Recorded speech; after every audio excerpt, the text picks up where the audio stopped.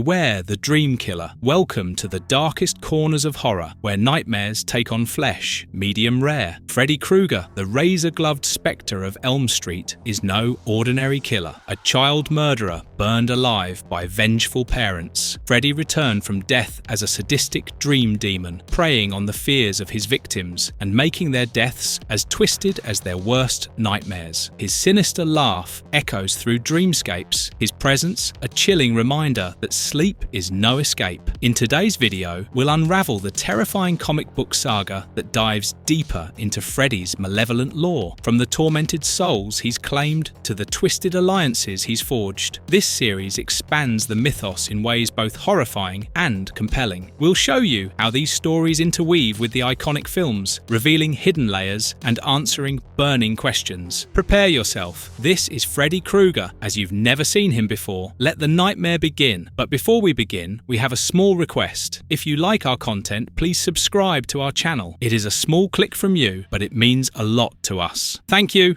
Nightmares on Elm Street. Prologue. In the movie A Nightmare on Elm Street, Three Dream Warriors, Nancy Thompson became an intern at Westin Hills Asylum, where she bonded with Kristen Parker after calming her during a violent episode by completing the haunting jump rope song. Nancy worked closely with Neil Gordon, who discovered she was taking Hypnosil to suppress dreams. Nancy requested the same for the patients, but Neil initially refused, until Philip Anderson's death at Freddy Krueger's hands prompted him to agree. Kristen's ability to pull others into her dreams inspired Nancy to encourage the patients to develop dream powers through hypnosis. However, the session backfired when Freddy captured Joey Crucell, leaving him in a coma. Nancy and Neil were relieved of duty as a result. A nun later informed Neil that Freddy's bones needed to be found and laid to rest, and Nancy asked her father, Donald, about the remains. Donald dismissed her claims about Freddy's ongoing threat. Nancy returned to Westin Hills to help Kristen, organising a final hypnosis session to confront Freddy. In the dream world, Nancy saved Kristen and Joey, but was fatally betrayed by Freddy, who disguised himself as her father. Believing his apology, Nancy hugged him, only to be stabbed twice. In her final moments, she managed to stab Freddy with his own glove, buying time for Kristen to escape. Kristen cradled Nancy, promising to dream her into a peaceful realm where she could never die.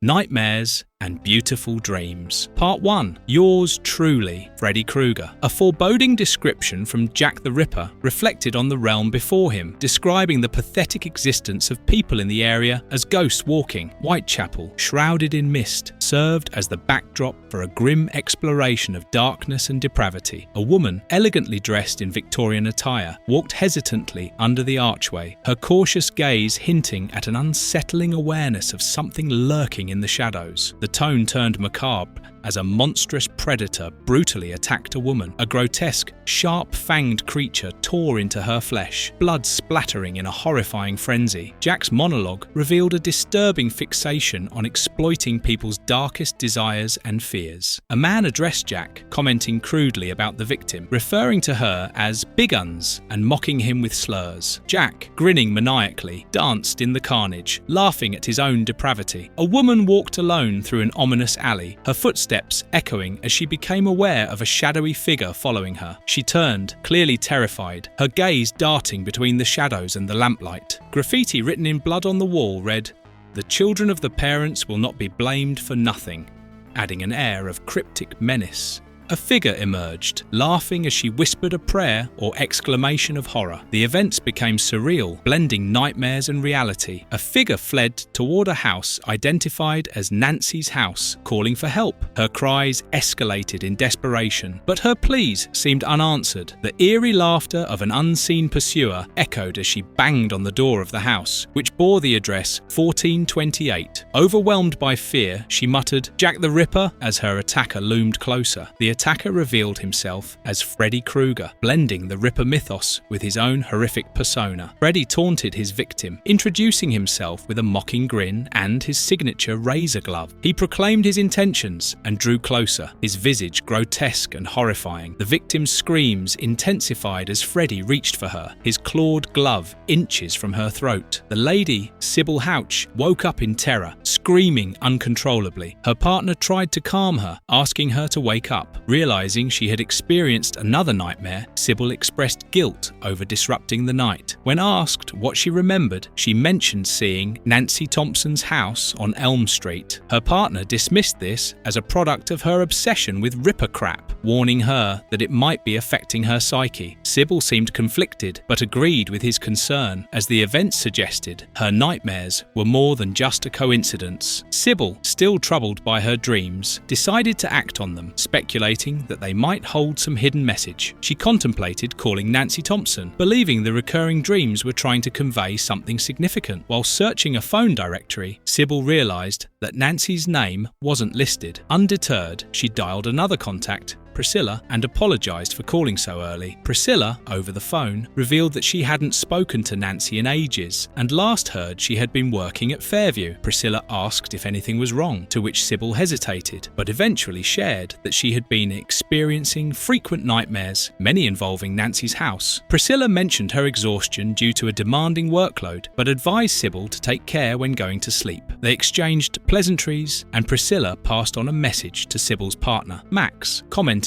on his charm. Sybil's search for Nancy led her to contact Dr. Elizabeth Sims at Fairview Mental Hospital. Introducing herself, Sybil explained she was trying to locate Nancy Thompson, who had worked at the facility. Dr. Sims, with a heavy tone, revealed that Nancy had passed away 3 years ago due to some troubling incidents at the hospital. She suggested that Sybil contact Dr. Neil Gordon, who had been a friend of Nancy's, providing his last known number. Dr. Sims's news left Sybil distraught. She noted that Neil was reportedly working in sleep disorders and expressed hope that he might help with her recurring nightmares, which prominently featured Nancy. The weight of the day's revelations left Sybil overwhelmed, muttering that it was turning into an awful day of surprises. A prayer for protection reflected her growing sense of unease. Meanwhile, as Priscilla drifted off to sleep, the surreal overtook her. She found herself in a bizarre fashion show where grotesque figures applauded as she was introduced as the top clothing designer for the recently dead. The dead audience reveled in morbid humor, suggesting she might need a hand or two for her collection. The event showcased her deadwear line, a twisted display of macabre fashion. Freddy Krueger appeared as the host, gleefully mocking Priscilla by asking about Nancy Thompson's whereabouts. Freddy taunted her, noting that she usually had all the answers but was at a loss now. The dream's sinister tone intensified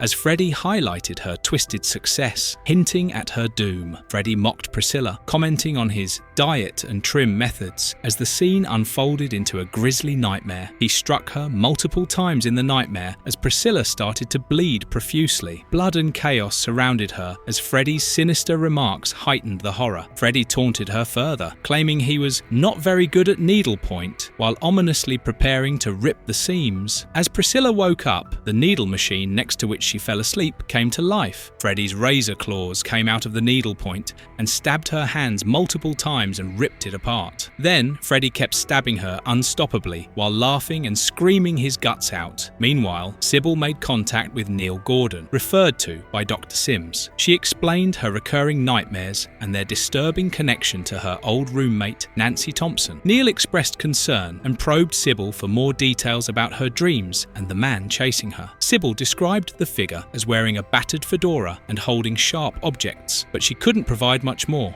Recognizing the seriousness of the situation, Neil insisted they meet immediately. Sybil provided her address, but as she stood up, she suddenly collapsed, overwhelmed by a dizzy spell. Her fear and confusion deepened as Neil tried to console her. In Sybil's nightmare, little girls sang Freddy's infamous rhyme, warning Sybil to lock the door and grab the crucifix. They warned Sybil that Freddy was coming for her husband James. Freddy taunted Sybil and her husband James in the twisted nightmare. Sybil called out for James, desperately trying to wake him as the dream world shifted into chaos. Freddy addressed James mockingly, referring to him as partner, and commented on how the little woman had been keeping him up all night. James appeared dazed and apologetic, acknowledging Freddy's taunts as if under his spell. Freddy ordered James to check on the control valve, ominously ensuring he followed orders. James hesitantly complied, complied, climbing to the valve, but Sybil screamed in protest, realizing the danger. Freddy's mocking laughter echoed as James struggled to locate the control. He couldn't hold on and fell. Freddy ominously remarked on James's dream of making front-page news, hinting at his imminent doom. James's scream echoed as he fell, and with a bloody splat, his life ended. Freddy further mocked Sybil, claiming to have orchestrated James's death and leaving Sybil to scream helplessly. Freddy gleefully showed a souvenir of James's demise, a newspaper cutout suggesting he was creating headlines of tragedy to torment Sybil further. In the waking world, Sybil's phone rang incessantly, pulling her out of unconsciousness. When she answered, the distorted voice on the other end apologized for waiting too long. Sybil was transformed into a formless mist and sucked into the phone. As she materialized on the other end, she saw Nancy Thompson standing in front of her. Nancy explained that Freddy was growing stronger and could no longer be contained. Freddy's intent was to destroy not just lives, but also the beautiful dream. The beautiful dream was a place where Kristen Parker had wished Nancy to be. Her wish sent Nancy's soul to the positive side of the dream world. This allowed Nancy to oppose Freddy Krueger and be free from his nightmare realm. Sybil stood at the base of a staircase, overwhelmed by the chilling revelations as the haunting reality of Freddy's control tightened its grip on her. Nightmares and Beautiful Dreams. Part 2. Eternal Hell. Sybil encountered a surreal and unnerving series of events that plunged her deeper into the realm of nightmares. She recognized Nancy Thompson, shocked at seeing her alive, as Nancy was presumed dead. Overwhelmed with relief, Nancy embraced her, explaining that Sybil was dreaming and that Nancy was technically dead, but existing in a beautiful dream to protect her from Freddy Krueger. Nancy revealed that Freddy was the source of the terror, haunting Springwood's residents for 2 decades. A sudden knock on the door interrupted their conversation. Sybil approached cautiously, despite warnings not to open it. She dismissed the fear, revealing the visitor to be Priscilla. Though seemingly friendly at first, Priscilla's tone shifted ominously. She mocked societal prejudices with a smug attitude, hugging Sybil. The embrace turned sinister as Freddy's claws emerged, revealing Priscilla to be a manifestation of Freddy. Freddy then attacked, his cruel laughter echoing. Sybil and Nancy fought back as Freddy taunted them mercilessly. He hurled Sybil into the wall, mocking her lack of resistance. Sybil, refusing to cower, challenged Freddy directly, declaring that she was his target. Freddy, amused, attacked again. Using the Nightmare Realm's grotesque imagery, he conjured a big burned face with sharp teeth and tentacles to trap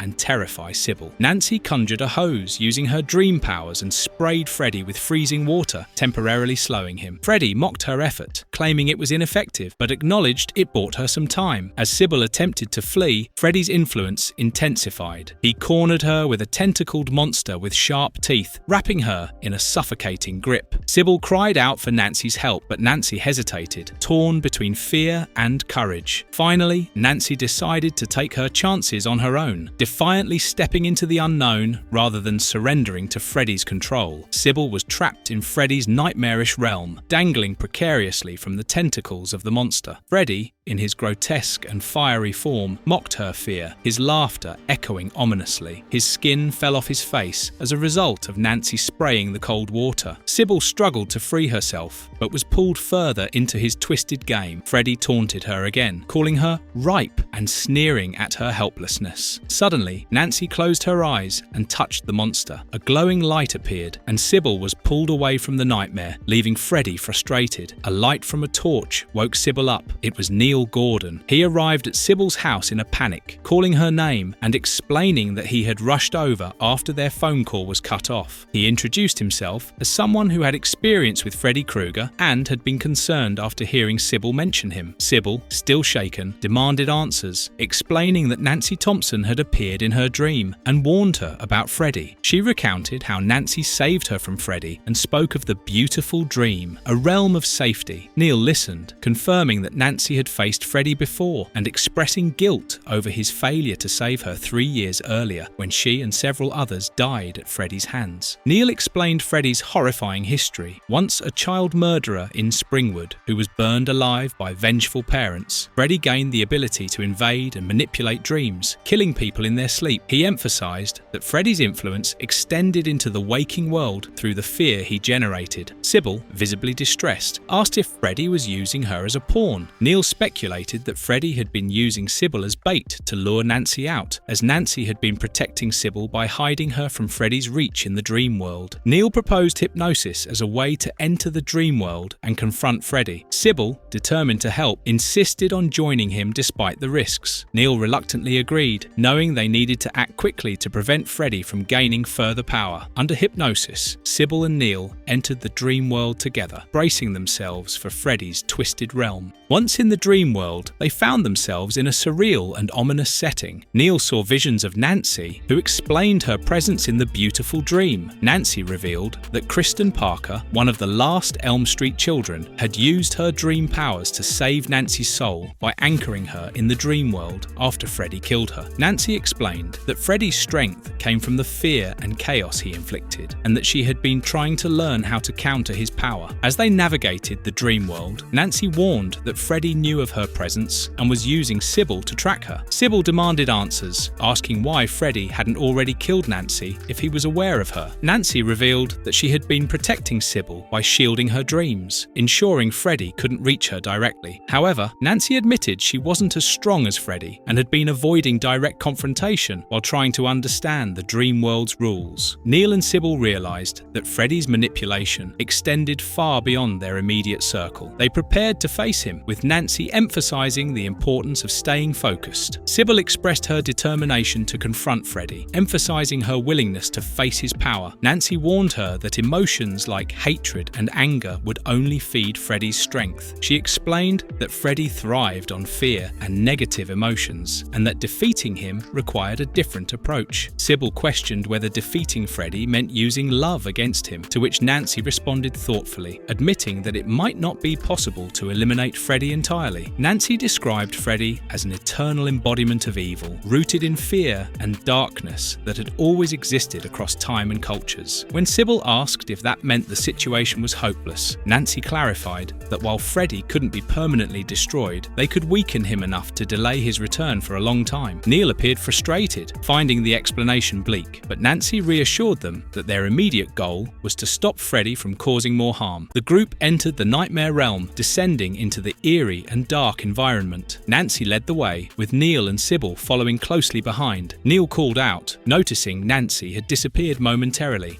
only for her to reappear, urging them to continue. They descended further into the depths of the realm, growing increasingly uneasy as the atmosphere became more oppressive. Sybil and Neil were visibly alarmed by their surroundings. They stumbled upon a horrifying state of the dream world, with walls and floors drenched in red, indicating Freddy's gruesome handiwork. Sybil, stunned by the carnage, questioned their location. Nancy deduced they were in a nightmare version of Fairview, recognizing the familiar but twisted features of the place. A grotesque, mangled figure appeared, who mockingly dismissed their presence, telling them they had group therapy scheduled. This only heightened the group's tension as they prepared for an inevitable confrontation with Freddy. They encountered an ominous therapy session run by Dr. Sims, a sinister doctor and a manifestation within the dream. Dr. Sims, in a chillingly calm tone, mocked Neil and Nancy, reminiscing about their previous encounters. She claimed to have helped the children by ensuring their uninterrupted REM sleep, highlighting her twisted perception of aid. Dr. Sims introduced the therapy group, all victims of Freddy, except for a certain Frederick, whom she singled out ominously. As she turned to introduce Frederick, it was revealed to be none other than Freddy himself, ready to unleash chaos. Freddy took center stage, confronting the group with his characteristic sadistic glee. He taunted them with threats and mocked their inability to resist. Freddy brutally attacked Dr. Sims, decapitating her in a gruesome display of power, all while laughing maniacally. This further emphasized Freddy's dominance within his realm, showcasing the danger they faced. Freddy, reveling in his power, consumed Dr. Sims's essence, mockingly calling it thirst-quenching. Nancy urged Neil and Sybil to focus focus, telling them to turn their backs on Freddy as a form of resistance. Freddy mocked their efforts, claiming he didn't need therapy when he could suck souls. Nancy guided them to close their eyes and clear their minds, creating an escape route. Together, they managed to flee through a portal, narrowly escaping Freddy's grasp as he furiously called after them, unable to stop their departure. Sybil, Neil, and Nancy escaped Freddy's immediate grasp, finding themselves in a surreal and serene environment. Sybil questioned their location, while Nancy reassured them they were safe for now. Suddenly, a young girl appeared, addressing Sybil as Mother, much to her confusion. The girl explained that she was Sybil's unborn daughter, and that this place was where dreamers occasionally visited. Sybil struggled to comprehend the revelation, while Nancy and Neil observed the exchange silently. The girl revealed that she would soon leave this place, as her birth was imminent. Freddy interrupted the moment, mocking their connection and warning Nancy that she didn't belong there. The girl stood up to Freddy, accusing him of previously trying to harm another child, Jacob, and vowing to protect everyone from him. Freddy sneered at her defiance, asking who would stop him. The girl defiantly replied, "We," as she summoned an army of spirits to overwhelm Freddy. Freddy, realizing he was outmatched, attempted to resist but was ultimately overpowered by the collective force of the spirits. Freddy screamed in agony as the spirits tore him apart. Nancy focused her energy, channeling the spirits' power to banish Freddy. As Freddy disintegrated, Nancy and the spirits symbolically purged his evil with an intense burst of light and fire, ensuring he was eradicated from their realm. Nancy urged them to leave the dream world, stating it was time to let go. Back in the waking world, Neil and Sybil awakened. Sybil, overwhelmed, mentioned her daughter, reflecting on the strange encounter. Neil tried to comfort her, but Sybil felt unwell, attributing her nausea to morning sickness, a confirmation of her pregnancy. However, the moment of relief was short-lived as Sybil began to feel Freddy's lingering presence. Sybil, trapped in a nightmarish vision, fought against Freddy's influence. She cried out for Neil and Nancy, struggling to regain control of her mind. Freddy's voice taunted her, but Sybil resisted, asserting that they had defeated him. She pounded against a door,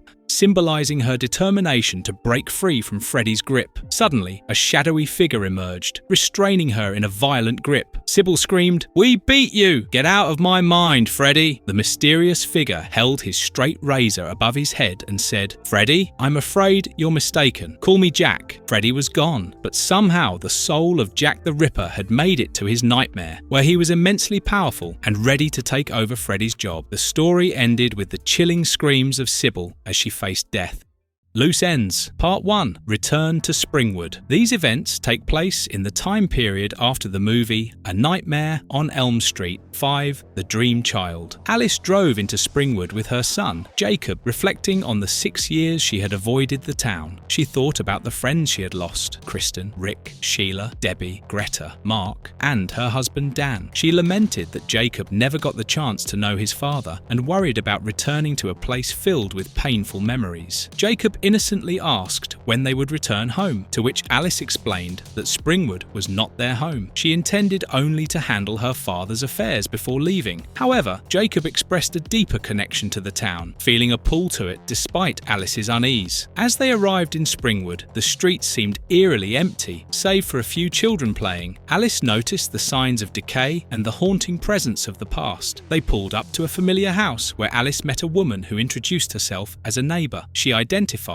as Fred Johnson's daughter. The woman recognized Alice and offered condolences on her father's passing. She expressed how the neighborhood had dwindled, with few people left who remembered him. Alice introduced Jacob, who seemed apprehensive when the woman touched his head. Jacob identified himself as Jacob Daniel Johnson, but remained visibly disturbed, while the woman envisioned a burnt image of Jacob. Alice quickly ushered Jacob inside, where they began sorting through her father's belongings. She noticed Jacob staring at the empty space as if someone was present. Jacob commented on seeing a man kissing Alice and another standing with Jacob, but Alice brushed it off as her reminiscing. When Jacob pressed further, Alice reprimanded him gently, reminding him not to pry into others' thoughts. She acknowledged Jacob's mysterious ability to see things beyond the ordinary, but cautioned him about its use. Jacob mentioned a girl named Devon who had caught his interest. He said that it was the woman's name who met them on the way, but Alice warned him to avoid her, admitting Meeting the girl made her feel uneasy. Jacob reluctantly agreed, and Alice decided to take him to visit his Aunt Yvonne. Meanwhile, Neil Gordon, now working in a psychiatric hospital, was alerted to an emergency involving a patient, Kirk Newton. Kirk had harmed himself in a desperate attempt to stay awake, claiming Freddy Krueger was after him. Neil observed Kirk's self-inflicted injuries. He had cut off his eyelids to prevent sleep. Kirk's paranoia intensified as he screamed about Freddy's presence. Despite Neil's efforts to calm him, Freddy's influence manifested in Kirk's hallucinations. Freddy appeared to Kirk, taunting him as he succumbed to his fears. Neil's attempts to save Kirk were futile as Freddy manipulated the dream world, orchestrating Kirk's demise. But this was all in the dream that Neil was living in. He was in a coma. Alice later visited Neil in the hospital, where he remained unconscious, but monitored closely by Yvonne. Yvonne greeted Alice warmly, expressing condolences for her father's death and reminiscing about the past. Jacob appeared cautious but intrigued, while Yvonne marvelled at how much he had grown. Alice and Yvonne discussed the lingering effects of Springwood's tragedies, with Alice expressing her unease about being back. Alice struggled with her emotions as she confided in Yvonne about her difficulty being back in Springwood. The memories of the past haunted her, but Yvonne comforted her, reminding Alice that she also had good memories there. As they spoke, they discussed Neil, who had been in a coma since a car accident 3 years ago, caused by his grief over the death of a woman he loved. Jacob interrupted and explained that Neil seemed content in his mind where Nancy kept him safe, protecting him from Freddy. Freddy couldn't reach Neil because of this protection. Meanwhile, on a desolate road, a muscular young man encountered the mysterious blonde woman who was previously identified as Devon. The man's car had supposedly broken down. She offered him a ride, subtly flirting with him as they drove. When Devon looked at him, she could only see a burnt man devoid of any skin. She was too careful and did not disclose her name. Seducing him further, she suggested they move to the back of the van for an intimate encounter. As the man hesitated, Devon revealed her sinister intent. Freddy, now manipulating her actions, brutally murdered the young man with a hammer. She inserted her fingers into his eye sockets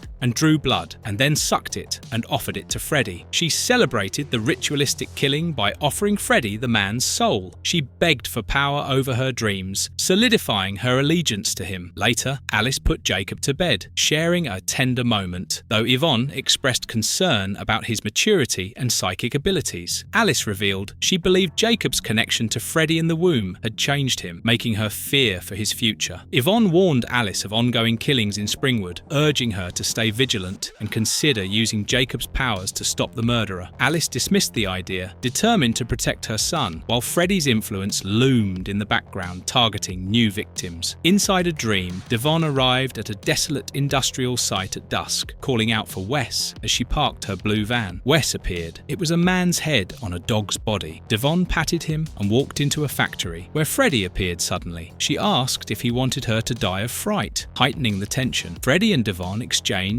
a bizarre, sensual moment. She asked if he enjoyed the soul food he had provided, to which he sarcastically replied that it was tough, though she tenderized it well. When she demanded her reward for helping him, Freddy disappeared into the shadows without acknowledging her request, leaving her frustrated and calling after him. Devon entered an abandoned house, only to realize she had been deceived. Accusing Freddy of lying, she tried to escape as the house exploded violently in a fiery blast, leaping out of a window just before the structure was destroyed. In the chaos, a monstrous flaming figure emerged, screaming for Devon. It was her mother, burning and screaming for her. Freddy intervened, pulling the burning woman inside, tauntingly remarking that parents burn you up sometimes. He then turned to Devon, demanding that she was not done and that she must complete another task. Meanwhile, somewhere else, Alice seemed lost in thought as Jacob slept, but soon she was confronted by a vision of Dan, her late lover, who appeared on a motorcycle and urged her to join him. Despite her hesitation, she climbed onto the bike. Dan drove recklessly, ignoring Alice's pleas to slow down. As the bike sped dangerously, Jacob appeared in the middle of the road. Alice screamed for Dan to stop, but he accelerated, laughing maniacally and making a cruel remark about scoring 10 points for hitting Jacob. Alice screamed that Jacob was their son, but Dan drove on with a sinister smile. The bike collided violently, throwing Alice off. As she lay on the ground, Freddy appeared. She screamed in disbelief, exclaiming, "I killed you!" As the smoke cleared, Dan transformed into a grotesque mechanical figure, with Freddy laughing laughing in the background. Freddy sneered back, "I got better." Jacob stood against Freddy and the monstrous figure. As Freddy and his accomplice taunted him, Jacob defiantly told them to go away. With a gesture, he unleashed a burst of light energy, causing an explosion that destroyed the mechanical creature. Alice found herself lying in a soothing garden. She saw Jacob and tearfully asked how he managed to save them. Jacob lovingly told her to rest, assuring her that she was safe. In the real world, Alice slept peacefully, but Devon had sneaked into their home through a window. She found that Jacob was awake. She offered him a candy bar while coaxing him to go with her. Surprisingly, Jacob did not resist. He invited her instead to go with him and meet his daddy. When she asked where he was, Jacob said that he was underground.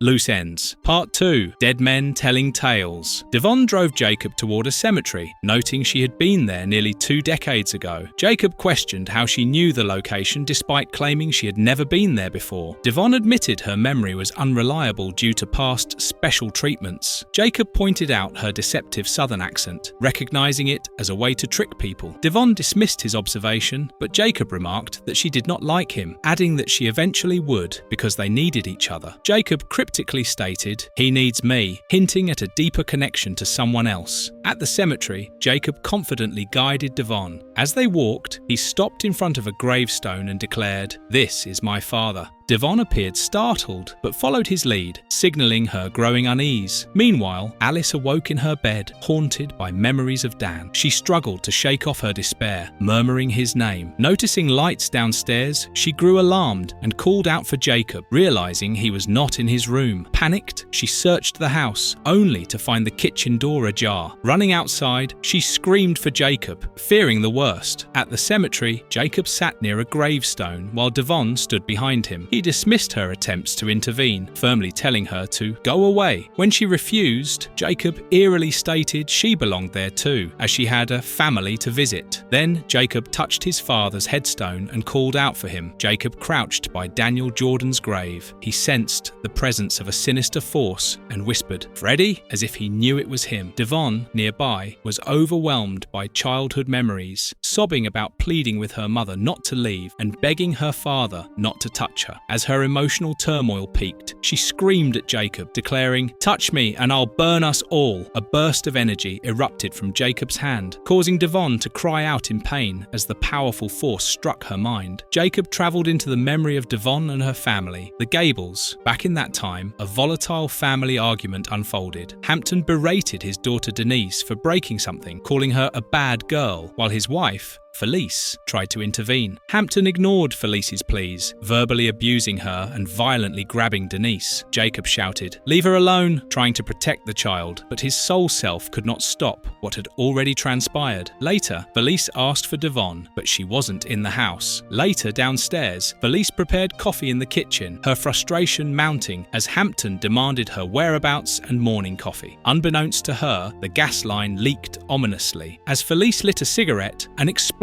erupted, engulfing the house in flames. Outside, Jacob and Denise shielded themselves from the explosion's force. From the burning house, Felice emerged, burning, screaming Devon's name. Denise and Jacob watched in horror as her blazing body collapsed. Devon screamed in terror as flames consumed her mother, leaving a grotesque, charred body. Police and onlookers rushed to the scene. Chaos ensued as neighbours speculated about the fire's origin, labelling the incident as horrible. A police officer questioned Devon, asking if her father was still inside the house. Holding back tears, Devon quietly answered, "Yes," confirming his fate, while the surrounding crowd remained in shock. At the smouldering scene of the fire, a firefighter covered Felice's charred remains while directing Devon to look away. Loretta, another bystander, was standing outside with her daughter. She asked her husband, Frederick, to hold her as she came to offer help. Frederick was none other than Freddy. Just then, Felice's corpse rose up and spoke to Devon, accusing her of being a bad girl and threatening that she needed to be punished once her father arrived. Devon, terrified and guilty guilt-stricken, muttered a defiant, "He'll never get here. I killed him. I killed you both, just like you killed Denise." Her revelation left onlookers horrified as they realized she had killed her parents. Frederick walked up to Jacob and said, "Fancy meeting you here." In the real world, Alice, distressed by Jacob's disappearance, discussed the situation with the police. The officers noted that there were no signs of struggle or violence in Jacob's room. Alice grew angry, demanding a door-to-door search for her son. One officer revealed that this wasn't the first child missing in Springwood recently, mentioning a case where a burned body was identified only through dental records. Another officer admitted the town was overwhelmed with disappearances, likening it to a black hole that consumed people. Alice's friend Yvonne arrived and consoled her. Alice confided that Freddy Krueger was responsible for Jacob's disappearance, revealing that she had seen him in her dreams. Yvonne tried to calm her, but Alice was certain Freddy had returned. Meanwhile, in the nightmarescape, Freddy lured Jacob to a hellish playground filled with macabre toys. Freddy mockingly welcomed Jacob into his world and promised they would be friends, as they had been before. Jacob, skeptical, accused Freddy of wanting to use him. Freddy grinned and admitted it, explaining that there were things Jacob could do for him, and vice versa. He led Jacob deeper into the nightmare, calling it the back way in, referring to it as Wonderland. Freddy theatrically introduced Jacob to his infernal domain,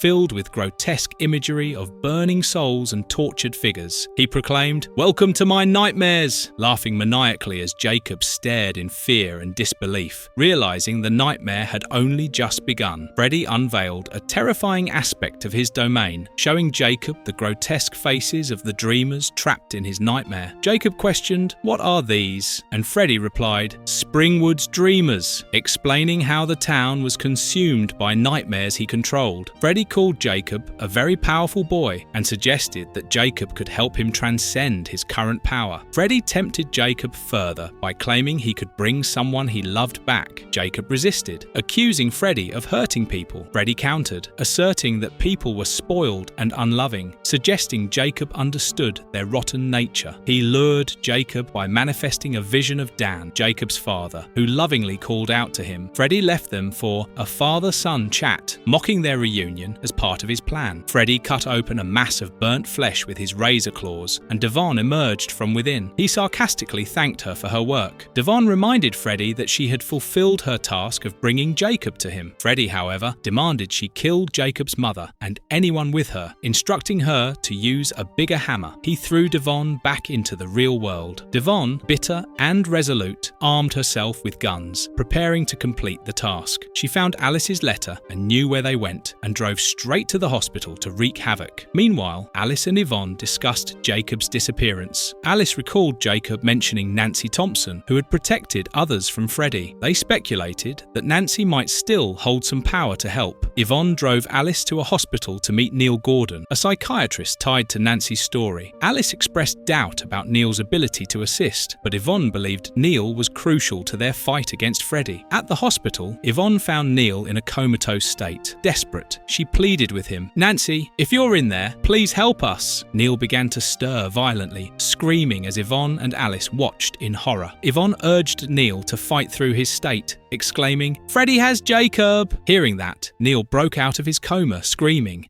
Loose Ends, Part 3, Bang Bang. Devon's silver hammer. Freddy reflected on his predicament, lamenting how he had been trapped in the nightmare realm for too many years, rotting away even as he consumed power from Springwood's dreamers. He acknowledged the limits of his power and contemplated how Alice, Jacob, and Devon were unaware of the stakes or what they each had to lose, give, or endure. Freddy mockingly anticipated how all the little piggies were falling into place as he prepared for his final act. Freddy mused that only one person could potentially stand against him, Nancy Thompson, who had eluded him in the past. With malevolent glee, he anticipated facing her on his own turf this time, proclaiming his dominance over the nightmare realm as he strutted through his grotesque hallways. Back in the hospital, Neil violently ripped out his medical tubes, shocking Alice and Yvonne. Alice pleaded with him to stay awake and help them, emphasizing that they needed Nancy to stop Freddy. Neil, delirious, muttered about wanting to go back to Nancy and away from Freddy's horrors. Alice explained that Freddy had taken her son Jacob, hoping Neil's connection to Nancy could provide a solution. Neil, still struggling with his consciousness, murmured cryptically about Nancy being in the good dream, where she was protecting him. Alice and Yvonne pushed for clarity, asking if Nancy could help find Jacob. Neil confirmed her presence in the dream realm, but warned they would need to enter the dream to reach her. Meanwhile, Devon arrived at Mercy Hospital, armed with the guns, declaring her intent to hunt Wobbits as she prepared to confront anyone in her path. A police officer attempted to stop her, but she retaliated with gunfire, causing chaos and destruction inside the hospital. Her resolve to fulfill her mission was unwavering as she left a trail of violence behind. Armed with an Uzi, she brutally attacked a nurse, demanding to know Alice's whereabouts. The terrified nurse managed to stammer that Alice was upstairs. Without hesitation, Devon took out her hammer and struck the nurse, breaking her jaw and leaving her bleeding on the floor. At the same time, Alice, Yvonne and Neil debated their next steps inside the hospital. Neil, still weakened, insisted that Alice join him in the dream world to find Jacob. Yvonne expressed doubts about the risks, concerned about the consequences of their plan. However, Alice's determination to save Jacob outweighed Yvonne's hesitation. She convinced Yvonne to prepare her for sedation, steeling herself for a direct confrontation with Freddy. Meanwhile, Devon continued her infiltration, moving floor by floor in her relentless search for Alice. Wielding her weapon with deadly intent, she entered room after room, ignoring the shock and fear of the patients she encountered. All she could see were the distorted visions of burnt people. Yvonne, reluctantly agreeing to the plan, prepared a syringe to sedate Alice and send her into the dream world. Though concerned about the risk of not being able to bring Alice back, Yvonne administered the sedative. Alice remained resolute, declaring she would do whatever it took to save Jacob. Moments later, Alice slipped into unconsciousness, joining Neil in the dream realm. Devon's rampage continued unabated as she cornered and killed anyone obstructing her path. Her maniacal determination left destruction in her wake as she encountered another nurse. She blew her brains away using her gun. Within Freddy's twisted dream world, Alice and Neil found themselves in a horrifying reflection of reality. Alice stumbled upon Jacob's childhood home, instantly recognizing its eerie familiarity. Neil reassured her as they prepared to confront Freddy on his own turf. Alice, determined and resolute, knew that saving Jacob required navigating the dangerous and surreal reality of Freddy's control, a task that demanded every ounce of her courage and strength. Devon confronted Yvonne and Neil at the hospital as she aggressively continued her rampage. A police officer commanded her to stop, pointing a gun at her and ordering her to raise her hands. Yvonne also aimed a gun at Devon, shouting, "Now!" In response, Devon grinned maniacally, refusing to surrender. Before Devon could fire her weapon, the officer shot her, hitting her directly. Devon fell backward, blood spraying as she collapsed, her reign of terror brought to an end. In the dream realm, Alice and Neil realized that Jacob was not present in the current location and decided to continue their search. Neil explained Nancy's connection to the good dream, which he referred to as the beautiful dream. He described how it stood in opposition to Freddy's nightmare domain, protecting innocent dreams from his corruption. Alice remarked on the stark contrast between the two realms, noting Freddy's control over nightmares as a manifestation of evil brought to Earth. Together, they pressed forward, holding on to each other to avoid separation. Alice and Neil arrived at a ruined church. Alice questioned why Nancy, despite her strength, had not been able to protect more people from Freddy. Neil explained that Nancy's efforts were relatively new compared to Freddy's years of experience and his ability to feed off fear, which perpetuated his power. As they explored the church, Alice noticed a golden cross. She was immediately reminded of Amanda Krueger, Freddy's mother, who was also amongst his victims. Suddenly, they heard a sound, signaling the presence of someone nearby. In the hospital, a relentless shootout unfolded. Devon, still alive despite her injuries, fired her weapon at an officer, unleashing chaos and destruction. The bullets shattered windows and walls as the intense standoff escalated. The bleeding officer fell inside the room, where Yvonne, Neil, and Nancy were. Yvonne tried to stay out of sight while Neil and Nancy remained unconscious. Devon's maniacal persistence continued to wreak havoc, but her injuries began to slow her down. Inside the dream, Neil and Alice faced brutal structural instability as the walls and windows around them shattered violently. Neil attempted to protect Alice, but the chaotic destruction put them both at risk. In the real world, Yvonne armed herself with a gun from the dead police officer. As Yvonne confronted Devon in a final showdown, Devon mockingly addressed Yvonne, revealing she knew Yvonne was Fred Johnson's daughter. Devon sarcastically expressed fake sympathy about Fred's accident, taunting Yvonne with a cruel smirk. Yvonne, determined to end the chaos, pointed her gun at Devon, shouting, "Drop it!" Devon was finally struck down by Yvonne, who shot her in the chest. Bleeding and in pain, Devon fell to the ground, questioning why. Her hallucinations grew more vivid, and Freddy Krueger's image loomed over her, mocking her suffering. She begged for relief, calling out for her parents, but all she saw were the burnt corpses of her parents standing in front of her. Their grotesque forms added to her despair as she slowly died. In the dream world, Alice was pulled into Freddy's nightmarish domain, where the environment shifted into a twisted version of a children's story. Dressed as Alice from Alice in Wonderland, she faced Freddy, who had transformed into a grotesque rabbit. Freddy taunted her, accusing her of being late for their important date. Alice, undeterred by his mockery, vowed to confront him and dismantle his games. Meanwhile, Nancy, in another dream layer, encountered her father. He admitted that Freddy had kept him as a prisoner ever since the trial. Stricken with guilt, he confessed that he had failed at every step, arresting Freddy, killing him, and even letting Nancy become Freddy's victim. Resigned to his fate, he explained that Freddy had shown him how to escape the dream world. Despite Nancy's pleas for him to fight, he apologized and pulled his gun on her, determined to make a sacrifice to free her. Neil found himself in a separate nightmare. A television screen displayed Jennifer's face, mocking him for his inability to stop Freddy's reign. The devices in the room attacked him, binding him with robotic arms. As the TV pulled him into its distorted reality, Neil entered a completely separate part of the dream. Standing before him were the Dream Warriors, his entire team who had been killed by Freddy. They welcomed him into their domain. Neil was among friends. In the dreamscape, Jacob interacted with his father, Dan, who tried to coax him into helping Freddy. Dan assured Jacob that Freddy wouldn't harm anyone if Jacob joined him. Jacob, however, remained wary of Freddy's deceit and resisted Dan's persuasion, understanding the danger of trusting Freddy. Freddy, in his full, monstrous form, stood surrounded by the grotesque faces of his victims embedded in the walls of his lair. Meanwhile, Dan continued trying to manipulate Jacob to help Freddy escape the dream world, urging Jacob to aid in Freddy's sinister plan.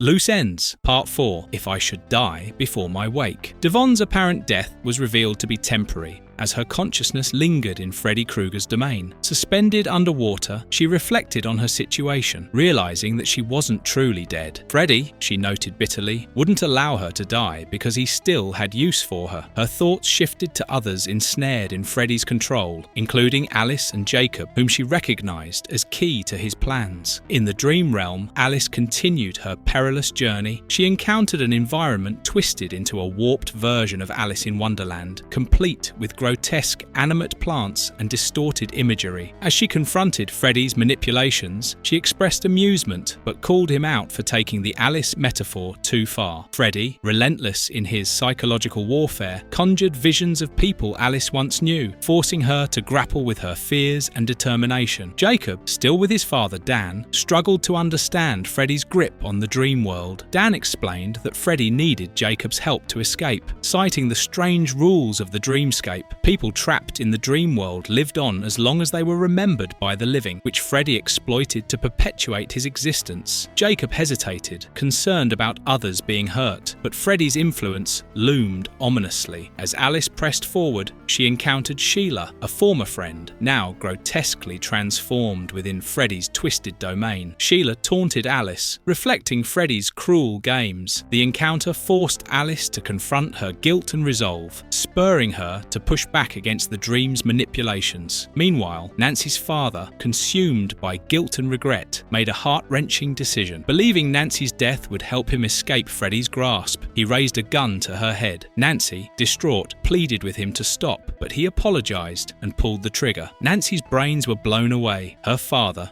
curled down beside her body and was in tears, begging Freddy to let him leave. But just then, Nancy materialized again from a blinding flash of light. She was completely healed and was ready to fight Freddy directly. She resolved to end his reign once and for all, leading her father's spirit toward Freddy's lair. As they advanced, Nancy prepared for the ultimate confrontation, knowing that the fate of herself, Alice, Jacob, and others depended on her success. In his dreamscape, Neil faced a crisis as he felt the weight of his failure. Surrounded by destruction and chaos, he declared that he had tried to help but was unable to succeed against Freddy's power. Gordon, one of the Dream Warriors, changed into a panther and saved Neil. The Dream Warriors confronted Neil about his involvement and their current predicament. Jennifer, speaking through a screen, pointed out that Freddy was no longer controlling them. Despite Neil's confusion, the group explained that Freddy's victims sometimes existed in a limbo-like state. They revealed that they had used Jennifer to pull Neil into their realm, a place where dreams didn't fade away but persisted. The group insisted that Neil had a role to play in finally ending Freddy's terror once and for all. Alice, still in the dreamscape, called out to Freddy, demanding the return of her son. Her surroundings shifted to a dark forest where she taunted Freddy, trying to lure him out. Her defiance was met with grotesque imagery, including a monstrous, multi-headed entity, as Freddy's influence continued to manifest in horrifying ways. Alice encountered characters resembling playing cards. Among them, she saw a figure resembling her mother, who berated her for perceived failings. The chaotic interaction escalated as the Red Queen-like figure shouted accusations and summoned Freddy. Freddy, appearing as a menacing dragon-like being, declared it was time to rewrite the narrative, aiming to destroy Alice once and for all. Devon, meanwhile, found herself trapped in Freddy's domain, surrounded by skeletal remains and grotesque imagery. She struggled to make sense of her surroundings as Freddy emerged, mocking her for her earlier bravado. He explained the nature of his dream pool, where the lives and energy of Springwood sleepers were siphoned into his power. Freddy reveled in his control over this realm, taunting Devon with his seemingly invincible hold over the dreamscape. In a separate layer of the dream, Nancy reached a poignant moment with her father. They ventured deeper into Freddy's twisted realm, finding themselves in an unfamiliar and haunting environment. Nancy's father apologized for his past mistakes, expressing his love and regret. As he disappeared into the dream's fabric, Nancy tearfully acknowledged his words and stood resolute in front of the dream gate. Neil questioned how Freddy could keep returning. The group explained that Freddy was part of a larger ancient force beyond simple destruction, and that the key to stopping him might lie with Jacob. They emphasized that Neil's role was to enter Freddy's domain and face him directly, as they lacked the means to do so themselves. Reluctantly, Neil accepted their guidance and was sent back into the dream, while the group resolved to handle their own battles elsewhere. Freddy, alongside Devon, lured Jacob into a confrontation, pressuring him to use his powers to bring Freddy back to life. Freddy manipulated Jacob by invoking promises of reuniting him with his father. Jacob hesitated, but was visibly conflicted as Freddy's manipulative tactics continued. Nancy intervened, warning Jacob not to trust Freddy. She accused Freddy of lying and revealed his true nature. Freddy mocked her attempt to sway Jacob and taunted her with past failures. Despite Nancy's warnings, Jacob remained unsure, caught between Freddy's temptations and Nancy's truths. Freddy revealed to Jacob that Alice, Jacob's mother, was also in his clutches. This revelation intensified Jacob's inner turmoil. Freddy demanded Jacob make a decision, leveraging Alice's fate as a bargaining chip to manipulate him further. Tensions escalated as the stakes became higher for all involved. As Freddy continued his manipulation, Dan attacked him in an attempt to protect Jacob. Freddy overpowered Dan, throwing him aside with force. Nancy quickly tended to Dan, offering support and ensuring he was not lost in the chaos. Jacob began to resist Freddy's control. A fierce battle of wills unfolded as Nancy and others tried to protect Jacob, while Freddy unleashed his powers to assert dominance. The atmosphere grew increasingly chaotic, reflecting the struggle between hope and despair. Jacob was pushed to a breaking point as Freddy demanded his obedience. Despite the immense pressure, Jacob's defiance grew stronger. Jacob was given a weapon by the spirits of Freddy's victims to aid in resisting Freddy's manipulations. Freddy, furious at Jacob's hesitation, lashed out at Devon, showing his true monstrous nature. Nancy and Alice urged Jacob to help his parents and return to the real world before it was too late. Jacob, unsure of his abilities, was encouraged to believe in himself as the battle escalated. Nancy confronted Freddy directly, relentlessly, wielding her courage and determination to weaken his hold over the dreamscape. Freddy, enraged, taunted Nancy and Jacob, but the combined efforts of Nancy, Alice and Jacob began to turn the tide against him. Freddy's dominion started to collapse under the strain of their resistance. Dan, in an act of bravery, attacked Freddy to protect Jacob, but Freddy easily overpowered him, throwing him aside. Nancy rushed to Dan's side to tend to him, showing her unwavering resolve to protect her loved ones. Jacob, emboldened by the support of his family, decided to face Freddy head-on. In a climactic moment, Jacob unleashed his power against Freddy, channeling the energy of the dream world to defeat him. Freddy's form began to disintegrate as the dreamscape crumbled around them. With Freddy weakened, Alice urged Jacob to save himself and his parents. Jacob summoned the strength to lead his family back to safety. As the dream world disintegrated, Jacob, Alice and Nancy found themselves back in the real world. They reunited with Dan, who had survived the ordeal, and celebrated their escape from Freddy's grip. The group reflected on the sacrifices made and the bond that had strengthened them in their fight against darkness. In the aftermath, Alice explained to Jacob that Neil had sacrificed himself to bring Dan back, using his own body to ensure Dan's survival. This act of selflessness marked the end of Freddy's reign, at least for the moment. As the family embraced, they resolved to move forward, leaving Springwood and its nightmares behind. However, in the end, Freddy's gloves emerged from the massacre, hinting at his lingering presence.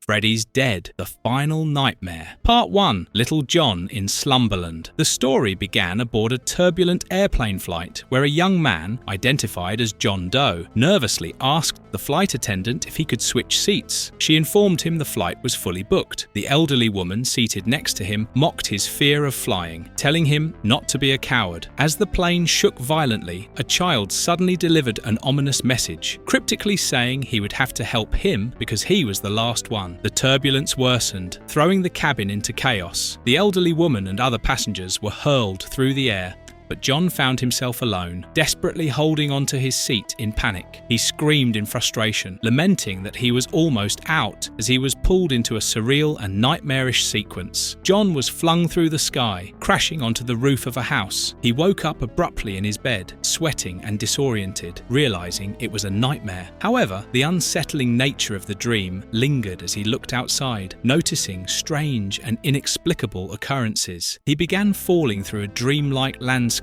where the house he crashed into twisted and morphed into an impossible shape. Suddenly, Freddy Krueger appeared, mocking and menacing, chasing John on a broomstick while taunting him with cruel laughter. As Freddy's laughter echoed, the house grew larger, consuming John and hurling him into another bizarre, relentless sequence of events. John landed on a street corner and noticed the sign for Elm Street, heightening his sense of terror. Freddy's mocking laughter reverberated as John stumbled through the area, attempting to escape. He tripped and fell into a pit, landing near a dilapidated ticket booth marked Accidental Tours. An eerie vendor, cloaked in mystery, handed him a round-trip ticket and urged him to hurry, warning that he didn't want to miss the bus. John soon found himself face-to-face with the titular bus, driven by Freddy Krueger, now playing the role of a maniacal, sadistic bus driver. John was thrown against the windshield, screaming as Freddy mocked him with malicious glee. Freddy stepped on the gas, sending the bus speeding uncontrollably. John continued his terrifying journey as Freddy Krueger drove the speeding bus toward an inevitable doom. John clung desperately to the outside of the bus as it careened wildly through a wooded area. Freddy cruelly mocked him, commanding John to fetch for Freddy before manipulating the situation further. John was ejected from the bus, landing harshly on the ground near a sign marking the edge of Springwood. Disoriented, he stumbled to his feet, only to realize he was in the real world and he had to do Freddy's bidding. He found a bottle of stay-awake medicine in his hand, which would help him along the way. Elsewhere, a young girl's carefree play in a suburban yard took a dark turn. It was Maggie Burnham dreaming of her younger years. While her parents watched, she laughed and ran, seemingly enjoying a game of tag. However, her laughter was abruptly replaced by a blood-curdling scream as an unseen force seized her, leaving her parents helpless. and horrified. Maggie woke up to the relentless sound of her doorbell. Groaning, she muttered her disdain for being disturbed so early. Her mother entered, cheerfully wishing her a happy birthday despite Maggie's irritation. Their conversation revealed that Maggie was plagued by recurring dreams that left her visibly exhausted. Her mother encouraged her to confront the dreams, but Maggie dismissed the suggestion, claiming years of therapy had made her accustomed to them. Maggie mentioned her work at a youth shelter, where she took pride in helping troubled kids despite her mother's disapproval of her career choice. At the youth shelter, Maggie arrived to find one of the residents, Spencer, being dropped off by his father. The older man was stern and impatient, delivering a lecture about his son's behaviour before leaving abruptly. Maggie spoke with Spencer, trying to gauge how he was feeling. Another counsellor commented on the boy's rebellious tendencies, suggesting he was attempting to make a statement through his actions. Maggie confiscated a suspicious device from Spencer's room, remarking on the peculiar items the kids managed to bring in. A confrontation ensued with another resident, Tracy, who had been caught fighting. Tracy, known for her volatile temper and refusal to be touched, lashed out at the staff. Maggie intervened, diffusing the situation and scheduling a therapy session for Tracy. A colleague noted that Tracy's trauma, particularly involving her father, was deeply entrenched and unlikely to be resolved through conventional methods. Later, Maggie engaged in a discussion with Doc, the resident counsellor, about their unconventional approaches to therapy. Doc claimed he could access the kids' dreams, where their fears and unresolved issues resided. He believed addressing these fears directly could be transformative. Maggie remained skeptical, questioning the effectiveness of such methods. Doc showed her a pair of 3D glasses, explaining they were a tool to perceive the deeper layers of the kids' psyches. Maggie donned 3D glasses and observed a framed picture that transformed into a grotesque image of a monstrous face with writhing tentacles, exuding nightmarish energy. The horrifying creature seemed alive, embodying fear and malevolence. Doc explained it was a dream demon, an ancient entity that thrived on terror, blurring the line between dreams and reality to turn the world into a perpetual nightmare. He revealed their goal was to infiltrate minds, feeding on fear to gain control. Maggie's unease deepened as she grasped the terrifying implications of these entities' influence, realizing their power was already affecting the real world. Maggie, Doc, and Tracy discussed the sinister legend of dream demons. Maggie explained that these demons roamed through the dreams of the living, searching for the most twisted and evil candidates. Once they found someone, they granted them the power to blur the lines between nightmares and reality, weaponizing fear. Doc added that these powers allowed individuals to inflict unimaginable terror, turning nightmares into horrifying realities. Their conversation was interrupted when Tracy informed Maggie that a John Doe had been brought to the shelter by the police earlier that morning. She requested Maggie's assistance in creating a report for him. Maggie assured her she would handle it and prepared to meet him. Meanwhile, Tracy confronted John in the gym, challenging him to spar with her. She mockingly called him a yellow-bellied chicken for refusing to fight back. John, clearly uneasy and disoriented, tried to deflect her taunts, explaining that he was not in a state to spar or even engage. Tracy's aggressive demeanour reflected her own struggle to mask her vulnerabilities with toughness. Tracy and her friends, Carlos and Spencer, shifted their conversation to escaping their situation. They discussed pooling their money to leave the shelter before dawn, intending to head to the California beaches. Spencer sarcastically remarked about the difficulties of dealing with fathers, implying strained familial relationships. Tracy dismissed this, expressing frustration about her own issues. Maggie and Doc overheard part of the conversation but allowed the teenagers to vent, acknowledging their struggles. Later, Maggie met with John to assess his condition. She noticed his disoriented and paranoid state. John admitted he had been awake for 3 days, claiming he could not remember much beyond that due to amnesia. He referred to himself as the last, emphasizing his belief that he was the only survivor of some catastrophic event. Maggie asked why he was so desperate to stay awake, and John confided that he feared sleeping would trap him in a nightmare he could not escape. He insisted that sleeping meant he wouldn't wake up again, revealing his deep-rooted fear and trauma. Maggie reassured John that he would be protected and informed the staff to transfer him to a hospital the next morning for further care. Her composed demeanour reflected her attempt to give John a sense of security, despite the gravity of his fears. Later, Doc and Tracy resumed their physical training in the gym. Doc explained the importance of concentration and meditation, not just for physical discipline, but as a tool to enter and navigate dreams. He hinted that With the right focus, one could even move between others' dreams. Though he admitted such a skill required advanced discipline, Tracy challenged Doc, attempting to land punches, but he deflected them with ease, urging her to see beyond the obvious. John, watching from the sidelines, was visibly unsettled, his paranoia building as Tracy's aggressive sparring brought out her frustrations. Maggie continued her research and uncovered a news clipping about a missing Krueger woman tied to Springwood, with an image of the town's water tower in the background. This discovery deepened her suspicions and connected the town's dark past with the current events surrounding John and his ominous claims. As Maggie pieced these clues together, John fell asleep, leading into another terrifying encounter with Freddy's influence in his dreams. In his dream, John awoke in a dilapidated house, startled by a young girl standing nearby with a doll in her arms. She cryptically remarked, "I told you he'd make you help him." When John demanded to know who and what she meant, the girl refused to elaborate, stating, "I won't tell." Her unsettling demeanor left John perplexed as she slowly walked away, prompting him to follow her up a set of broken stairs. As John pursued the girl, he noticed the house's walls shifting and morphing unnaturally. Suddenly, he found himself suspended mid-air,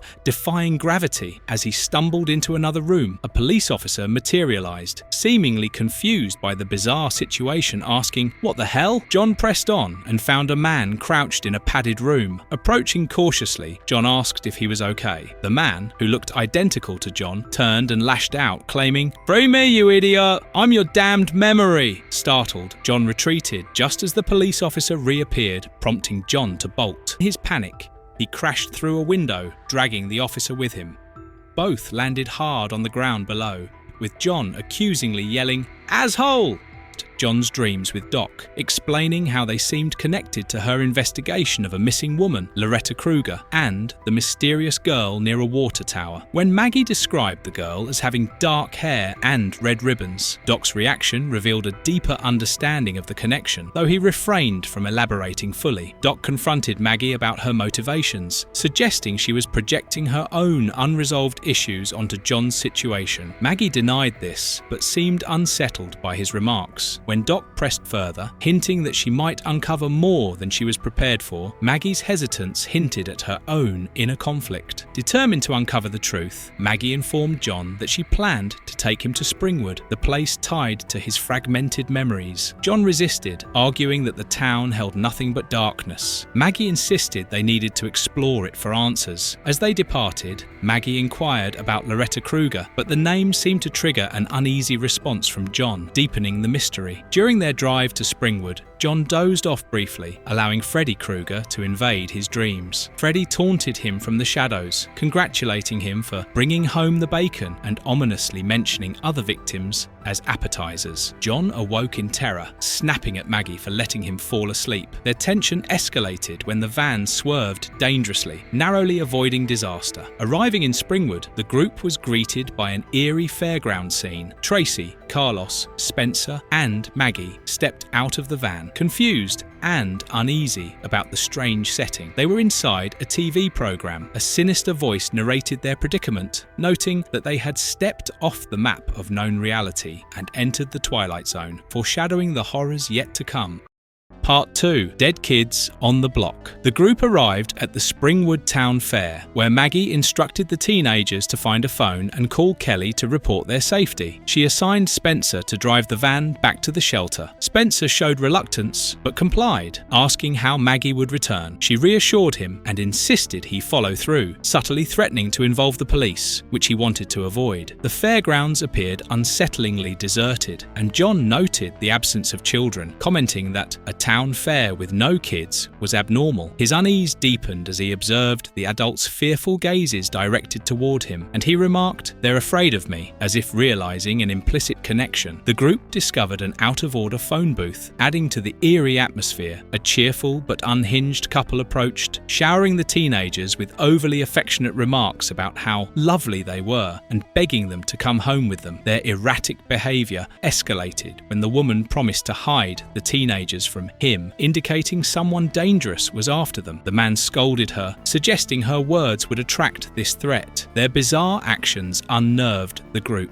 The sound of tolling bells disrupted the scene, causing the adults in the fairgrounds to scatter in apparent fear. Maggie urged the teenagers to leave, reminding them to return to the shelter. Tracy and Carlos hesitated, feeling the oppressive atmosphere of the fairground. Maggie warned them to stay alert, as the strange environment seemed to have a drowsy, disorienting effect on their senses. As the group split up, Maggie and John moved toward the source of the ringing bells, which came from the school. Maggie expressed concern about the connection between John's fragmented memories, the town's unsettling environment, and her own investigation into Loretta Krueger. John grew more uneasy, sensing the sinister implications. While walking, Maggie and John came across a disturbing chalk drawing of Freddy Krueger on the ground. Maggie identified the figure as Freddy and explained that traumatized children often express their fears through drawings. She noted that Freddy represented something else entirely, a larger force of malevolence, as the image had permanence, not washing away even with rain. They approached the school, where a foreboding message painted on the entrance warned, 3-4, better lock your door. Inside, they found bizarre displays, including a classroom covered in cryptic notes and a blackboard filled with nonsensical equations. An eccentric teacher, immersed in his lesson, introduced Maggie and John to the history of Freddy, ominously implying they would need to understand Freddy's origins and his connection to the town to survive. Tracy, meanwhile, walked through the abandoned streets, passing empty homes with for sale signs. She sarcastically remarked that the empty, eerie neighborhood suited her. The group discovered an abandoned house marked for sale, deciding it was a suitable place to rest. Carlos commented on its lack of heat, but Tracy dismissed his concern, saying, "You'll live." Inside, they noticed the house was surprisingly lavish compared to their shelter, prompting Spencer to joke that it made the shelter look like the Ritz. Carlos sought a bathroom, while Tracy and Spencer explored further. Tracy warned Spencer about falling asleep,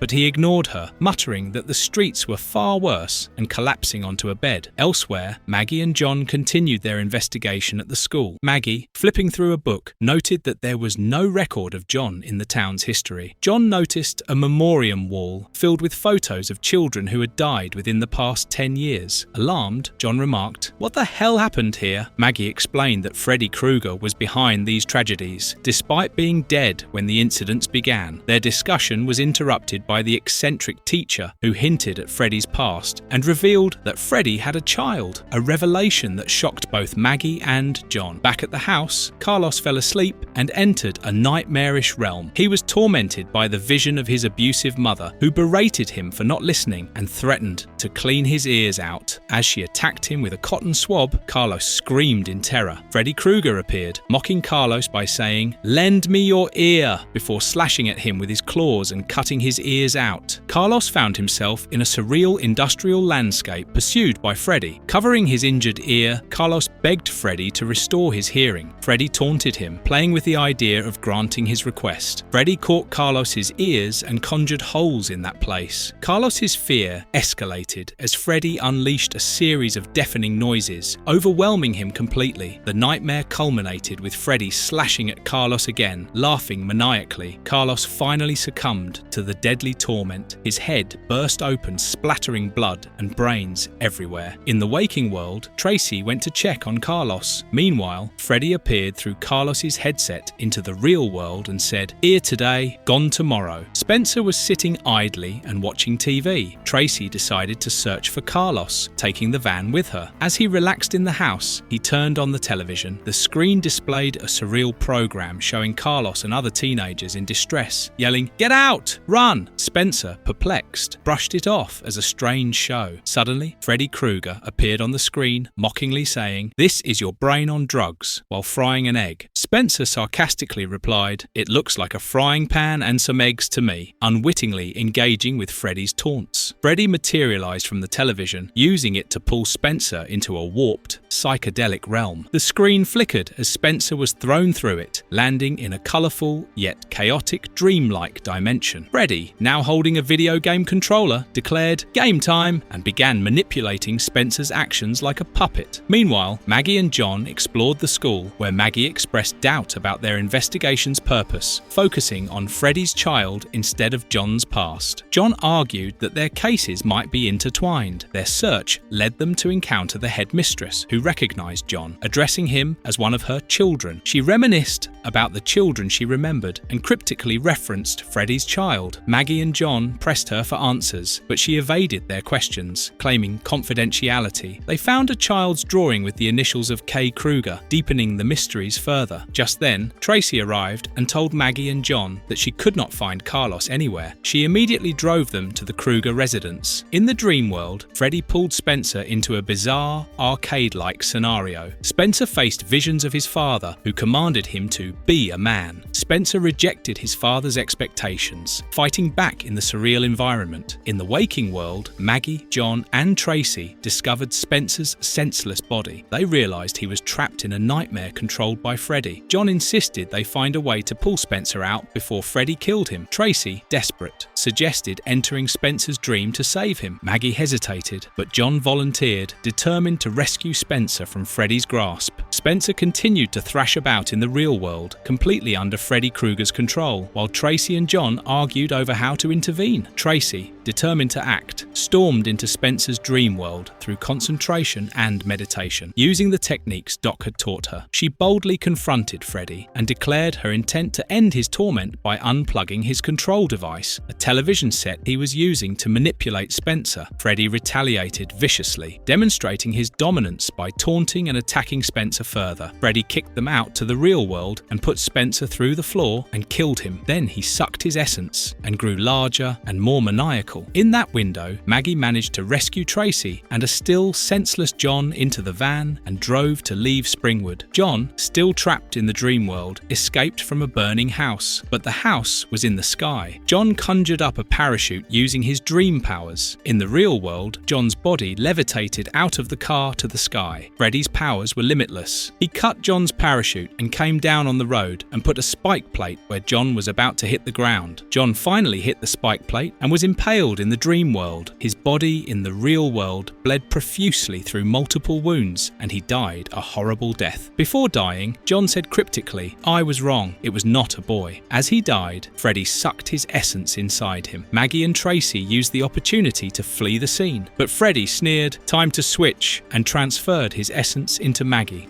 Part 3. Memories like the killings in my mind. Maggie and Tracy came back to the orphanage to investigate more about the Krueger child. Maggie struggled with guilt, but Tracy reassured her, saying, "Whatever happened back there wasn't your fault." Maggie, trying to make sense of events, visited a man at an institution. She confronted him about Carlos, Spencer, and John, asserting they were there 48 hours ago. However, the man claimed there were no records or memories of them. Perplexed, Maggie insisted, "You brought him to see me," and implored him to remember anything. The man hesitantly recalled vague memories, but he dismissed them as a dream, leaving Maggie more confused. Later, Tracy and Doc discussed their concerns. Tracy recounted that no one in the town remembered Carlos or John, as if they had never existed. Doc, however, acknowledged hearing rumors from kids who had dreamt of Carlos but had no memory of him. He speculated that Freddy Krueger wasn't just killing his victims, he was erasing them from reality. He grimly noted, "Whatever Freddy is, he's messing with the line between dreams and reality." Maggie returned to her house to meet her mother. Searching through drawers, she uncovered an adoption decree for Catherine Krueger. Shocked, she remembered what John had said. "I was wrong, it's not a boy." She realized that the child Freddy had been seeking was her. Overwhelmed by the revelation, she confronted a caretaker who cryptically explained that there were rules about contact. Maggie firmly declared, "There's been contact," indicating her determination to face Freddy. Elsewhere, Tracy trained with a punching bag, expressing frustration. Doc advised her that Freddy would attack her through her fears, not physical confrontation. Tracy dismissed the advice, determined to be ready for a fight. Meanwhile, Maggie continued her research, unraveling her own connection to Freddy. The scene shifted to a young girl, presumably a flashback to Maggie's childhood. She overheard a heated argument between her parents. Her father, revealed to be Freddy, demanded a conversation with her mother. The girl, clutching a doll, descended into a basement filled with sinister objects, including Freddy's infamous gloves. She stared at the macabre sight in shock, realizing the horrifying truth about her father. Freddy's voice echoed, addressing the girl as as Catherine. He taunted her with memories of her artistic drawings, calling her his blood. Freddy explained that he had exacted revenge on those who took her from him by targeting their children. Laughing maniacally, he declared his intention to spread his terror further, pointing out that every town had an Elm Street. Tracy woke from a nightmare. Visibly shaken, she found herself in a bathroom, confronted by the haunting figure of her father, who had previously abused her. Although he was long dead, his ghostly presence mocked her, saying, "Tracy girl, daddy's home." Tracy rejected the apparition, shouting, "You're not my daddy," and defended herself fiercely. She unplugged an electric kettle and beat the man's head in with it. With a smashed-in face, her father taunted Tracy, asking, "Do you love me now?" as she fought him off. Freddy assumed his true form and attacked her. Tracy, determined, delivered a powerful blow, yelling, "You can't hurt me anymore." She used her martial arts skills to fend him off, but Freddy retaliated by saying, "Kung Fu this, bitch," and slashed at her. Tracy accidentally hit her hand in the oven and was awakened with a burnt hand. Maggie stormed into her room. Both of them rushed towards Doc to save him. Meanwhile, in the dream, Doc was at a gym. Freddy appeared, teasing Doc with his knowledge of dreams. Doc, armed with a baseball bat, struck Freddy several times, but Freddy, unfazed, mockingly recited, "Sticks and stones may break my bones, but nothing will ever kill me." He cut off his own fingers with his razor claws, but they grew back. He revealed his past defeats, recalling being burned and buried, only to survive each time, sustained by the dream people who granted him immortality. Doc remained composed, analysing Freddy's vulnerabilities. He grabbed Freddy's sweater, and just then, the alarms hit. As he woke up in the real world, Maggie and Tracy rushed into his room. He showed them that he had managed to pull a piece of Freddy's sweater into the real world. He noted Freddy's overconfidence and prepared a plan to bring him into the real world, where he could be killed. Tracy, equipped with 3D glasses to navigate the dream realm, volunteered to enter Freddy's mind. With determination, she declared, "He got inside your head, now you get inside his." Using the device, Tracy entered a surreal dimension through the dream gate. This dreamscape was filled with grotesque imagery. She encountered monstrous manifestations of Freddy's psyche, symbolizing his twisted nature. Freddy's mental defenses lashed out, attacking her with screams of "Kill you! Destroy you!" Maggie's mind was flooded with flashes of Freddy Krueger's life, each vision more horrifying than the last. She saw a young Freddy, a disturbed child, mercilessly smashing a rat with a hammer. The scene shifted, showing other children mocking him, chanting, "Son of 100 maniacs," as Freddy glared back with a menacing intensity. The next flash revealed an adult Freddy, hardened by years of abuse and pain. His foster father loomed over him, belt in hand, but Freddy had already learned to block pain and embrace violence. With chilling resolve, he slashed his own skin, a twisted display of defiance. When his foster father struck him, Freddy retaliated, driving a straight razor into the man's eye, killing him in cold blood. Another scene unfolded, showing the townspeople of Springwood exacting their revenge. Cornered in his hideout, Freddy was surrounded by flames, his screams echoing as the mob burned him alive for the children he had murdered. In his final moments, dark entities, dream demons, appeared, offering him an unholy pact. They granted Freddy the power to invade dreams and continue his killing spree, turning him into their twisted instrument of terror. The visions then turned personal. Maggie watched in anguish as Freddy strangled her mother, Loretta, with his bare hands. The memory faded into the present, where Freddy, now in his true monstrous form,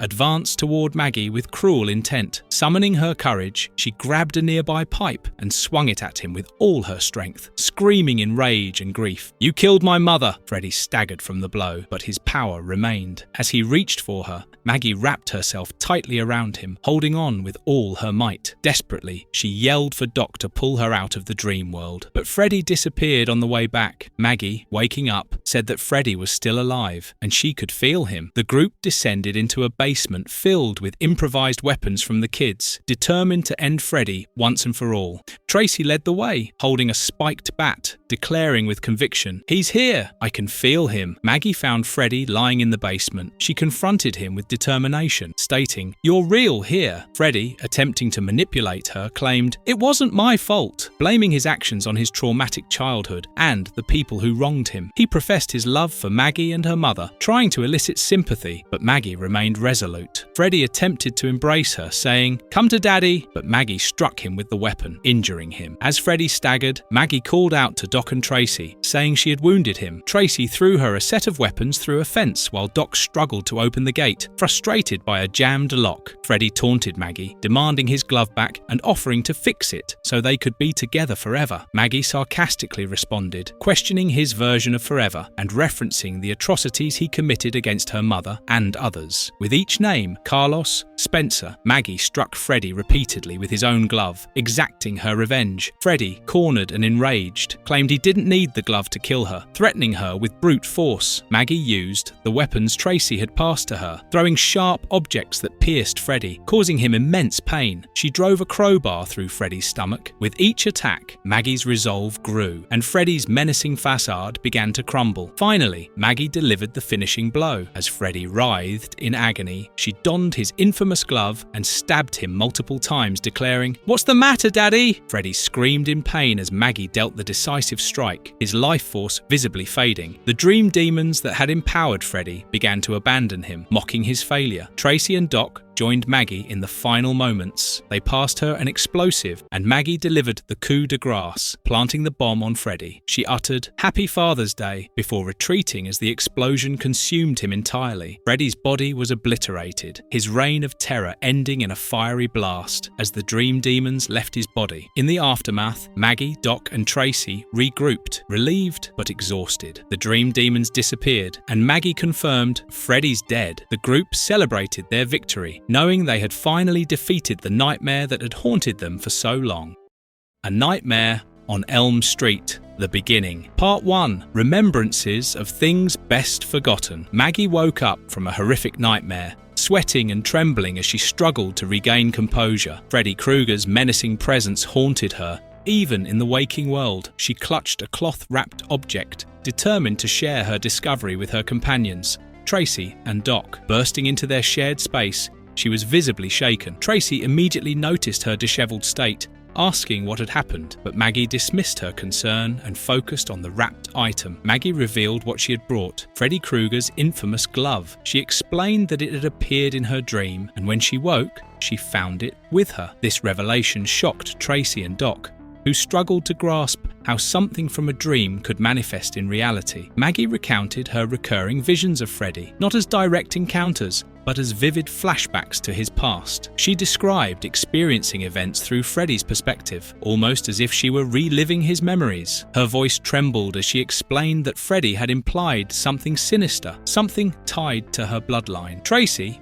frustrated and skeptical, argued that Freddy was manipulating Maggie. She believed his words about their connection were designed to instill fear. Doc intervened, trying to calm Tracy while urging Maggie to provide more details. Maggie admitted that Freddy's words and actions had left her questioning whether she was merely a pawn in his plan to return to life. She confessed her fear that he was using her mind to achieve his resurrection. Doc proposed a theory, suggesting that Maggie's experiences might be a result of psychic resonance, a lingering connection between her subconscious and Freddy's. He speculated that the electrical storm in Freddy's mind, caused by their earlier confrontation, could have created this bond. Tracy, however, remained doubtful, citing Freddy's resilience and ability to return despite his apparent death in the past. She warned Maggie not to underestimate him, even in death. The group debated the implications of Maggie's visions and Freddy's possible return. Doc mentioned the 3D glasses used in their previous battle against Freddy, which had allowed Maggie to delve into his subconscious. He speculated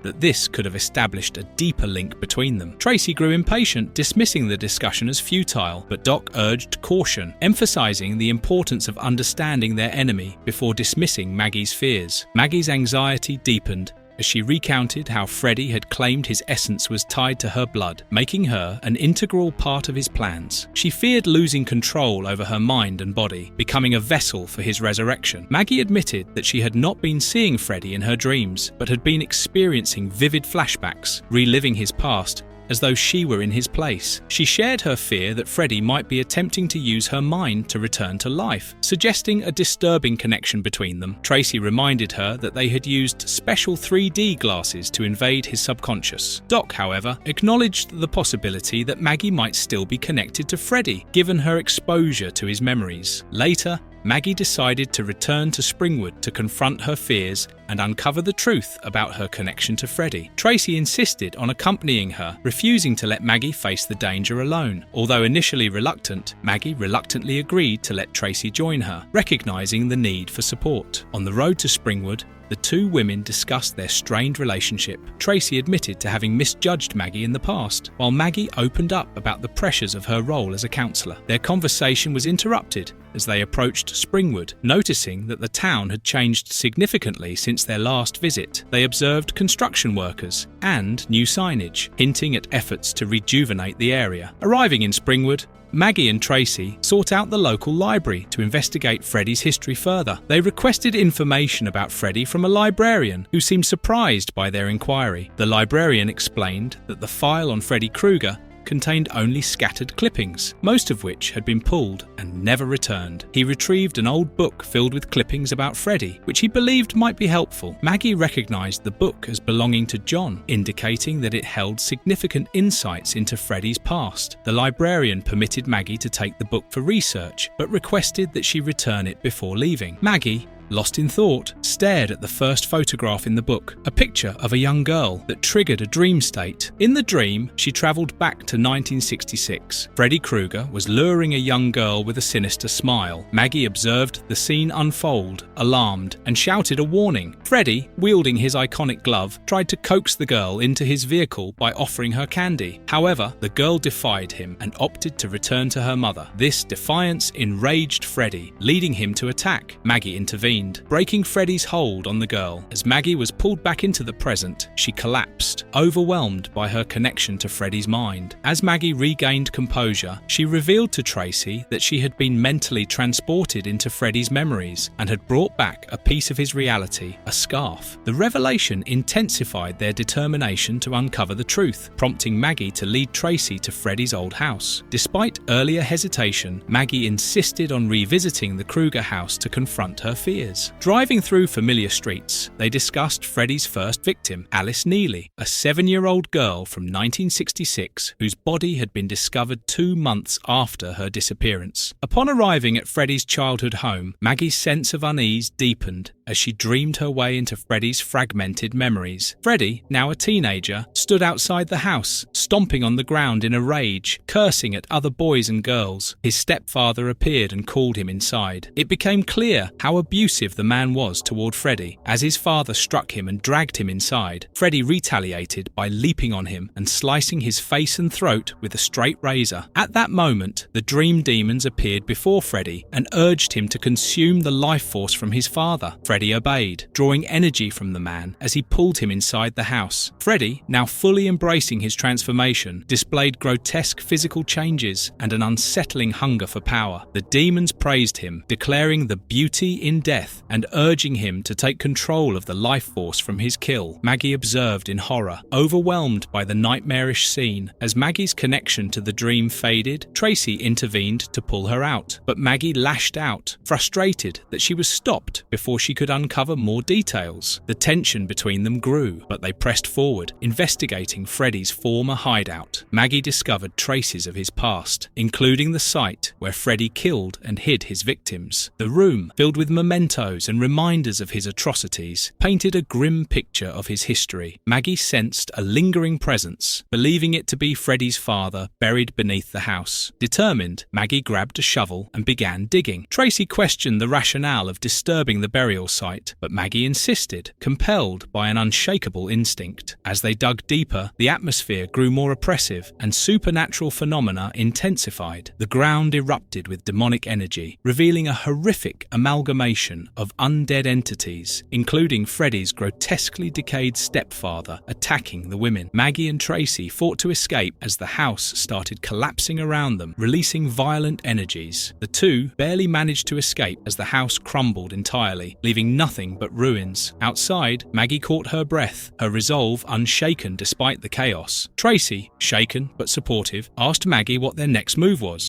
Part 2. Burnt Offerings. Tracy used a payphone to make a call, visibly agitated. She expressed disbelief and confusion about the bizarre occurrences. Upon reaching Doc, she updated him on her situation and Maggie's condition, revealing that her car was totaled. Doc, recovering in a hospital bed with a cast, expressed concern over their decisions. Tracy dismissed his concern, stating that things were already bad enough, hinting at the gravity of their experiences. She briefly explained that they were dealing with Freddy and described the escalating strangeness of their encounters. Tracy recounted their journey back to Springwood and the discoveries Maggie had made, including flashbacks of Freddy's life and his sinister actions. These included visions of Freddy killing his stepfather, the appearance of the dream demons, and the subsequent collapse of Freddy's childhood home. Tracy described the grotesque entity that emerged during the event, something more horrific than a ghost, and emphasized her fear that Maggie's preoccupation with Freddy might inadvertently bring him back. Maggie appeared distressed, sitting with Freddy's scrapbook in her lap, unable to sleep due to fear. Freddy's enduring presence loomed ominously as his shadow cast a menacing grin. Tracy and Maggie discussed their next move. Tracy suggested they heed Doc's advice to retreat, but Maggie resolutely insisted on pressing forward, driven by her determination to ensure Freddy would never return. She acknowledged her personal stakes, implying her connection to Freddy was deeper and more personal than she had initially revealed. Arriving at the Springwood Municipal Building, Maggie outlined her intentions to search for her birth certificate and Freddy's legal documents, hoping to uncover more about her past. As they entered, the atmosphere grew tense. A crowd of reporters and police officers gathered, seemingly surrounding a handcuffed Freddy Krueger being escorted by officers. The reporters bombarded Freddy with questions, calling him a murderer. Maggie, shocked, exclaimed that Freddy was present, though Tracy did not seem to perceive the same reality. Maggie experienced another jarring moment as people from the crowd seemingly walked through her, frightened and confused. She tried to make sense of the surreal experience, while Tracy remained unable to see the spectral trial Maggie described. Despite the eerie events, they ventured deeper into the building, determined to uncover the truth. The courtroom appeared chaotic, with a crowd that seemed ghostly and foreboding. Freddy Krueger was brought into a courtroom under heavy police guard, facing the judge, jury, and an agitated public audience. The prosecution attempted to present the case against him, but Freddy's defense lawyer moved to dismiss the charges, citing illegally obtained evidence. The judge reluctantly agreed that the evidence was inadmissible due to procedural violations, which caused outrage among the courtroom audience. Freddy sat silently throughout the proceedings, grinning smugly, seemingly feeding off the chaotic emotions of fear and anger in the room. This disturbed Maggie and Tracy, who watched the events unfold with growing unease. Maggie remarked on Freddy's ability to manipulate those around him, even without speaking or acting directly. The judge called a recess to deliberate further, summoning the lawyers into her chambers. Maggie and Tracy followed closely, attempting to gather more information. Inside the chambers, the defense lawyer argued that the case against Freddy was built entirely on evidence obtained without proper warrants, leaving the prosecution with no valid grounds to proceed. Despite the prosecution's protestations, the judge ruled in favour of the defence, dismissing the case with visible reluctance. As the courtroom erupted in chaos, with the audience expressing shock and fury, Freddy was released from his restraints, his smug demeanour intact. Reporters clamoured for statements from the lawyers and from Freddy himself. Maggie and Tracy watched in horror, realising that Freddy had managed to evade justice yet again. Freddy's eerie grin and taunting behaviour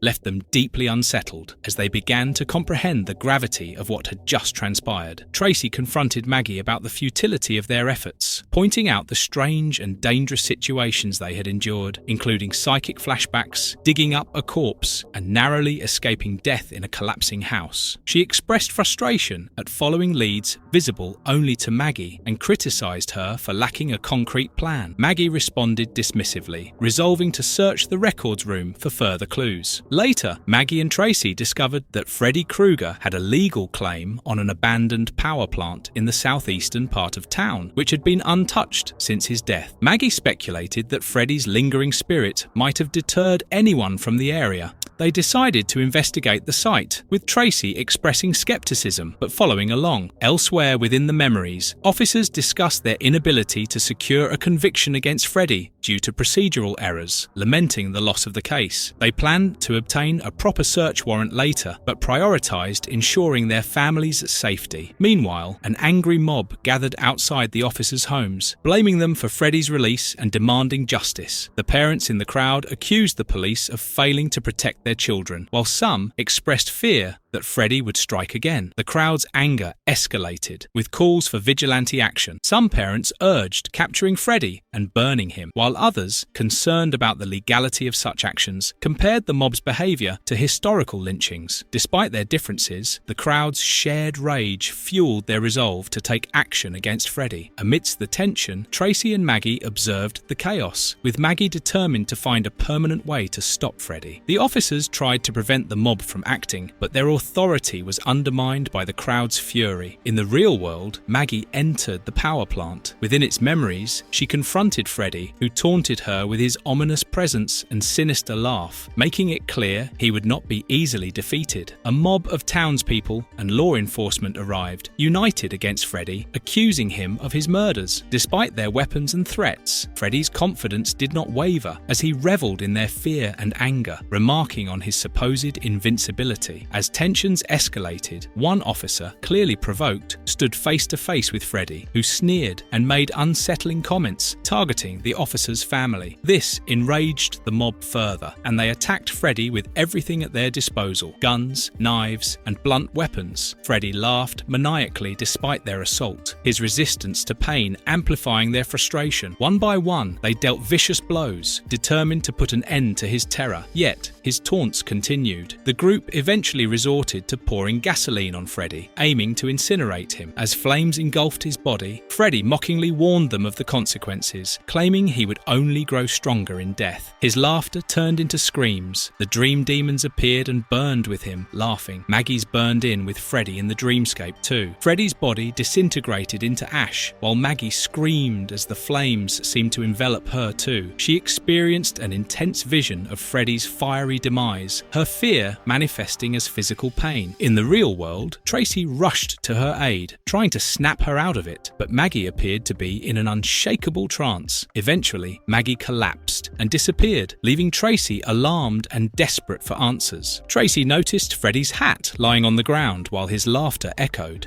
Part 3. The End of the Beginning. In the beginning, a prehistoric world teemed with life, bathed in the dim light of early dawn. A creature, intelligent enough to dream, lay curled in slumber alongside its offspring. Its dreams, though simple, carried the essence of creation. As the creature twitched in its sleep, its face contorted in discomfort, as if touched by some unseen force. Its movements grew violent, startling one of its young. The parent awoke with a sharp cry as its body ruptured from within, spraying blood and leaving its children frozen in terror. As the creature lay lifeless, its dark eyes reflected the faint glimmers of the sun, while one of the offspring nuzzled it desperately, trying to bring it back to life. The rest looked on in shock, unable to comprehend the loss. As more beings began to dream, their collective energies gathered and coalesced into entities of their own. These creations, mirroring the aspects of their dreamers, began to shape themselves, becoming both beautiful and horrifying.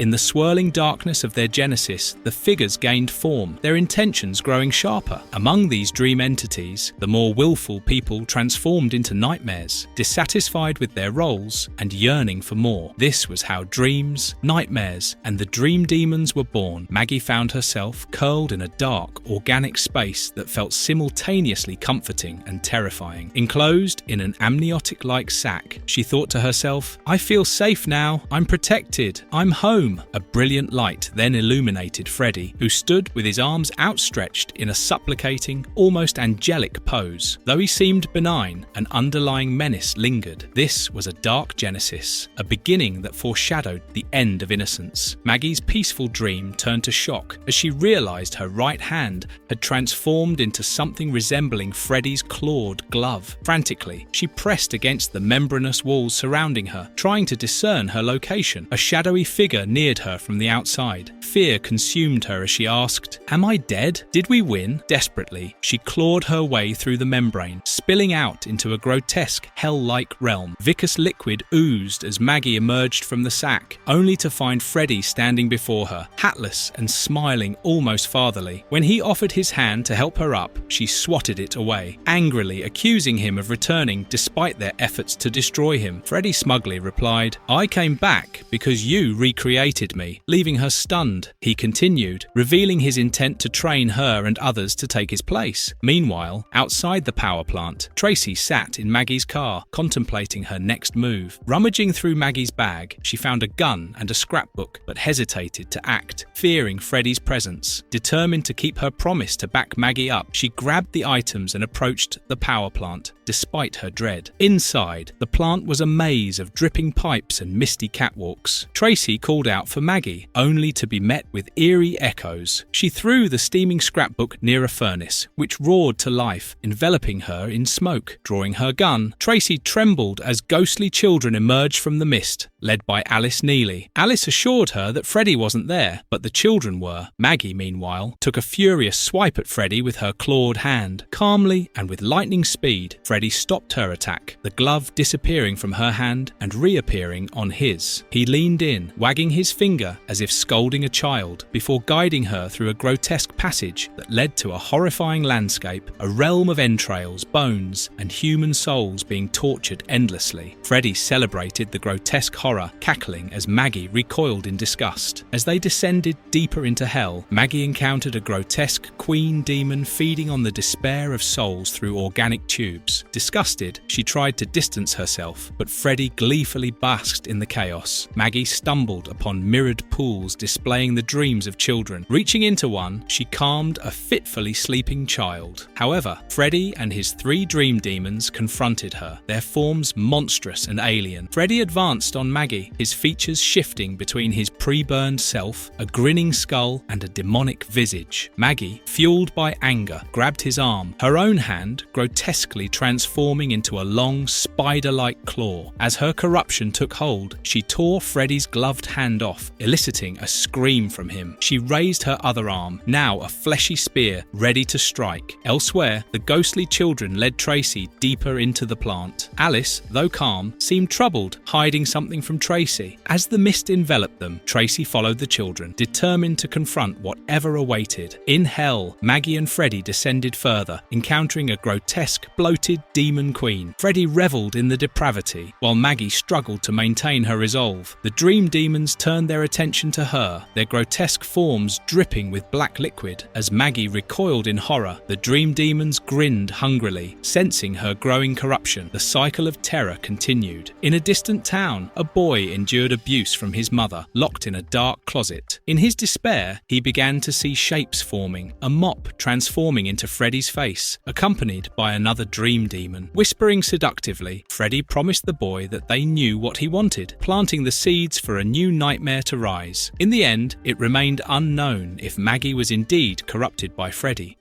Freddy versus Jason. Freddy Krueger, trapped in hell after his last defeat, found himself powerless to haunt Springwood's children. The town's adults had erased all memory of him, removing his existence from records and suppressing the remaining children's dreams through Hypnosil, a drug administered at Westin Hills Psychiatric Hospital. Desperate to regain his strength, Freddy impersonated Pamela Voorhees to resurrect Jason Voorhees, manipulating him into terrorizing Elm Street. Freddy's plan was simple. Jason's killing spree would reignite fear in the town, causing the residents to believe in Freddy once more and restore his power. Laurie Campbell, living with her father, hosted a sleepover with friends Kia, Gib, Trey, and Blake. That night, Jason killed Trey, followed by Blake and his father. The police, trying to conceal Freddy's legacy, labelled the deaths as a murder-suicide. Meanwhile, Will Rollins and Mark Davis, former Freddy survivors confined to Westin Hills, escaped after seeing news of the murders and returned to warn Laurie. At a cornfield rave, Freddy targeted Gibb in a nightmare, but Jason killed her and others in the real world, frustrating Freddy as Jason deprived him of victims. Joined by Charlie, Bill, and Deputy Scott Stubbs, the group uncovered Freddy's connection to the Hypnosil treatment. While attempting to retrieve the drug, Freddy, possessing Bill, destroyed the supply. Jason killed Stubbs, and Freddy tranquilized Jason, dragging him into the dream world. The teens decided to transport Jason to Camp Crystal Lake, hoping Freddy and Jason would destroy each other. In the dream world, Freddy exploited Jason's fear of drowning, momentarily gaining the upper hand. Laurie entered the dream to pull Freddy into the real world, where the killers engaged in a ferocious battle. The fight devastated the camp, with Jason killing Kia and Freddy brutally injuring Jason. Laurie distracted Freddy, allowing Jason to stab him and sever Freddy's gloved arm. Laurie and Will set the dock ablaze, causing an explosion that hurled both killers into the lake. As Freddy emerged to attack, Jason impaled him with his own severed arm, and Laurie beheaded Freddy with Jason's machete. The next morning, Jason emerged from the lake, holding Freddy's head. As he walked away, Freddy winked, leaving their ultimate fate ambiguous and the victor uncertain.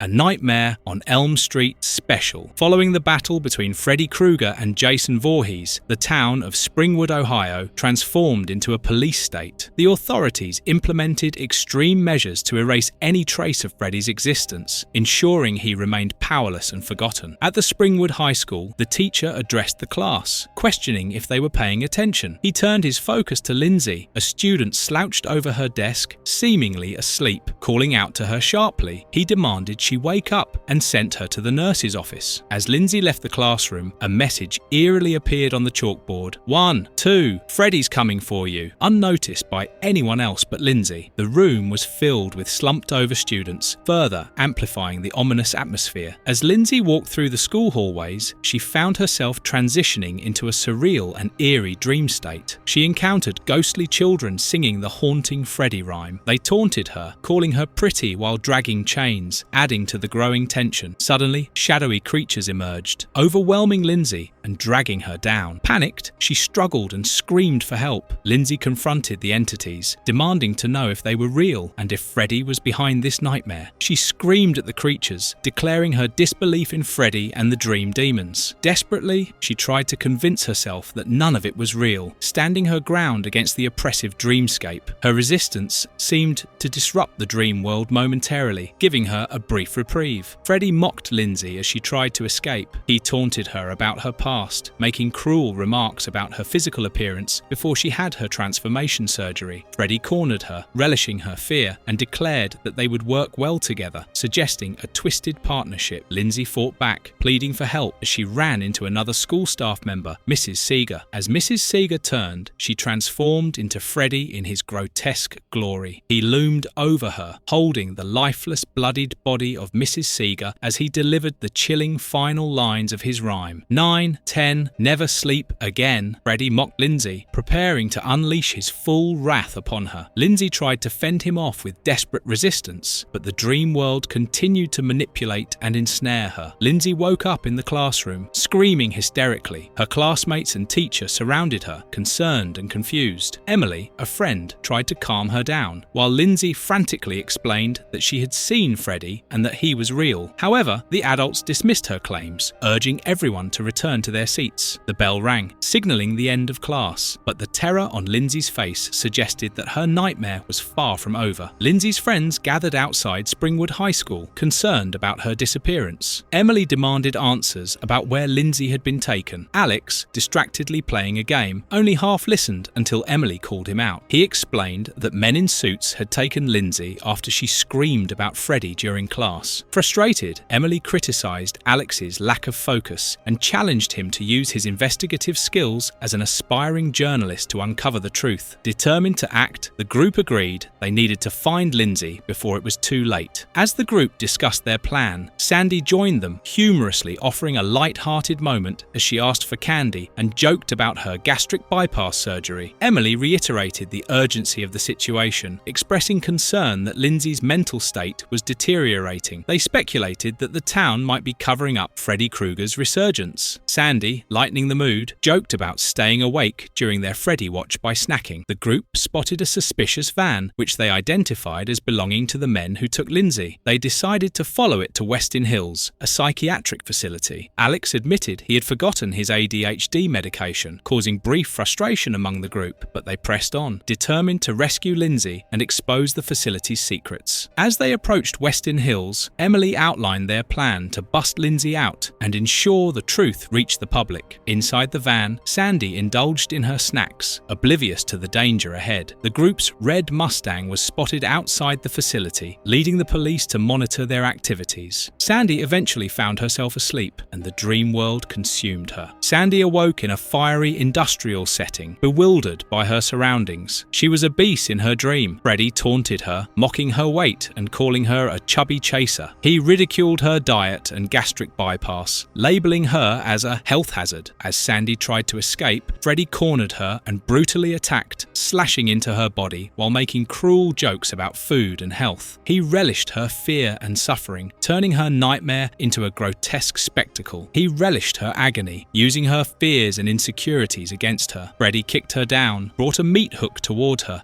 and said, "You know what they say, those carbs will kill ya." He punctured her skin with the meat hook, and Sandy burst open as all her innards sprayed outward. The same thing happened in the real world as the cops stood bewildered. Emily and Alex discovered Lindsay strapped to a hospital bed inside Westin Hills. Emily pleaded with her to wake up, knowing that falling asleep would put her in Freddy's grasp. Despite their efforts, Lindsay slipped into unconsciousness. Her dream showed her being tormented by Freddy, who appeared in a surgeon's outfit, taunting her with his blades as he prepared to resume his sadistic game. He reveled in her terror, declaring, "We were coming apart at the seams," while Emily and Alex desperately tried to wake her up in reality. Emily shook Lindsay, but it was too late. Freddy, in her dream, attacked viciously, while in the real world, her body convulsed. Blood splattered, horrifying Emily and Alex as Lindsay's life force was extinguished. Emily screamed at the hospital staff, demanding to know why Lindsay was left vulnerable to Freddy. The staff, indifferent and dismissive, called security to deal with Emily and Alex as Lindsay's death left the group shaken. Alex, overwhelmed by what he had witnessed, retreated into a storage area where he found sleeping pills, mistakenly thinking they were his ADHD medication. Consuming them plunged him into a dream state. There, Freddy manifested as a monstrous, grotesque creature with razor-filled jaws, mocking Alex's inattentiveness and lack of focus. Freddy taunted him, calling out his ADHD diagnosis and turning it into a weaponized psychological attack. The monstrous Freddy consumed Alex in the dream world, and in reality, his body was mutilated. Emily discovered Alex's decapitated head and took a photo of the gruesome scene, vowing to expose the horrors of Freddy and Westin Hills. Emily, navigating the facility, stumbled upon a horrifying sight, a room full of comatose children hooked up to machines. She demanded answers from the hospital staff, accusing them of keeping Freddy's resurgence a secret. The staff admitted that the children were placed in comas using a drug called Hypnosil to prevent Freddy from attacking them in their dreams. They justified their actions as a way to protect the children, but also revealed their desire to keep the truth hidden from the world. Emily argued that exposing Freddy's existence was the only way to stop him. As the confrontation escalated, the staff subdued Emily by injecting her with a sedative. They restrained her, warning her that any attempt to reveal the truth would doom countless other kids to Freddy's wrath. It was a Springwood problem and was to be handled there. Emily, now injected, felt herself succumbing to unconsciousness. Before slipping away, she accused them of condemning her to death. One staff member, clearly uncomfortable, claimed, "You did this to yourself. I'm sorry." As her vision faded, Emily realized she was entering Freddy's realm. She found herself in his domain, acknowledging, "I'm in his place." Freddy emerged, gleeful at her presence, mocking her boldness by saying, "I like the way you think, Em. You think big." He taunted her, emphasizing that she could have avoided this fate. In Freddy's domain, Emily struggled to free herself as Freddy and his grotesque creations loomed. He mockingly told her, "Break a leg, kid," while chaining her to his stage of torment. Freddy set the stage for her execution, theatrically asking her to address the world. Emily defiantly yelled, "Go to hell, Krueger," enraging Freddy, who dismissed her bravery as disappointing. As Emily struggled, Freddy ripped into her abdomen with his claws, grinning spinning as she screamed in agony. Freddy's assault became even more brutal as he taunted her. He mockingly declared she didn't make the cut, slashing her further while reveling in her pain. Blood poured, and Emily's screams echoed as Freddy's sadistic satisfaction grew. In the real world, Emily's body lay lifeless, her demise captured on camera by the hospital's surveillance, with a staff member grimly remarking, "It's done!" Freddy, fully immersed in his triumph, celebrated his return to power. Flames engulfed his surroundings as he declared, "I've been away from my kids far too long. It's great to be back."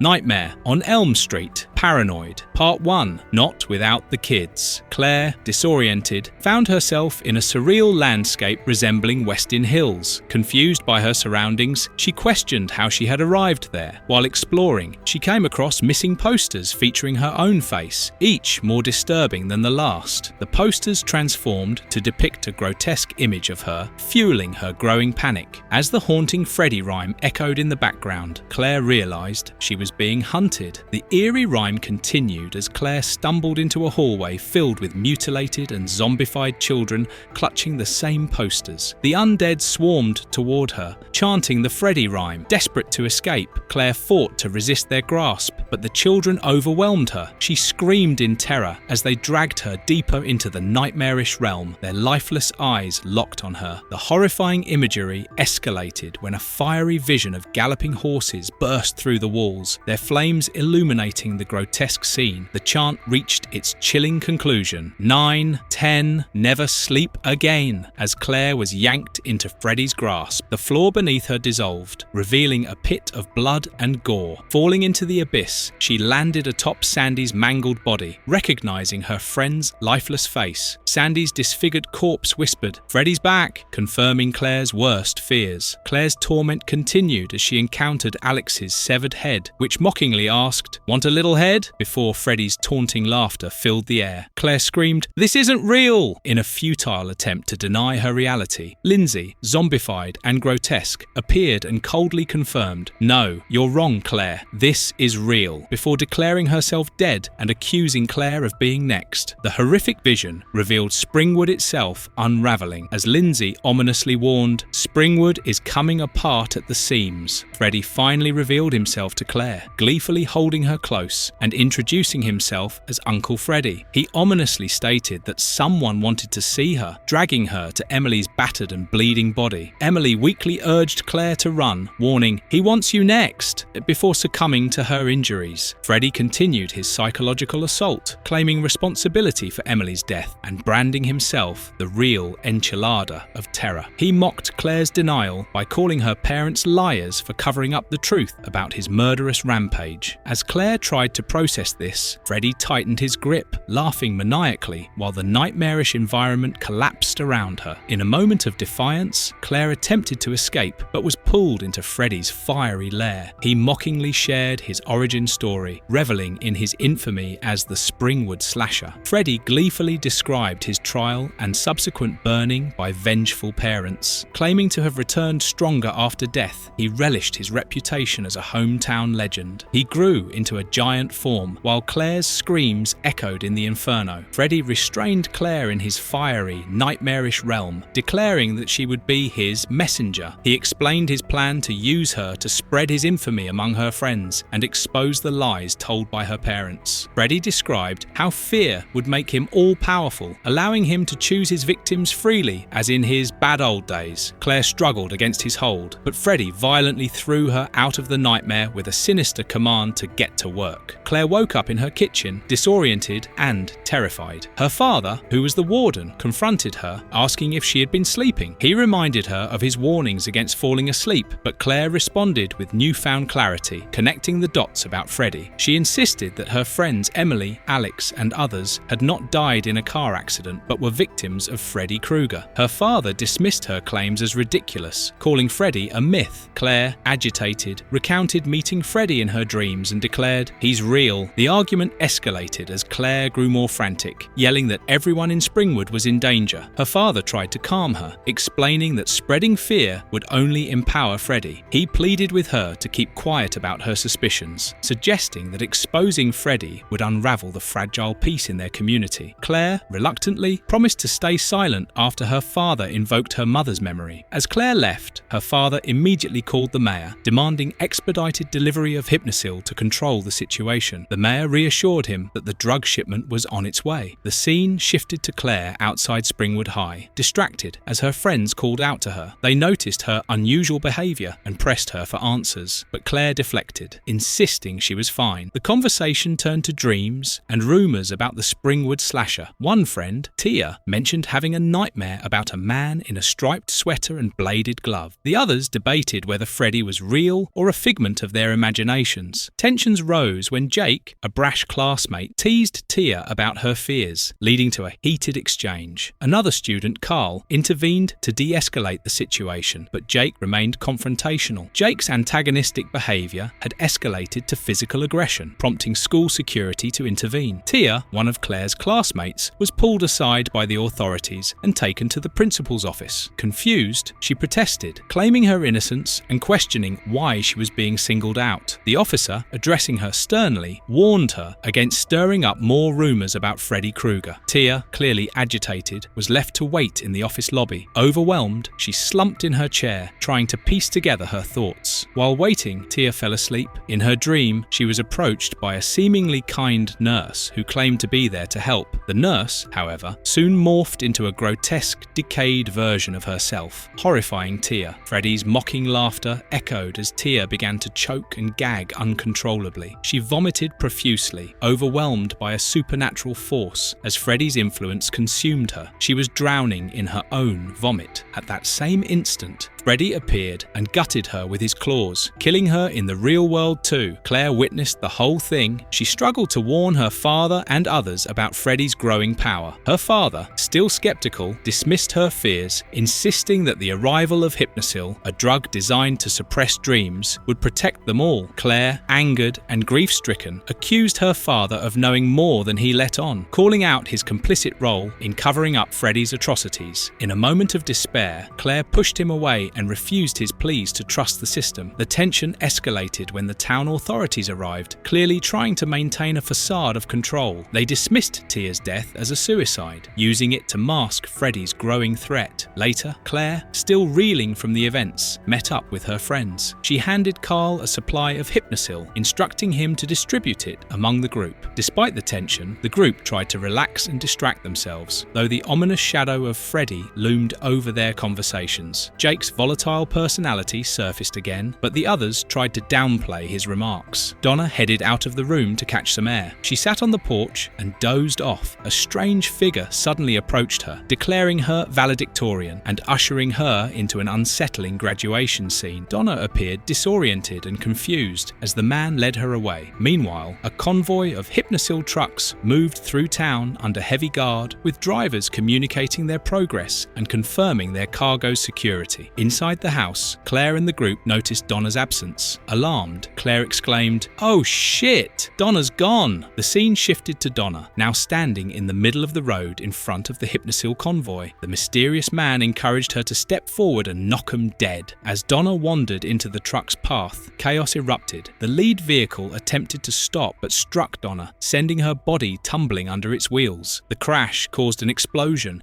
engulfing the convoy in flames. Claire and the others ran outside, witnessing the fiery destruction and the loss of Donna. Claire, horrified, screamed for her friend, while others looked on in disbelief. The catastrophic scene was filled with smoke, fire, and despair as the group mourned the tragic loss and realized the severity of their situation. In the dream world, Freddy Krueger appeared with Donna in his clutches, grinning maniacally as he declared, "Let the party begin."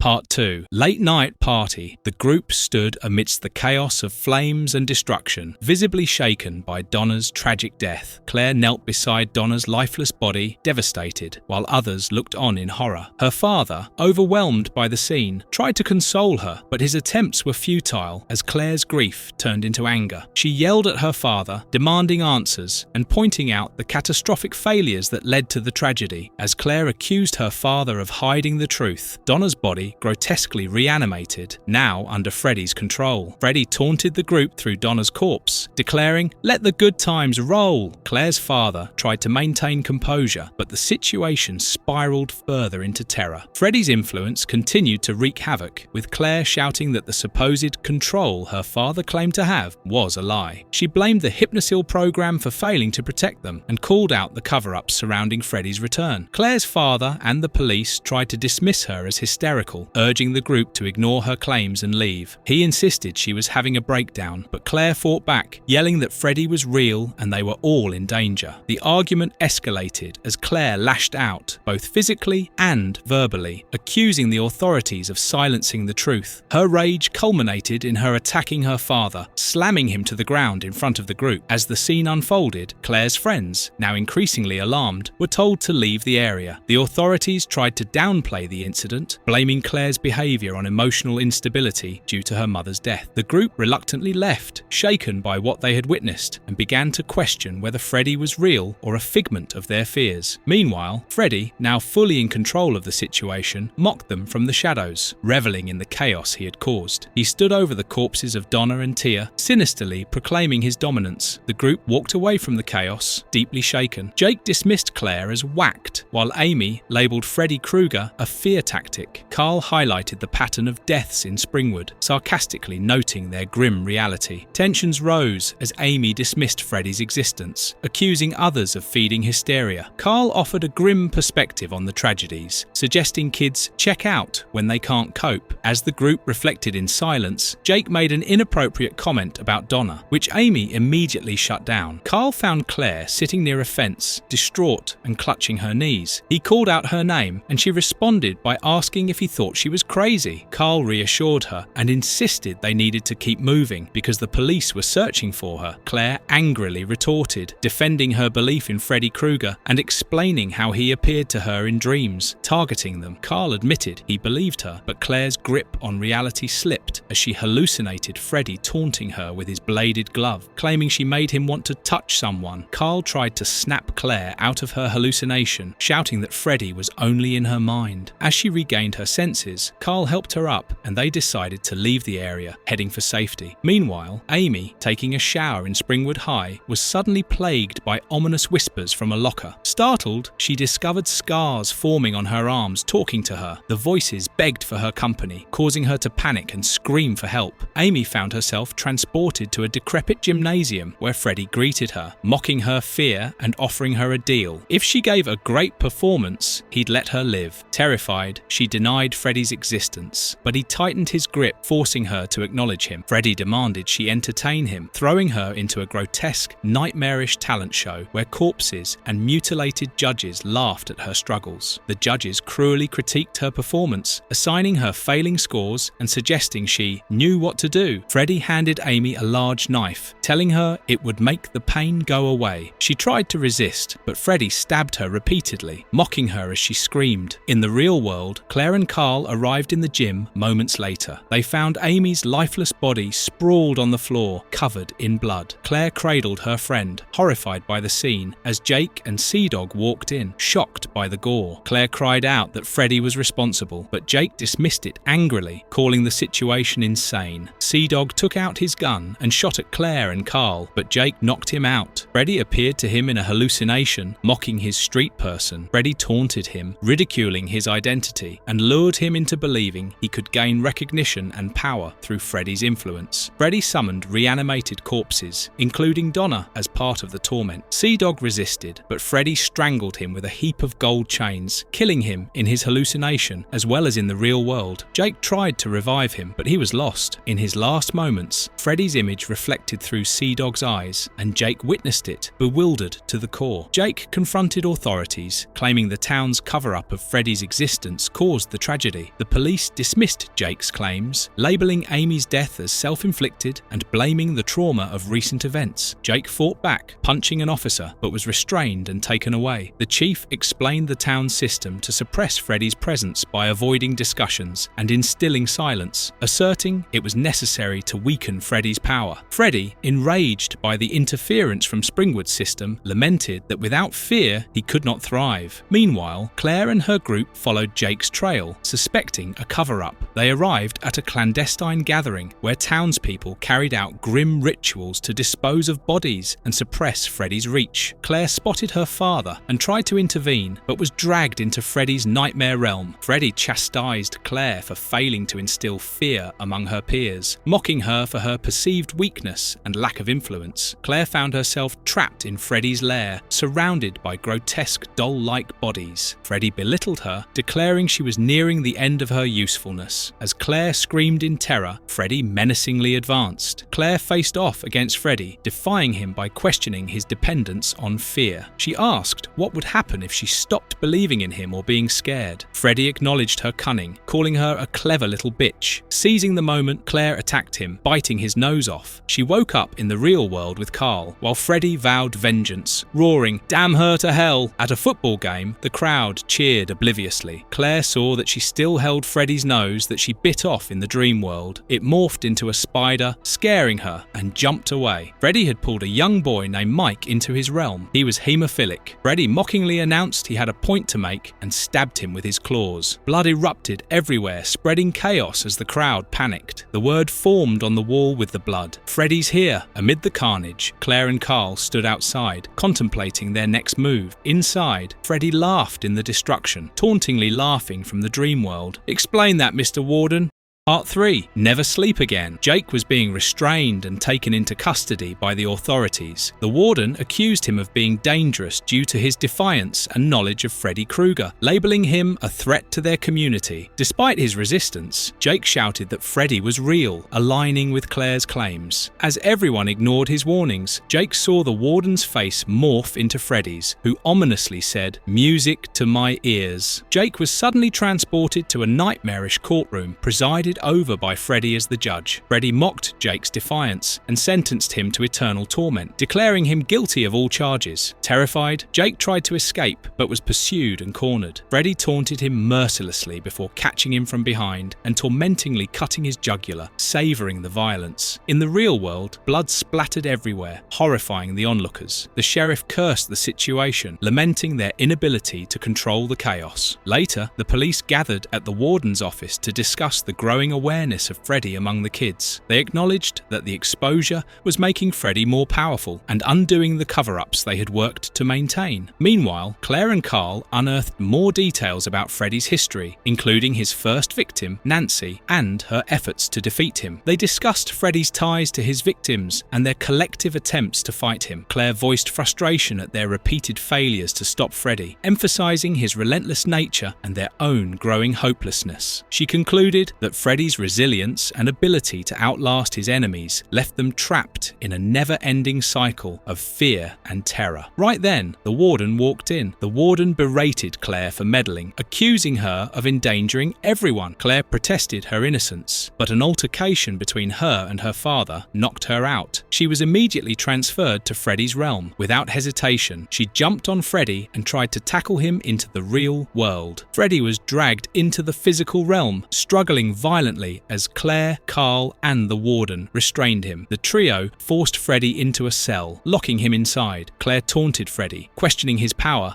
while Freddy snarled, calling her a bitch. As he gloated about his connection to Claire, her frustration turned to panic when he hinted at his growing influence. The warden aimed a weapon at Freddy, and Claire pleaded for action before Freddy could regain control. But just then, the scenario changed. Time went back. Claire was still in her dream. There, Sharon, Claire's mother, burst into the room, revealing a deeper conspiracy surrounding Freddy. She admitted that the town's adults had conspired to eliminate Freddy years ago, but their pact had inadvertently unleashed his terror. Sharon's defiance led to her demanding the truth be exposed to the media, but the authorities subdued her, injecting her with a sedative. Chaos erupted when Sharon collapsed and died. She was allergic to the medicine, and it had killed her. Freddy mocked her. Daddy's little secrets? Claire, devastated by this revelation, blamed Freddy for manipulating their lives. Filled with rage and grief, she lashed out at Freddy in his cell. Freddy mocked her, claiming he thrived on their fear and conflict. Claire accused him of being responsible for the countless deaths and tormenting her family and friends. Freddy's mocking laughter echoed as he declared her resistance futile. The scene shifted to a graveyard where Freddy lured Claire, showing her graves of his victims. The undead emerged, blaming Claire for their deaths. Freddy taunted her further, laughing at her despair and calling her a drama queen as Claire struggled against the relentless nightmare. Claire had a realization. If she believed that everything was just a dream, she could defeat Freddy. As she screamed that she no longer feared him, she was thrown back into the real world. Claire confronted her father, hitting him. She accused him of being complicit in her mother's death, revealing that he had given Sharon a lethal dose of sedatives, just as Freddy had shown her. With Carl's support, she decided to take action, stating that she would bring Freddy out into the real world, where she would confront him directly. She injected herself with a sedative and told Carl to wake her up at 4 p.m. sharp. As Carl carried her into a school pep rally where everyone was, she urged him to not let anyone stop them. Carl carried her right into the middle of the crowd, and everyone attempted to stop them. By that time, Claire had drifted off into Freddy's lair. She screamed for Freddy and demanded that he showed himself. Right then, a sharp chain perforated her shoulder. Even in pain, she retaliated and threw the other end of the chain and wrapped it around Freddy's neck. Then she pulled, and right at that moment, Carl woke her up. Claire brought Freddy into the real world too, in the middle of the rally. As Freddy attempted to dominate through fear, Claire stepped forward, aiming her gun at him and firing. She defiantly told him that if no one was afraid of him, he could be defeated. The bullets tore through Freddy's body, perforating him as he screamed in pain. Encouraged, Claire rallied the students and onlookers to confront him with the truth. She shouted, "We're not afraid!" urging everyone to join her. The crowd echoed her chant, "We're not afraid!" weakening Freddy's hold further as the collective defiance stripped him of his power. Enraged, Freddy retaliated, lunging toward Claire with his bladed glove. Before he could strike, her father leaped in front of her, taking the fatal blow. Fatally injured, he collapsed to the ground. Seizing the moment, Claire butted Freddy with the pistol, knocking him back, and her father, summoning his remaining strength, began firing at Freddy. Each shot intensified Freddy's screams, his form becoming more unstable. As the collective fearlessness of the crowd grew stronger,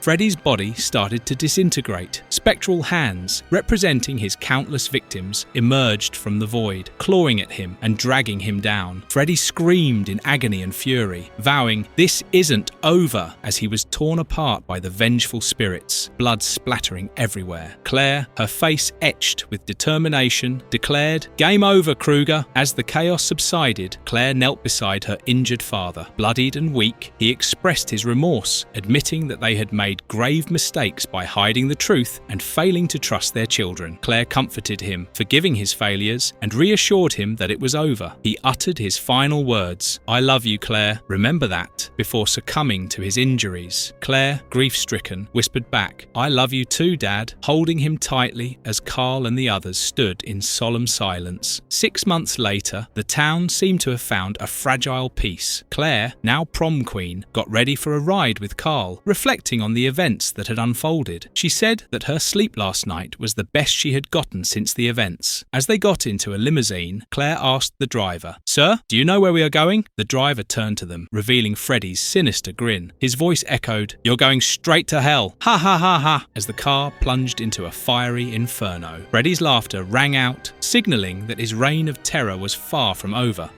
Nightmare on Elm Street, Fearbook. It was a few days after Freddy had killed Claire and Carl. At Springwood High School, Miss Jolly, the teacher, attempted to maintain order as her students seemed disinterested. Christina Baldwin was called out for her inattentiveness, but she retorted sarcastically, proclaiming her love for math with feigned enthusiasm. Miss Jolly warned her that wealth and privilege wouldn't help her in class, emphasizing the importance of academic focus. As Christina struggled to stay awake, the ominous nursery rhyme associated with Freddy Krueger began faintly in the background. Vlad, another student, muttered the lines mockingly. Miss Jolly snapped at him, forbidding such songs in her classroom. Meanwhile, most of the students appeared dazed and sleepy. Miss Jolly commented on their subdued state, crediting the use of Hypnosil, the drug designed to suppress dreams. Despite her frustration, she demanded their attention, promising to teach them about convex hull algorithms. Meanwhile, Freddy Krueger screamed profanities in the dream realm. He raged against the adults of Springwood for keeping the children doped up on Hypnosil, which blocked his access to their dreams. His fury was palpable as he lamented his inability to instill fear and wreak havoc without their unconscious minds as his playground. He conjured the consciousnesses of Claire and Carl. Desperate to regain his power, he demanded them to tell him how to enter their minds. But Claire defiantly declared that the kids' minds were locked out. Freddy realized that the widespread use of Hypnosil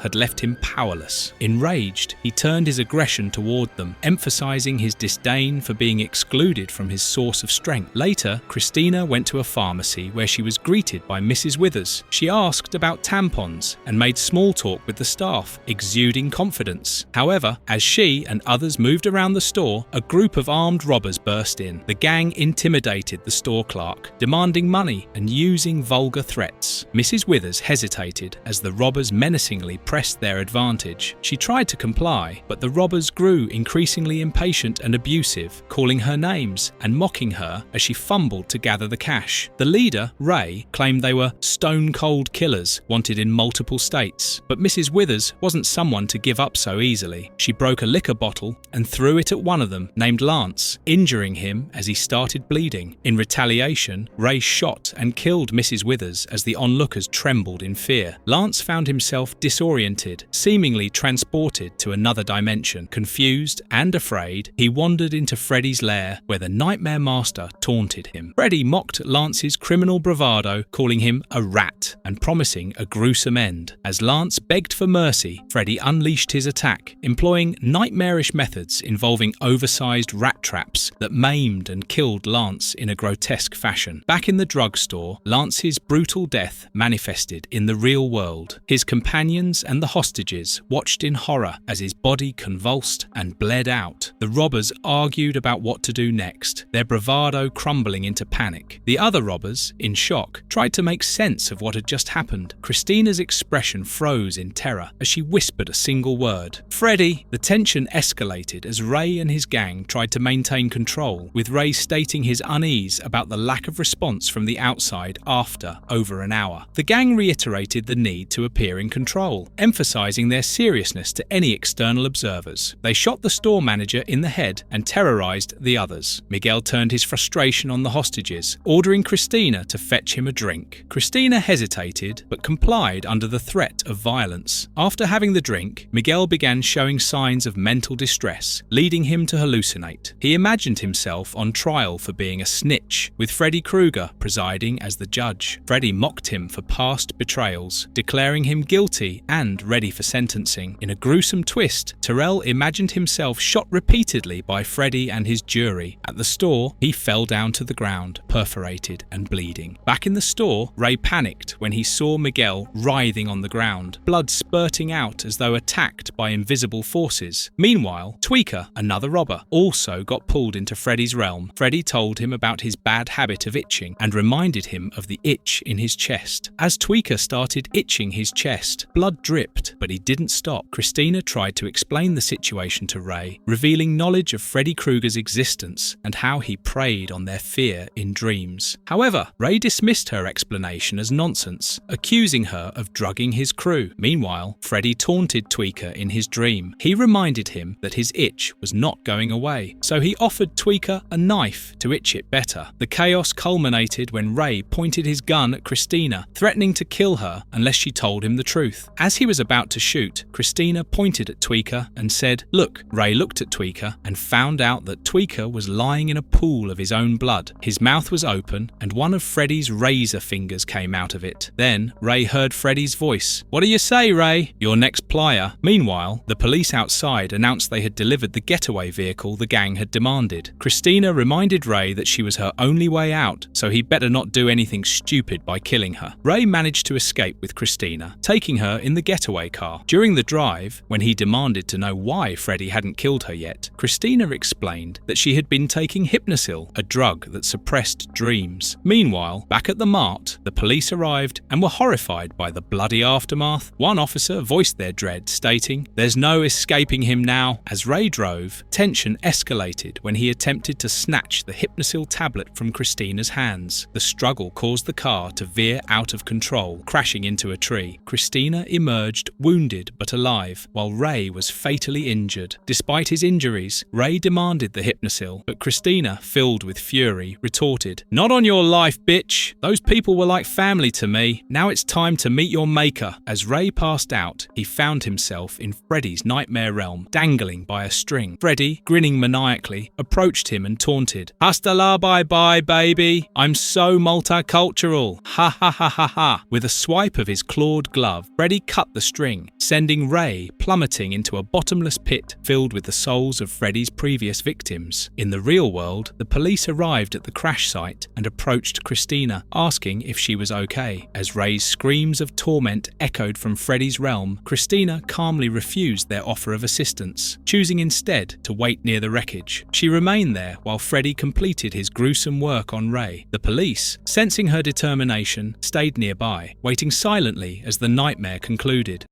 A Nightmare on Elm Street, 2006, Part 1, Freddy's War, New Nightmare. The story began with a young woman walking through an empty hallway adorned with a banner reading "Go Springwood." She called out, "Hello," but was met with eerie silence. As she ventured further, the suspense heightened and the sound of claws scratching metal echoed behind her. Turning to a bulletin board, she noticed various activities and events marked as cancelled, her unease growing. Before she could react, the shadowy figure of Freddy Krueger loomed behind her, and her name, Brandy Showalter, was violently cancelled as she screamed in terror. Brandy was shown waking up in her blood-soaked bed, indicating that the nightmare had become her deadly reality. The scene shifted to her gruesome death, with blood splattered across the room. Jade and her family were settling into a new home. Her brother Brad expressed their frustration about constantly moving, but hoped this time would be different. Brad joked about their father's promises to stop relocating, while Jade reflected on their past. As they unpacked, Jade noticed a hearse being loaded nearby and pointed it out. A little girl nonchalantly remarked about their neighbour, Brandy Showalter, who had babysat her before. Jade inquired about what had happened to Brandy. The girl eerily said the name Freddy, leaving Jade confused and unsettled. She asked Brad if he had seen the girl, but he dismissed her concerns, teasing her about possibly napping. Jade insisted she had been awake, but the eerie atmosphere lingered. As Jade's father oversaw the movers, he cautioned them about a piece of furniture, a box which was passed on as a family heirloom. He mentioned its sentimental value to his late wife. Jade reflected on their mother's death in a plane crash and acknowledged her father's ongoing grief and self-blame. She again noticed the hearse and commented on its creepy presence, but Brad teased her about her growing unease. That evening, the family gathered for dinner, discussing their new start. Jade expressed skepticism about settling down in Springwood, but their father reassured her, praising the town's reputation and school system. He talked about a box that he had never opened in years, no matter how many times they moved. Brad jokingly likened starting a new school to rewatching a disliked TV show. Later, Jade found herself in a dream, dressed only in her undergarments. She was humiliated by a stern teacher. The teacher chastised her, asking, "Is this your idea of a joke, young lady?" Jade, flustered and unable to respond, was met with laughter from her classmates. Embarrassed, she fled the room in tears while the laughter echoed behind her. As she ran through the hallways, she desperately called for her brother, Brad. She spotted him at his locker, but he ignored her and walked away. Her frustration grew as she yelled, "Where are you going? going? Come back." Jade encountered the mysterious little girl again, holding a teddy bear. The girl said, "He doesn't know you're here. This is his dream." Jade, confused, asked, "I'm dreaming?" The girl answered, "So is your brother." Jade, confused, asked, "We're in the same dream?" But the girl had disappeared. The girl's cryptic responses unsettled her further as she approached the boiler room. Descending the stairs, Jade searched for Brad, her anxiety mounting. She whispered, "This isn't funny, Brad." As she ventured into the ominous basement, she noticed a strange gas seeping from a pipe and muttered, "Gas." Her dread deepened as a match was struck by Freddy Krueger's clawed hand. She realized the danger and frantically said, "I think it's time for both of us to wake up." In the boiler room, Brad was chained to a desk surrounded by burning books. He weakly called out, "Jade, help me," before he comes back. Jade, terrified, asked, "Who's coming back?" But before she could act, Freddy ignited the books, engulfing Brad in flames. He screamed, "Run, Jade, get away!" as he was consumed by fire,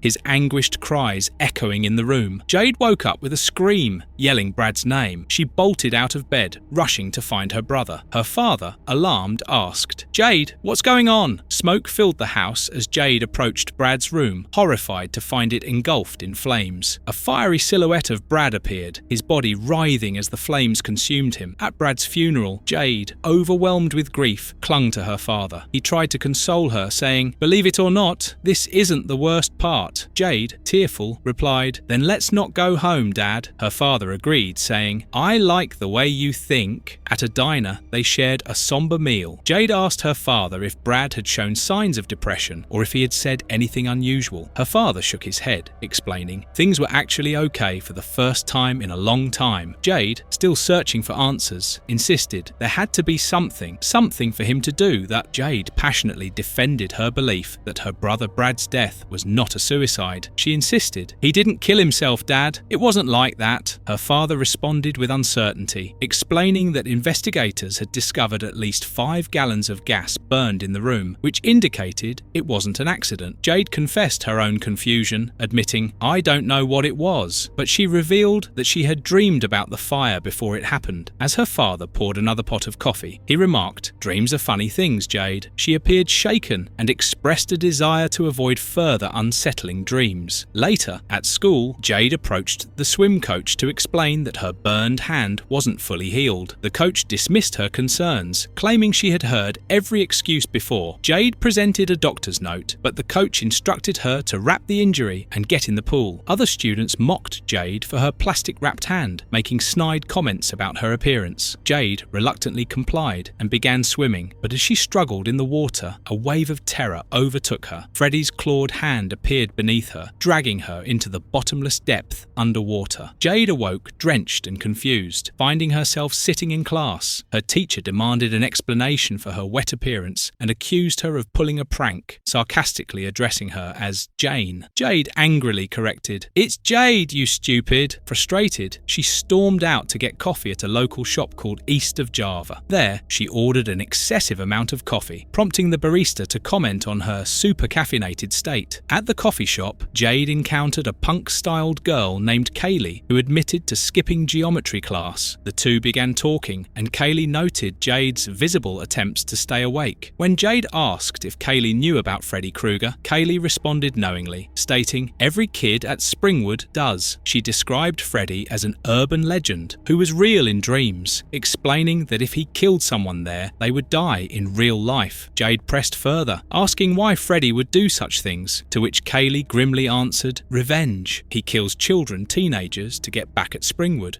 Kaylee explained Freddy Krueger's sinister origin to Jade. She recounted how, years ago, the town of Springwood was plagued by horrific crimes involving missing and murdered children. The bodies, often molested and brutally killed, began surfacing in gruesome discoveries. Suspicion eventually fell on the quiet and unassuming high school janitor, Freddy Krueger. Kaylee described how the pair parents of Springwood, enraged and desperate for justice, tracked him down after the legal system failed to convict him. They took the law into their own hands, capturing Freddy and burning him alive in a violent act of vigilante justice. Kaylee emphasized how Freddy's death was far from the end. She revealed that Freddy had returned, fueled by a vengeful spirit, to haunt and kill teenagers in their dreams. Kaylee explained that Freddy's presence had become a horrifying legend among the kids of Springwood, a nightmare from which they couldn't escape. Jade, still grappling with her own terrifying encounters, asked about the mysterious little girl she had seen in her dreams. Kaylee seemed confused and replied, "What little girl?" When Jade told her about the girl in her dreams, Kaylee suggested Jade should ask the girl directly. That night, Jade stayed awake on the couch, drinking coffee to stave off sleep. Her father, concerned, urged her to go to bed, but she dismissed him, saying she was comfortable where she was. As she settled in, exhaustion began to creep over her despite her efforts to stay alert. She heard her father's voice telling her to go to her room and sleep. Jade said that she was okay on the sofa. Suddenly, Freddy Krueger appeared, looming over her with a mocking grin. He sneered, "Let me fluff those pillows for you, Jade, so you can take a nice long nap." Terrified, Jade screamed as Freddy attacked. Her father rushed downstairs, brandishing a bat, and found Jade in a state of panic. She screamed incoherently about Freddy, blaming him for Brad's death. Desperate and terrified, she tried to explain how Freddy attacked them in their dreams. Her father, skeptical yet alarmed, noticed claw marks on her back. He demanded an explanation, insisting she recount every detail of what had happened. Jade, trembling and emotionally shattered, prepared to reveal the horrifying truth.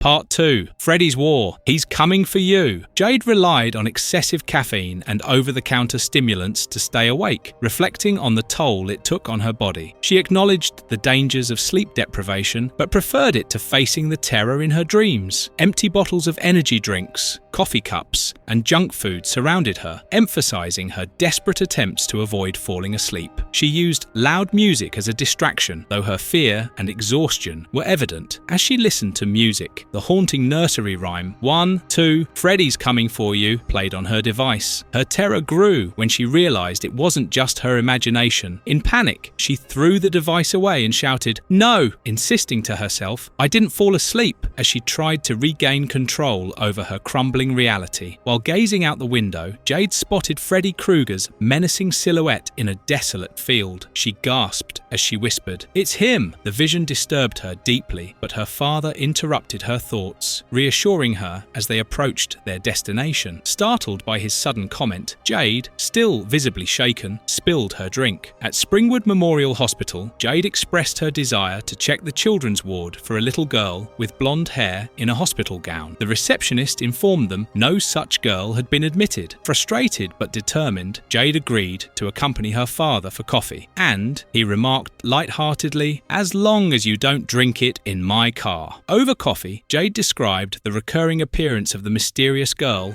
and how Freddy seemed unable to harm her. Her father, initially skeptical, assured her of his open-mindedness, mentioning his military training in Delta Force. He explained how he had learned about mental toughness and sleep deprivation, suggesting that his knowledge might help Jade confront her fears and defend against Freddy. He expressed regret, wishing he could have done more to save her brother, Brad. Jade sat in a classroom as the teacher droned on about calculus. His explanation became incomprehensible gibberish to her, reflecting her inability to focus due to exhaustion. She would have dozed off to sleep if Kaylee hadn't thrown a paper plane to wake her up. She smiled and waved at Jade. Later, Jade walked through the park with Kaylee, who commented on her tired appearance. Jade admitted to taking only short naps and revealed that Freddy Krueger haunted her every time she tried to sleep. When asked about the mysterious little girl, Jade explained that the girl was elusive, appearing only briefly in her dreams. Kaylee joked, calling the girl a bedwetter, but Jade expressed frustration at not being able to find her. Determined, Jade decided to search for the girl in a place she believed she could predict her presence. Jade and Kaylee visited a store where Jade purchased multiple alarm clocks. When questioned by the cashier, Jade dismissed the inquiry with a vague excuse. As they left the store, Kaylee teased her about the clutter in her room, remarking that Martha Stewart wouldn't approve. Back in her room, Jade set up her clocks, intent on staying awake. She lay down, attempting to rest briefly, but worried that her bloodstream was overloaded with caffeine. Kaylee stayed nearby, jokingly pointing out Jade's dependency on stimulants. Jade eventually dozed off, only to wake up abruptly and ask Kaylee for the time, but she was already in her dream. She ended up in a dimly lit boiler room and heard Freddy's voice calling out for her. The eerie atmosphere unsettled her, but she steeled herself,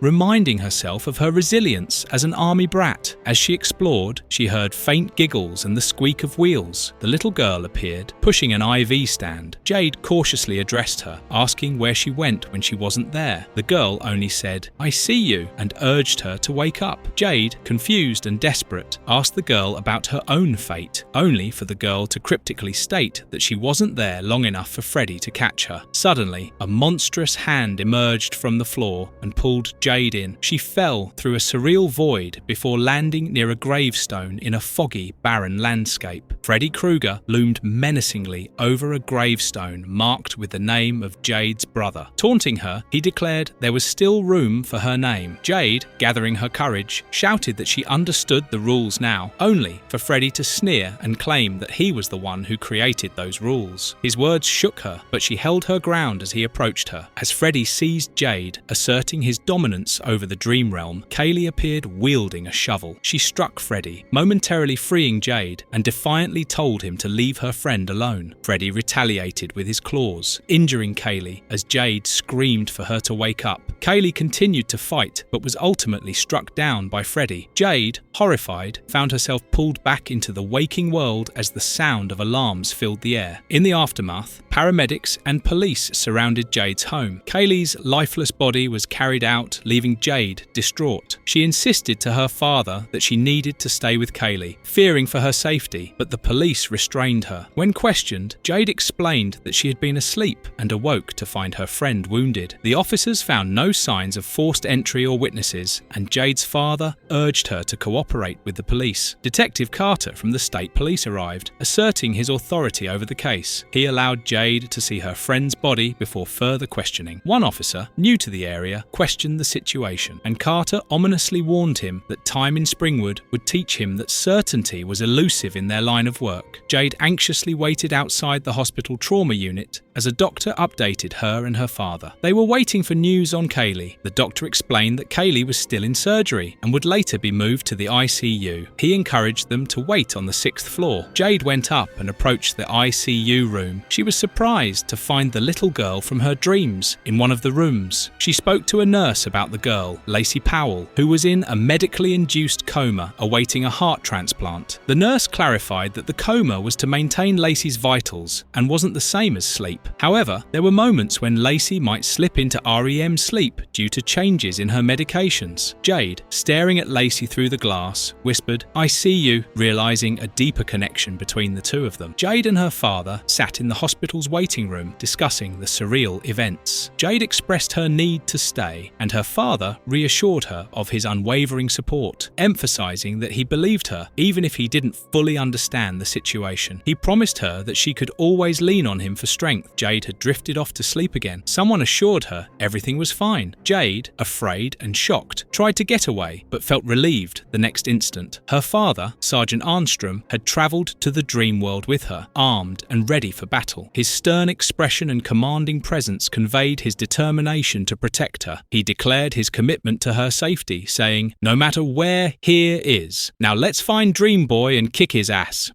Part 3. Freddy's War at Dream's End. Jade and her father ventured deeper into Freddy's world, guided by the mysterious little girl, Lacey, who continued humming Freddy's infamous rhyme. The eerie surroundings bore remnants of Freddy's victims, including disturbing toys and a child's broken doll, evoking a chilling atmosphere. Jade identified the location as the place where Brad had died, acknowledging it as part of Freddy's twisted realm, but noting it wasn't the entirety of his lair. Her father described the setting as the lobby to Freddy's disturbing world. Lacey, still humming the rhyme, continued leading them through the maze-like corridors. Jade explained that Lacey was a patient in a chemically induced coma, waiting for a heart transplant. She could only appear when her medications allowed her to enter the REM stage of sleep. Her father quipped about wishing Jade showed such diligence in her schoolwork, momentarily lightening the mood. Lacey led them into a jungle-like area. Jade's father, ever vigilant, vigilant, kept his weapon ready, asking where Freddy might be. Lacey ominously stated, "Everywhere." Moments later, Lacey shushed them as the sound of Freddy's blade scraping through the foliage became apparent. She suddenly disappeared, leaving Jade and her father alone in the jungle. Freddy launched a surprise attack, using his surroundings to disorient them. Jade's father fired at what appeared to be Freddy, but quickly realized it was a decoy. Freddy emerged from the shadows, taunting Jade for not coming alone. Her father commanded Jade to find cover as he engaged Freddy directly. As he advanced towards Freddy's hat, Freddy appeared from behind and attacked Sergeant Armstrong. He blew a hole through Freddy, temporarily incapacitating him. Freddy snarled that the jungle was his domain and vowed to rule the night. Jade and Sergeant Armstrong fled deeper into Freddy's twisted world, with Freddy's laughter echoing ominously in the background. In the real world, Jade and her father rested in a waiting room, visibly exhausted. A nurse asked a doctor if she should wake them, but the doctor advised against it, noting the police were on their way. Their conversation turned to speculation about Jade and Sergeant Armstrong's involvement in Kaylee's injuries. The nurse commented that Kaylee appeared to have been attacked and doubted her chances of survival. Transitioning back into Freddy's dreamscape, Jade and Sergeant Armstrong prepared for a confrontation. They observed their surroundings, a war-torn battlefield with barbed wire and explosions. Armstrong remarked that Freddy's world operated on pure willpower, and if he could control the terrain, he might be able to defeat Freddy. He visualized turning the nightmare into a setting he could master, a battlefield, and declared it as their strategy. The duo reached a fortified house. Sergeant Armstrong declared it Firebase Armstrong and instructed Jade to get inside while he rigged the perimeter with explosives. Freddy attacked shortly after, triggering one of the traps. The explosion engulfed Freddy, briefly incapacitating him. Armstrong, standing his ground, smirked as he set off another explosive, proclaiming his resolve to fight back. Despite the damage inflicted, Freddy emerged from the flames, multiplying into numerous clones. Armstrong realized the fight had escalated. Freddy, now in greater numbers, attacked from all sides, his fiery duplicates surrounding the house. Armstrong ordered Jade to retreat to safety inside the house while he held the line, determined to protect her at all costs. As Freddy's clones advanced, Armstrong continued firing, refusing to back down. He told Jade he needed to keep Freddy away from her until she woke up. Then he put down his plan. "I stay here, mano a psycho, me and Krueger, until one of us falls." For keeps, Jade unleashed a torrent of bullets from a heavy weapon, furiously yelling, "Die, die, die!" Sergeant Armstrong, taken aback by her sudden use of the massive firearm, asked where she had obtained it. Jade explained it was inspired by a video game, Extreme Arsenal 4,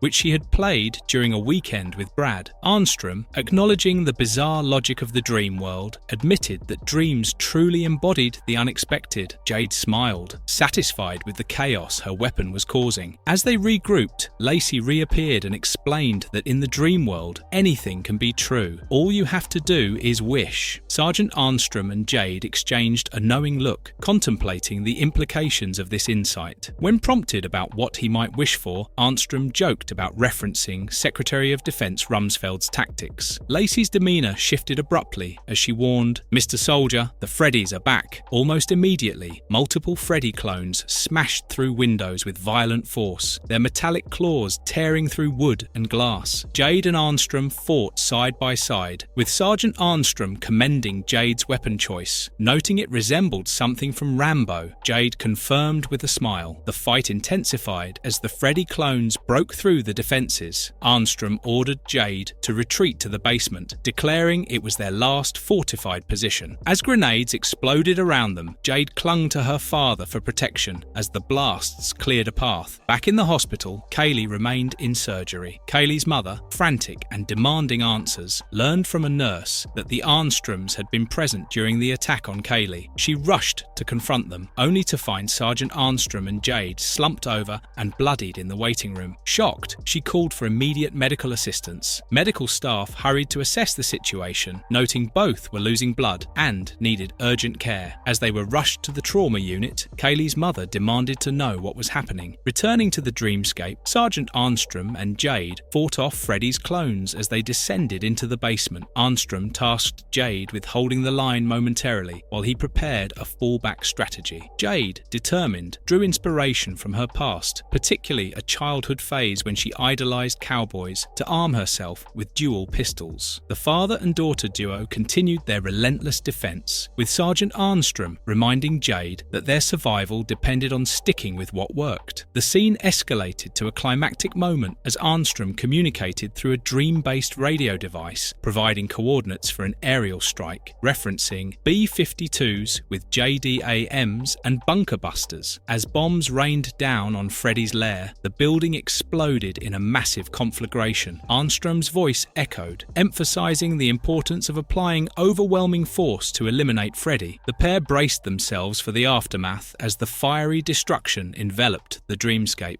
After the massive explosion in Freddy's dreamscape, the ruins of their battleground were littered with debris. Sergeant Armstrong emerged from the wreckage, coughing and disoriented, helping Jade climb out as well. He reassured her they had made it to daylight, though they surveyed the destruction to find, wall to wall, nothing at all. Armstrong noted that Freddy had managed to spread himself across the entire landscape, underscoring the lingering threat. A grim realization set in as Armstrong received mock congratulations, a cruel echo of the unfinished battle. Freddy reappeared, taunting them as he held Jade captive, his claws threateningly poised. He mocked their perceived victory, reminding them that even though morning had come, the battle was far from over until they truly woke up. As Freddy killed Jade in the dreamscape, Armstrong awoke with a jolt back in the hospital, shouting her name. Medical staff surrounded him, trying to stabilize his condition as he panicked, realizing that Jade had been killed. In the hospital, Lacey approached Armstrong, still recovering from his injuries. She softly asked, "Mr. Soldier?" and expressed her gratitude for his sacrifice. She acknowledged her sorrow over Jade's fate, but assured Armstrong that she came to thank him for everything. She enigmatically added, "You'll see," before her departure, leaving Armstrong confused but touched by her sincerity. Later, Armstrong stood before the graves of his children, Jade and Bradley, in a solemn moment of remembrance. He placed flowers on their graves as Lacey, now healthy and dressed in vibrant clothing, joined him. Armstrong reminded her that Jade would never truly be gone as long as she was remembered. Lacey, still adjusting to her recovery, mentioned that she had to grow into Jade's heart. It was Jade's heart transplant that saved Lacey's life. Armstrong embraced Lacey, offering her comfort and reassurance, telling her, "You will, baby." As they left the cemetery, Lacey asked if Armstrong would leave Springwood. He replied, "I'm not sure. There may be a reason for me to stay a while." Red rose petals fluttered away, symbolizing both loss and hope.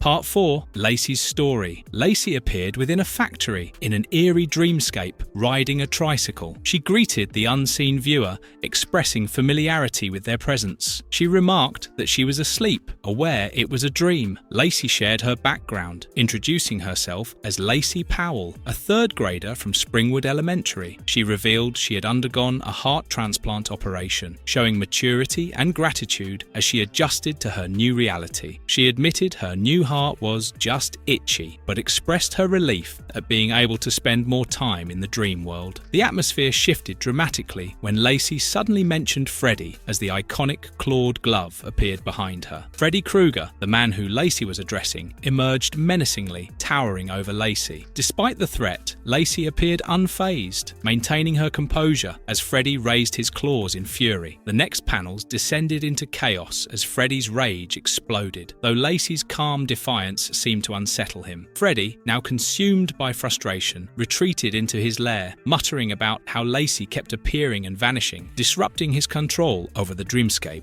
He grumbled about her resilience and lamented his inability to eliminate her. Freddy's anger mounted as he declared, "This is my world," emphasizing his dominion and frustration over losing control. In a tense confrontation, Freddy cornered Lacey, who remained remarkably calm. She innocently questioned his cruelty, holding a small doll which seemed to symbolize her innocence. Freddy's demeanor flickered between anger and confusion as he struggled to assert dominance. Lacey outwitted him with her subtle, taunting movements, shifting around the dream world and dodging his attacks. As Freddy stalked her, muttering about her audacity, another woman entered the scene, startling him. Freddy's frustration boiled over as he lamented how Lacey had become a 6-year-old pain, playing him night after night. He acknowledged her understanding understanding of the game they played, realizing she no longer feared him. His irritation peaked as he struggled with her defiance, only for his attention to be drawn to a voice, claiming to have overheard his frustrations. Freddy turned and loomed over a chained victim, tauntingly listening to his pleas. The victim bargained with Freddy, proposing that he be allowed to wake up with all his limbs intact, offering to act as Freddy's agent in the real world. Freddy considered the idea, amused by the desperation, but remained clearly skeptical. The victim emphasized his usefulness, claiming he could access places Freddy could not. Freddy told him to think fast and cut off the interaction with a sinister laugh. The man woke up in his bedroom, realizing he had narrowly escaped Freddy's clutches. Jubilantly, he declared that he had talked his way out of the nightmare. However, Freddy's silhouette appeared in the room, reminding him that their deal was conditional. Freddy gave the man a chilling reminder, leaving a claw mark injury and cutting off his earring as a permanent warning of his reach. Now awake, the man frantically searched for Lacey Powell. Flipping through a phone book, he struggled to find her listing among the numerous Powells in Springwood. Desperation crept in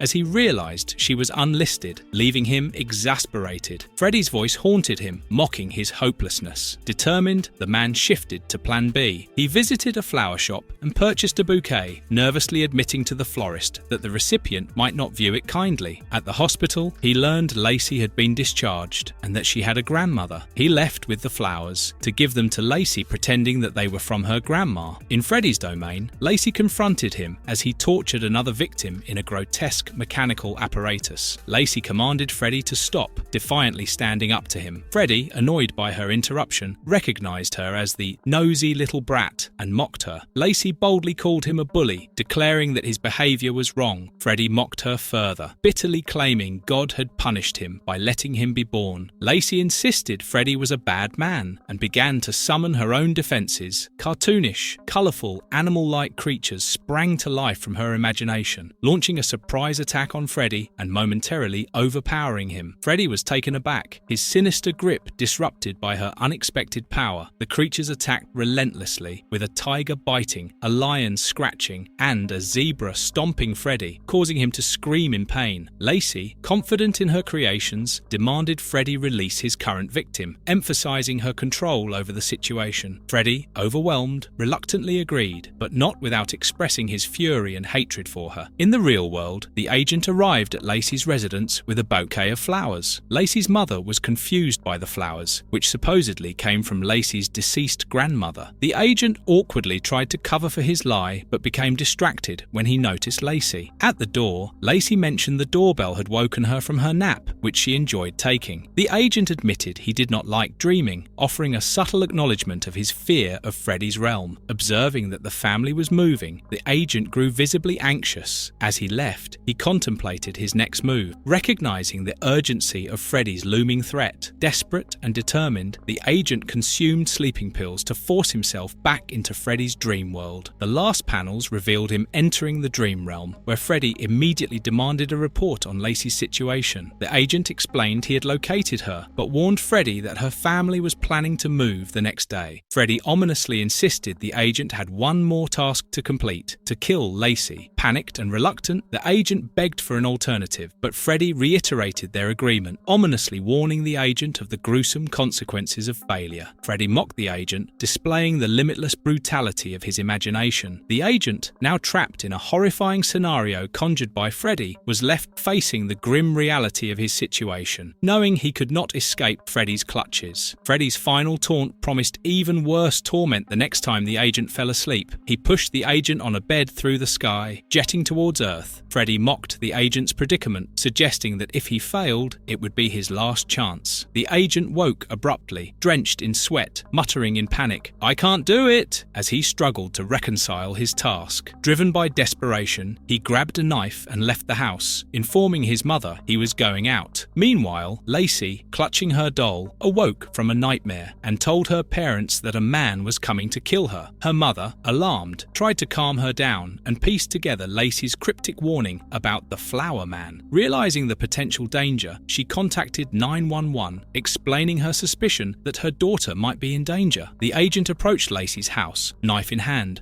only to be intercepted by police officers. The officers yelled at him to freeze and drop the weapon. Panicked, the agent tried to explain, blaming Freddy for his actions, As he hesitated, the police shot him and he collapsed to the ground. Dying, he muttered his relief about not falling asleep again, a grim acknowledgement of Freddy's haunting hold over him. In the aftermath, Lacey and her family prepared to leave Springwood. In her dreamscape, Lacey confronted Freddy one last time, telling him they were moving away. Freddy, defeated but still vengeful, promised he would be waiting for her return someday. As her family drove away, Lacey's parents discussed the unsettling events. Unsure if they were truly over, her father expressed envy at how peacefully Lacey slept, ending with a wish for such untroubled rest.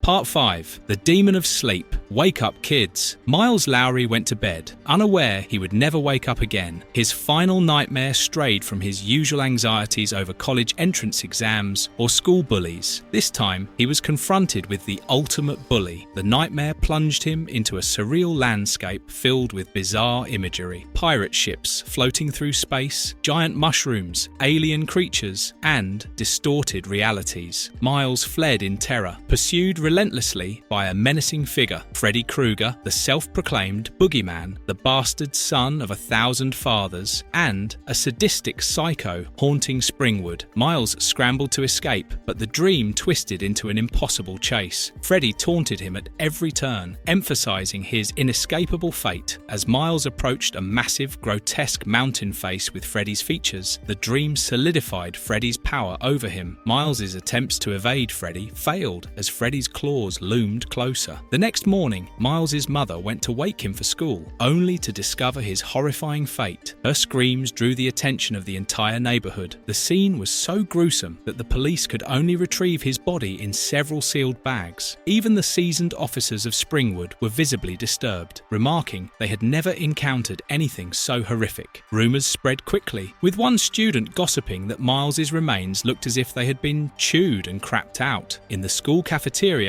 students discussed Miles's death. Blaine mocked Miles, calling him a jerk, while others expressed disgust at Blaine's insensitivity. Sandu defended Miles, pointing that nobody should speak like that. Blaine said that Miles had been a classmate, albeit one without many friends. Blaine ominously suggested that Freddy Krueger targeted victims in groups and was now moving on to the Geek Squad. Willie questioned if everyone was dreaming about Freddy. Sandu nervously admitted they had also dreamt about him, solidifying their shared fear of the predator lurking in their subconscious. Felicity admitted to having dreams about Freddy as well, but she dismissed their significance, attributing them to the urban legend that everyone had heard about. Blaine, with his usual sarcastic tone, highlighted that they all seemed to have shared similar dreams, describing Freddy's iconic features: a tattered striped sweater, a grotesque face, and a glove with razor-sharp claws. This revelation unsettled the group as the realization of a collective nightmare began to take hold. Blaine pressed further, pointing out the gruesome death of their peer, Miles. He voiced his belief that Freddy was targeting them systematically, a claim that stirred unease and fear among the group. Blaine insisted that they needed to take action, but the others hesitated, torn between disbelief and a creeping sense of dread. The tense discussion shifted when Dice, another student, confronted Blaine in the cafeteria over a term paper he had paid Blaine to write. Dice, clearly angry, pulled Blaine away, but the underlying fear lingered with the remaining students. Willie and Felicity dismissed the situation as one of Blaine's manipulative mind games, trying to rationalize their fears. Sandu, on the other hand, expressed skepticism but couldn't entirely shake off the unease Blaine's warnings had triggered. Hud, seemingly unfazed by the tension, declared Blaine a jerk and left the group, heading to the library on his skateboard. While studying French at the library, he dozed off and drifted into a dreamscape. In the dream, he skated down a suburban street only to face a terrifying event. The ground beneath him violently erupted and enormous claws emerged, tearing through the pavement. Hud struggled to maintain his balance, skillfully navigating the chaos on his skateboard, but the claws relentlessly pursued him. He encouraged himself with words of confidence, comparing his skills to renowned skaters like Tony Hawk and Bam Margera. However, the nightmare escalated as Freddy's claws emerged, causing him to lose control. Hud's skateboard slipped, and he was impaled by Freddy's claws, blood splattering everywhere. The scene transitioned to reality, where Hud's gruesome death was discovered. His lifeless body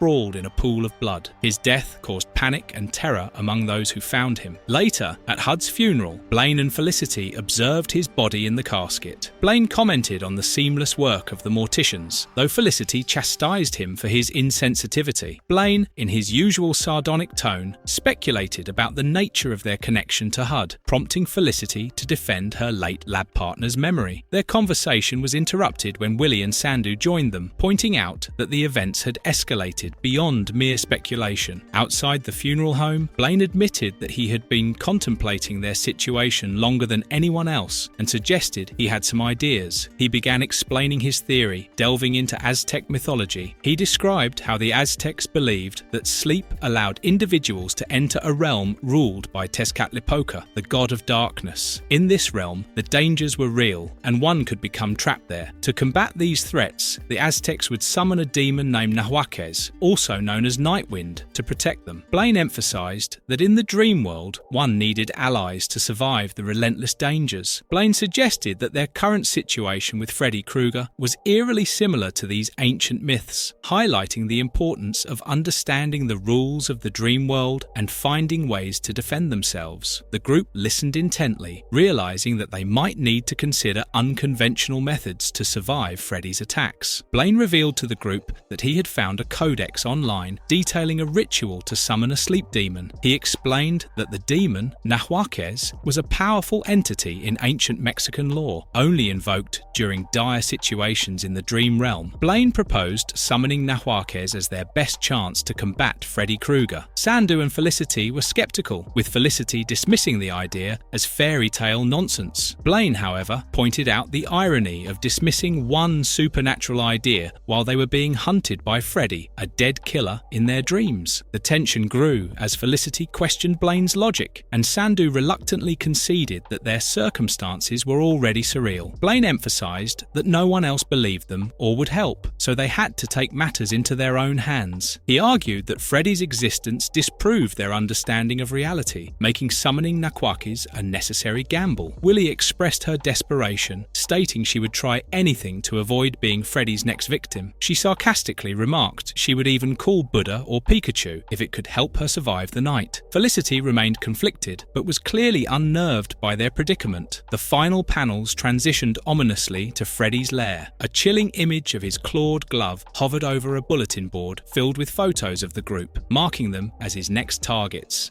Part 6. The Demon of Sleep. Suffer the Little Children. A disturbing dream sequence unfolded. In a pen full of pigs, a chilling nursery rhyme played in the background. To mark it, as hands pulled a pig away, symbolically transitioning into a human's legs bound and hung from hooks, revealing a nightmarish slaughterhouse setting. Wilhelmina, aka Willie, was trapped in this dreamscape, suspended upside down from a meat hook and terrified. She pleaded for mercy as Freddy Krueger, clad in a blood-stained butcher's apron, emerged with a sadistic grin. He mockingly referred to her as plump and Sunday ham, reinforcing the grotesque atmosphere. Freddy taunted her further, making macabre jokes about cuts of meat and threatening her with his razor-tipped glove. As she struggled, he coldly reassured her that it wouldn't hurt. Well, maybe for a second. Freddy grabbed her, tauntingly calling her his little piggy. Despite her protests, he pressed his blade against her face, transforming the moment into a twisted power play. He mocked her resistance, coaxing her to give in, while his laugh echoed ominously. Freddy cut her and drew blood. Wilhelmina awakened on the school bus, shaking and disoriented, only to find herself mocked by her peers. Their laughter compounded her unease, creating a sharp contrast to the terror of her dream. She confided to Felicity that she hadn't realized she'd fallen asleep, expressing anger and frustration. Despite her doubts, Felicity insisted Blaine's plan might be their best hope for dealing with Freddy, even if it seemed desperate. At school, the group discussed their deteriorating lives, with Wilhelmina lamenting her near-constant state of fear and declining grades. The tension escalated as Dice confronted Blaine in the hallway, furious about a term paper Blaine had written for him that earned an A, drawing unwanted attention from a teacher. Dice grabbed Blaine, threatening him physically. Another student egged him on, relishing the scene. Blaine, pinned and outmatched, nervously tried to de-escalate. Felicity Felicity and Wilhelmina arrived just in time, with Felicity yelling at Dice to let Blaine go. Dice released Blaine but mocked him, sarcastically apologizing and calling Felicity simplicity, while his sidekick mocked Blaine's broken laptop. Despite being shaken, Blaine lamented how he was being bullied both in his dreams and while awake, resolving that the situation needed to end that night. Later, Felicity prepared for the night's plan, presenting it to her mum as a simple study group with parents present, a lie her mother reluctantly accepted. Wilhelmina mirrored Felicity's approach, stating she had convinced her dad she was at Felicity's house, a ruse that worked due to his inattentiveness. The two girls met up at a remote location, nervously discussing the absurdity of their Aztec theology-inspired plan. Wilhelmina joked about how ridiculous it was that they were relying on ancient rituals to fend off Freddy Krueger. Meanwhile, Blaine and Dice met at a park. Dice was late and brought his usual sarcasm, criticizing Blaine for making him come out at night and accusing him of being pathetic. Blaine sarcastically thanked Dice for his dedication, handing over Dice's algebra homework. Dice smugly thanked Blaine, boasting about staying on the team thanks to him and mocking him further. He took Blaine's burger that he was about to have. As he bit into the burger and bid adios to Blaine, his head spinned. He lost his senses and fell down. Sandu came to the scene with a car to help Blaine. Felicity and Wilhelmina wandered through the empty store, trying to locate Blaine and the others. Wilhelmina expressed her frustration about Blaine's promise to meet at the garden center, but they couldn't see anyone around. Felicity suggested they might have chickened out. Spotting leftover food and drinks, Wilhelmina sarcastically joked about grabbing a soda to ease the tension. As they sat and examined the fast food, Felicity commented on the root beer and mocked its lack of caffeine. Wilhelmina appeared too anxious to eat, clearly unsettled by the situation. Sandu suddenly appeared and informed Wilhelmina that Blaine needed her assistance. Felicity expressed dizziness and clumsily spilled her drink, alarming both Sandu and Wilhelmina. Felicity collapsed shortly afterward, leaving Sandu and Wilhelmina concerned. Sandu explained that Blaine had used his mother's sleeping pills, which acted quickly when consumed in large doses. Wilhelmina sarcastically remarked on the absurdity of their situation, hoping the Aztec ritual they were planning would work. She remained skeptical about the legends, especially given how Aztecs lacked certain technologies. Felicity regained consciousness in the dream world. She was wearing the Codex of Noaques. She stumbled and eventually encountered Dice tied to a pool table, unconscious. A ceremonial knife rested nearby,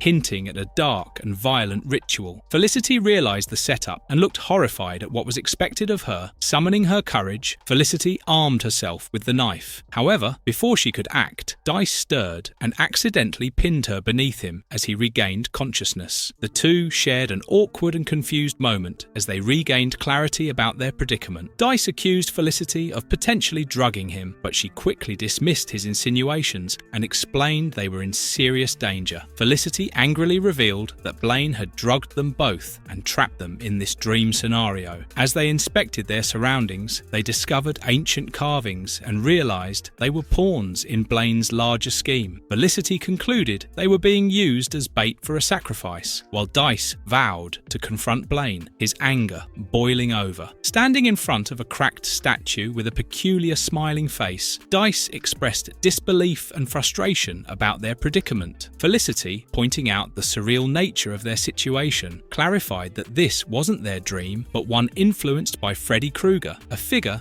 Dice sarcastically dismissed as a childhood scare tactic. As they ventured further, the statue of Freddy began to move, breaking apart as the dream's tension mounted. Dice and Felicity looked on in horror as Freddy Krueger's ominous presence fully materialized, his grotesque form emerging from the broken pieces. Freddy would have gutted them both from behind, however. The structure in front of them shook and broke into pieces. As it crumbled, all three of them watched in terror. A massive blue creature, Noaques, intervened, its sheer size and ferocity startling both Freddy and the dreamers. It punched Freddy in the face and subdued him. Felicity, recognizing the creature, tried to reassure Dice that it was an ally, though her uncertainty was evident. Dice, overwhelmed by the escalating nightmare, expressed his desperate wish to wake up as the scene descended further into chaos. Meanwhile, in the waking world, Blaine and his group watched over the unconscious Felicity and Dice. Felicity's resistance to the sedative annoyed Blaine,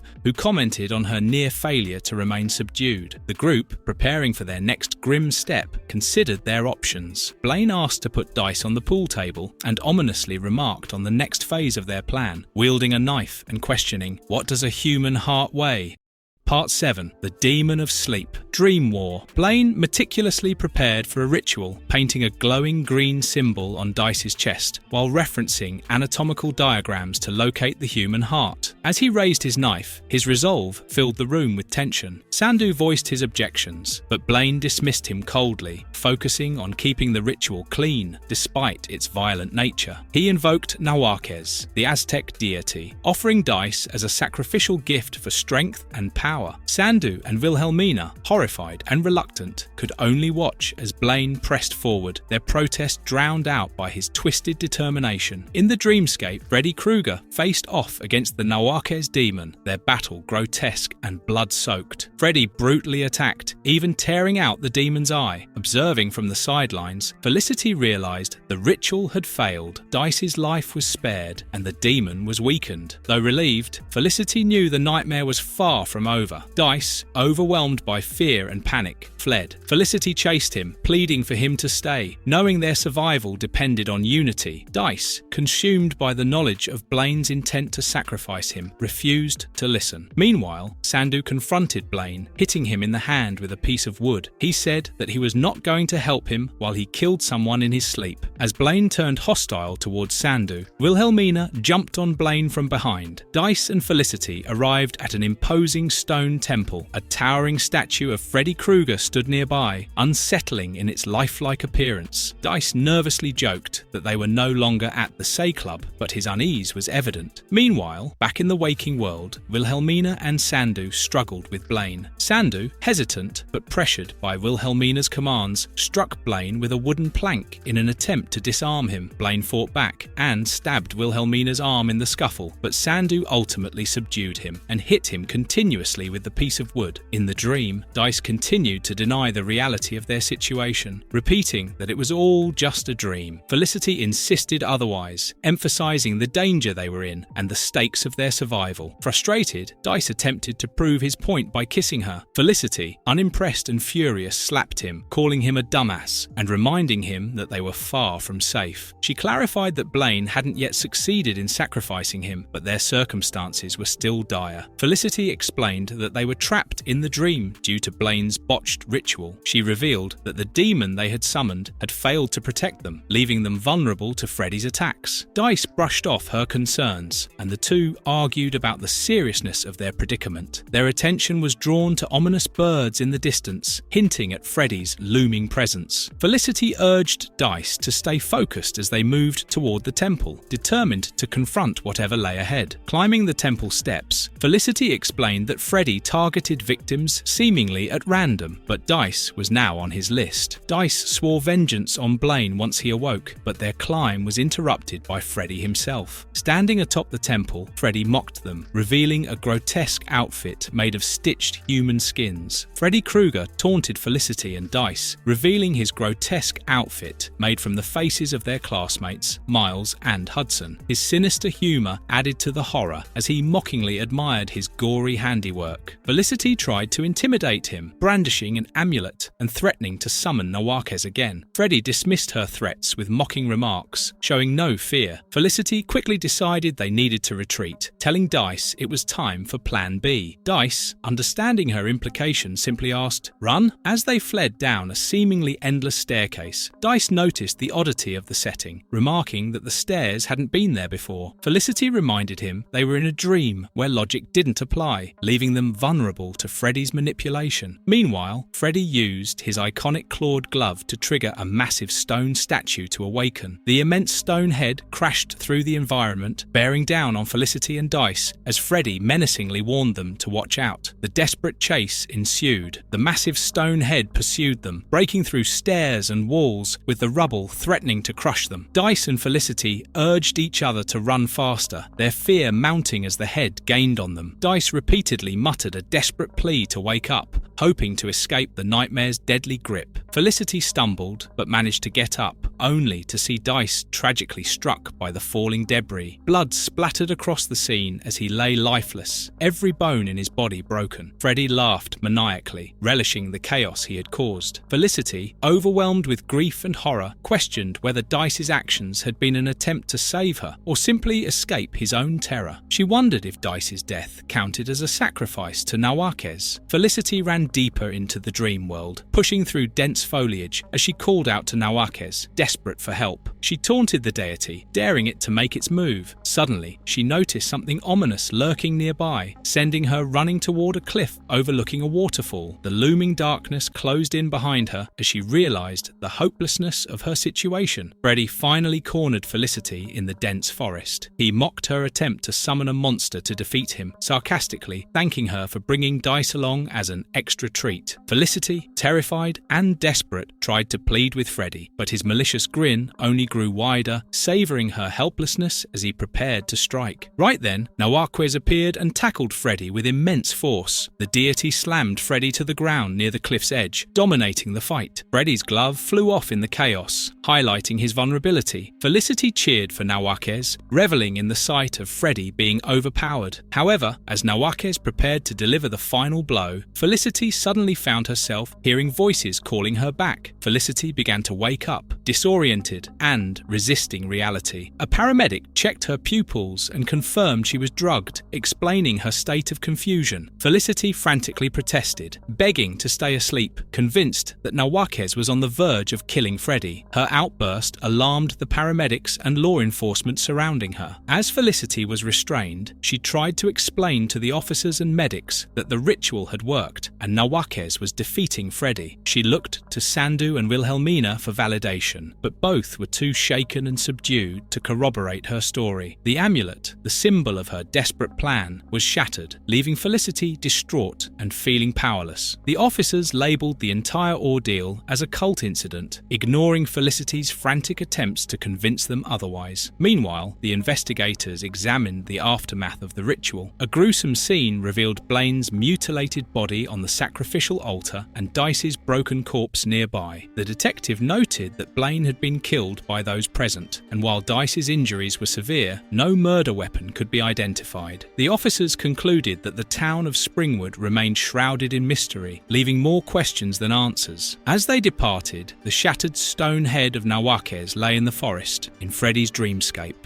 Part 8, Double Shift. The story began in a bustling fast food restaurant called Burger Heaven. Dean, an overworked employee, cooked burgers and fries while his co-worker Verline shouted orders from the counter. Verline's sharp tone added to Dean's frustration, and he muttered about the pressures of his job. Despite her impatience, he responded curtly, his exhaustion evident. As Dean turned to catch his breath, he imagined a grotesque hand touching him. When he turned around, there was nothing. In a surreal twist, Freddy Krueger appeared in a manager's uniform, taunting Dean with his clawed glove. He criticized Dean's work ethic, leaning menacingly into him while gripping his head. Freddy's sinister tone and Dean's terrified expression heightened the nightmarish nature of the encounter. The nightmare broke as Dean woke up in his room, sweating and disoriented. His sister called from the door, reminding him it was time for work. Dean rubbed his face, noticing a small, fresh scratch, which left him puzzled. In the kitchen, he confided in his sister about his job stress and hinted at strange occurrences in his dreams. She casually dismissed his concerns, focusing on her own schedule and asking him to bring dinner home later. At work, Dean prepared coffee, adding sugar and milk as he shared more about his disturbing dreams with his colleagues during a break. He admitted to dreaming about working through entire shifts and waking up exhausted and confused. He mentioned considering a job offer in Denver to escape the monotony. His co-workers made light of his situation, but seemed concerned as Dean described vivid nightmares involving a burned man. Dean's day at Burger Heaven continued with complaints and sarcastic exchanges between employees, exposing the toxic workplace dynamics. He talked about the person he kept seeing in his dreams, with burnt marks all over his body, but his colleagues refuted his claims. Dean's routine at Burger Heaven dragged on as the hours blurred into one monotonous stretch of repetitive tasks. He flipped burgers and prepared meals, meals, his exhaustion evident with each timestamp flashing across the day. At 4:09 p.m, his manager approached him, asking for yet another double shift, adding to Dean's already overbearing workload. Dean, visibly drained, silently accepted. By 11:34 p.m, he collapsed onto his bed, physically and mentally depleted. The oppressive nature of Dean's situation carried into his nightmares. Freddy Krueger appeared in his dream, dressed as his manager, ordering Dean to retrieve more patties from the freezer. Dean stumbled into the cold storage, only to discover a horrifying scene. A woman tied up,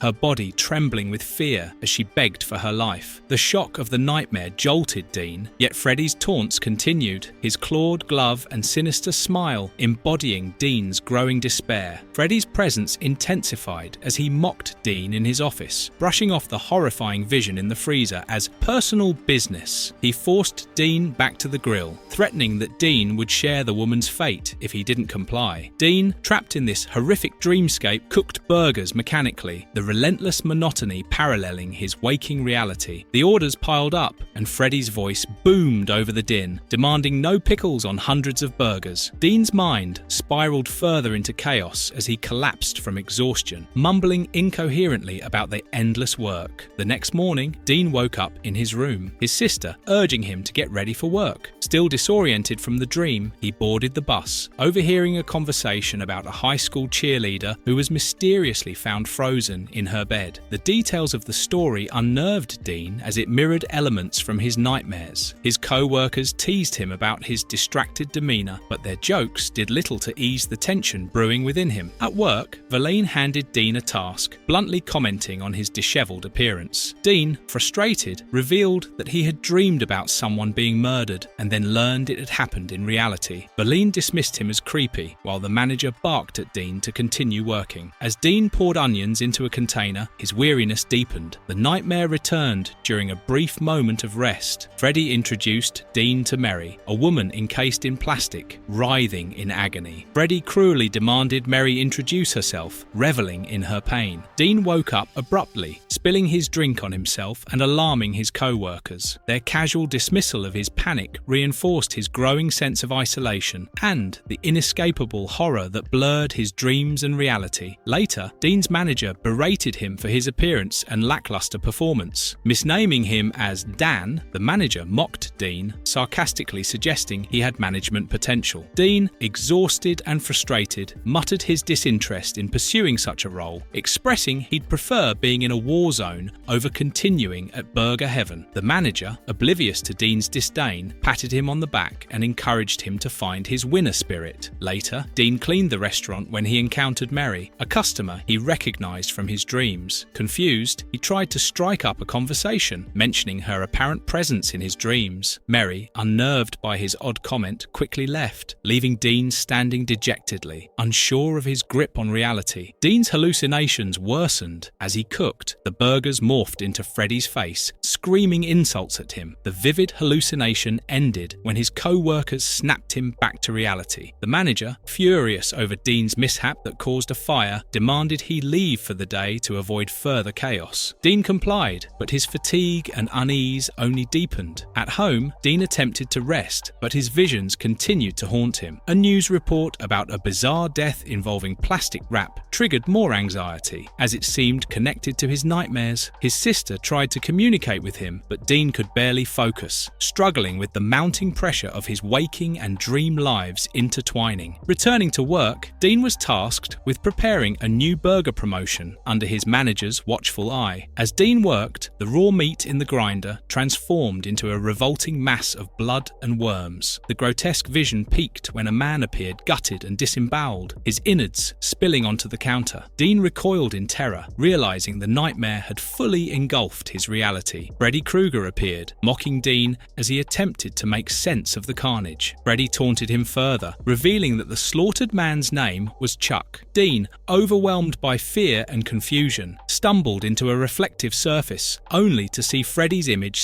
sneering back at him. As he headed outside, Dean was confronted by grotesque versions of a devil and an angel. Caricatures of Burger Heaven's branding, the devil loomed menacingly, while the angel grinned wickedly. In disbelief, Dean grabbed a kitchen knife and frantically slashed at the demonic entities, yelling about the absurdity of the dreamlike horror he was experiencing. His frantic actions caused him to accidentally destroy his surroundings, leaving him increasingly disoriented. As he panicked, Dean brandished the knife, causing chaos in the restaurant. His co-workers, alarmed by his erratic behavior, backed away in fear. One shouted for him to calm down, but Dean yelled warnings, claiming they were all going to die if they didn't leave immediately. His manager tried to take control of the situation, but Dean's paranoia and aggression made him a threat. The frightened employees evacuated the area as Dean, clutching the knife, begged to be left alone. Dean collapsed in exhaustion, pleading for peace and an escape from the madness. As he sat in the kitchen, the phone rang, startling him. When he answered, it was the police, urging him to come out peacefully with his hands visible. Outside, the police surrounded the building, weapons drawn. Dean was trapped, his desperation mounting. In a final twist, Freddy Krueger appeared, taunting Dean with a sadistic smile. Freddy mocked Dean's predicament and sarcastically placed an order for chicken. Meanwhile, the police stormed the restaurant, clearing the dining area as they searched for Dean. The scene closed with a grim discovery. In a gruesome display, buckets of severed body parts were arranged under the Burger Heaven logo. Among the remains, Dean's decapitated head sat atop the grisly pile, his nightmare having come to a horrific end in the hands of Freddy. Tales of Whore Copycat. Courtney Lefebvre experienced a recurring nightmare where she found herself naked in a school setting, a typical stress dream for her. However, this particular dream took a dark turn when Freddy Krueger appeared, dressed in a grotesque butcher's apron. He taunted her, making a sinister comment about mystery meat, and lunged at her with his claws, eliciting a terrified scream. Courtney fled in terror, acknowledging to herself that it was just a dream, but Freddy continued to chase her, laughing maniacally. Zombified cheerleaders appeared, chanting a twisted nursery rhyme about Freddy. They closed in on Courtney, who cowered and pleaded to wake up. The cheerleaders, resembling Freddy, created an overwhelming sense of dread until she finally awakened in her bed, visibly shaken. In the waking world, Courtney tried to calm herself, relieved that it was only a nightmare. However, her relief was short-lived as Freddy suddenly materialized behind her in her room. Grabbing her, he plunged his claws into her chest with a sadistic grin, leaving her unable to escape.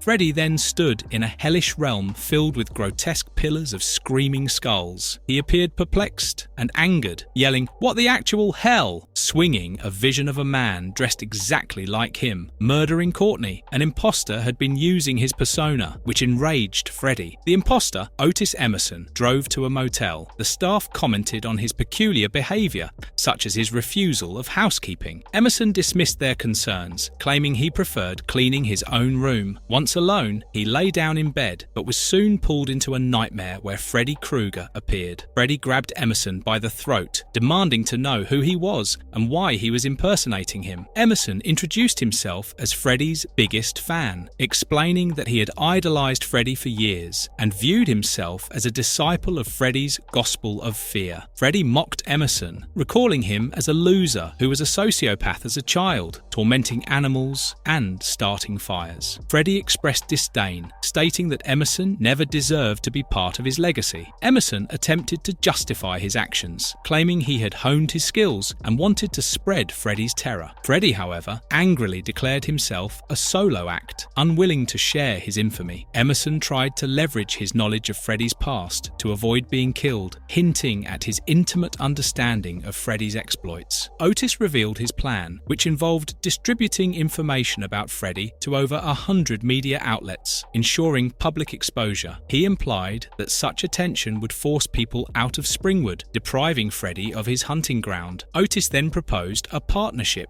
offering himself as Freddy's agent in the real world to extend his influence. Freddy mocked Otis, but hesitated to act immediately. At one point, Otis pompously referred to himself as Otis Emerson, the living nightmare, clearly reveling in his delusions of grandeur. grandeur. Freddy, observing this from the dream realm, cringed at the display, visibly unimpressed. Later, Freddy began to shift his focus to another target, Carter, a boy from Springwood who was dreaming of a violent fantasy where he was shooting people. Intrigued, Freddy entered Carter's dream and offered him an unknown deal. Overwhelmed by Freddy's presence, Carter eagerly declared himself Freddy's biggest fan. Freddy, visibly tired of the repeated adoration, sarcastically remarked that this fan business seemed to be a trend lately. With a sigh, he muttered, "What has the world come to?" before proceeding with his plans. Freddy reluctantly agreed to Otis's partnership, but demanded proof of his worth. He tasked Otis with killing a local boy who had been awake for 11 days on meth, resisting Freddy's influence. Otis eagerly accepted the mission, begging Freddy to wake him up to carry it out. Otis fulfilled Freddy's request and returned to the dream world, presenting the boy's severed head as proof. He proudly declared his success, but Freddy pointed out a major flaw. He could not consume the boy's soul if Otis killed him in the waking world. Freddy transformed into a monstrous snake, grabbing Otis with his tentacle-like appendages. Otis tried to defend himself, claiming Freddy's exposure would ruin him, but Freddy revealed that he had already wiped all of Otis's files with the help of the boy he had contacted earlier. Freddy mocked Otis's past as a sociopath, reminiscing about the similarities between them. He then proceeded to savagely decapitate Otis. As Otis's innards spilled out, Freddy laughed maniacally, ensuring that his reign of terror remained unmatched and unshared. Then, Freddy confronted Carter in the infernal boiler room, taunting him about his first lesson. Carter enthusiastically praised the experience, claiming he had followed Freddy's instructions perfectly. He explained that he had wiped all digital files and backups and burned physical copies, leaving untouched only the ones Freddy specified. Freddy listened, his expression dark and foreboding. As Carter expressed his satisfaction and desire to leave, Freddy's demeanor shifted menacingly. Freddy reminded Carter that he had promised to teach him the true nature of terror. Carter, visibly alarmed, protested, saying he had done everything Freddy asked. Freddy's response was cold and brutal. "Because I'm Freddy Krueger, you stupid little shit. This is how I roll." Suddenly, Freddy's tentacles lashed out, grabbing Carter and pulling him toward a blazing furnace. Carter screamed in agony as flames consumed him, fulfilling Freddy's twisted promise of terror. In the aftermath, police investigated a grotesque crime scene in Springwood. Two officers stood outside a taped-off area, one expressing disbelief at the horror they had encountered. Inside, the lifeless body of Carter lay amid a pool of blood and entrails, dressed in Freddy's iconic sweater. The sheriff noted the bizarre newspaper clippings spanning 25 years, connecting Carter's murders to Freddy's legacy. He concluded that Carter had idolized Freddy, continuing his reign of terror until guilt drove him to self-destruction. The sheriff declared it a victory for Springwood, believing the nightmare had ended. As the officers left, Freddy's sinister grin appeared on a television screen, his malevolent presence far from over.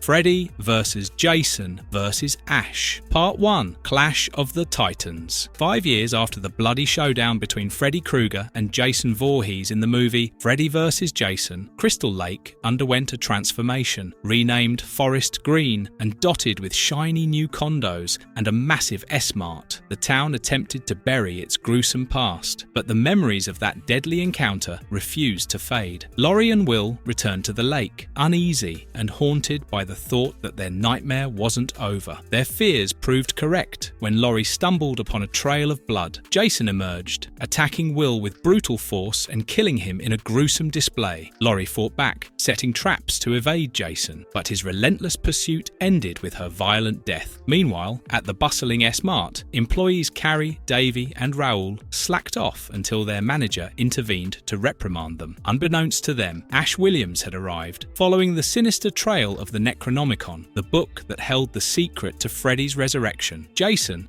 under the influence of Freddy's manipulations and visions of his mother, was on a mission to retrieve the book. Ash, driven by his own mission to destroy the Necronomicon and prevent further evil, found himself unwittingly caught in a new nightmare as the stage was set for another battle between Freddy and Jason. Outside the oversized Super Ultra Mega S-Mart, Ash prepared for danger, cloaking his purpose under the guise of working in housewares. housewares. He introduced himself to a group of young women, but was interrupted by the store manager, who reprimanded him for tardiness. Watching from the shadows, Jason silently fixated on the laughing girls. When their mocking turned toward him, Jason erupted in a violent attack, leaving a trail of carnage. Drawn to the chaos, Ash confronted stunned witnesses and brushed off the authorities' questions. Inside the store, Ash explained Jason's bloody history and the Necronomicon's dark power. Meanwhile, Freddy taunted Jason, manipulating him to recover the book for a sinister plan, promising him power and torment in equal measure. Jason's hunt for the Necronomicon continued as Ash tracked him to the Voorhees house. A group of teenagers, unaware of the danger, became Jason's latest victims. Ash managed to retrieve the Necronomicon, narrowly escaping with Bree as Jason's relentless pursuit continued. After a desperate struggle to start his car, Ash and Bree fled just as Jason smashed the vehicle. They ran through the snow until Carrie arrived, striking Jason with her car and shouting for them to get in. Jason, unkillable as ever, quickly recovered, forcing the trio to regroup at S-Mart. There, Ash warned the employees of the imminent danger, but his words fell on deaf ears. Moments later, Jason entered, unleashing a blood-soaked rampage. Bree realized that Jason was after the Necronomicon, but before they could act, Jason killed their manager and closed in on Bree. Ash reappeared, armed with his shotgun and chainsaw, to face Jason. In the aftermath of their intense clash, Jason escaped with the Necronomicon and returned to his lair, where Freddy awaited, gloating over the unfolding chaos. In a surreal nightmare, Ash found himself tormented by Freddy's manipulations. His hand began mutating into Freddy's clawed glove, a horrific reminder of his cursed destiny. Desperate, Ash severed the hand with his chainsaw, echoing his past battle against the Deadites. Blood pooled around him, forming Freddy's mocking face as smaller versions of the killer merged into his full form. Freddy revealed his ultimate goal: to use the Necronomicon to conquer both the dream and waking worlds. Ash, undeterred, taunted Freddy and fired his shotgun in defiance. Meanwhile, Freddy's power extended to a nightmare realm where he killed Dave in a twisted dodgeball game. Ash and his allies, horrified by Freddy's growing strength, prepared for the final battle. Freddy unleashed Jason on his hunt for the Necronomicon while summoning vengeful victims from Jason's past to attack him. As zombified figures clawed at Jason, Freddy mocked him, taunting him about his past and his buddies at Camp Crystal Lake. Enraged, Jason shook off the attackers, but Freddy stabbed him with his own machete, driving it into his back. Jason pulled it through his torso in a gruesome display and turned his fury back on Freddy. Meanwhile, Ash discovered Jason's origins as a Deadite created through his mother's ritual. Armed with this knowledge, Ash and Carrie prepared to banish both Freddy and Jason using the Necronomicon. As the final battle erupted, Freddy taunted Carrie and Ash, summoning flames and explosions. Jason's raw power clashed with Freddy's supernatural manipulation as Carrie recited the banishment spell. Jason seized the Necronomicon, but Ash disarmed him, allowing Carrie to finish the ritual. A portal opened, pulling everything inside. Freddy and Jason fought to resist, but the portal consumed them both. Ash and Carrie escaped the collapsing building, relieved to see dawn break. However, beneath the frozen lake, Jason's eyes snapped open next to the Necronomicon, a chilling reminder that the nightmare was far from over.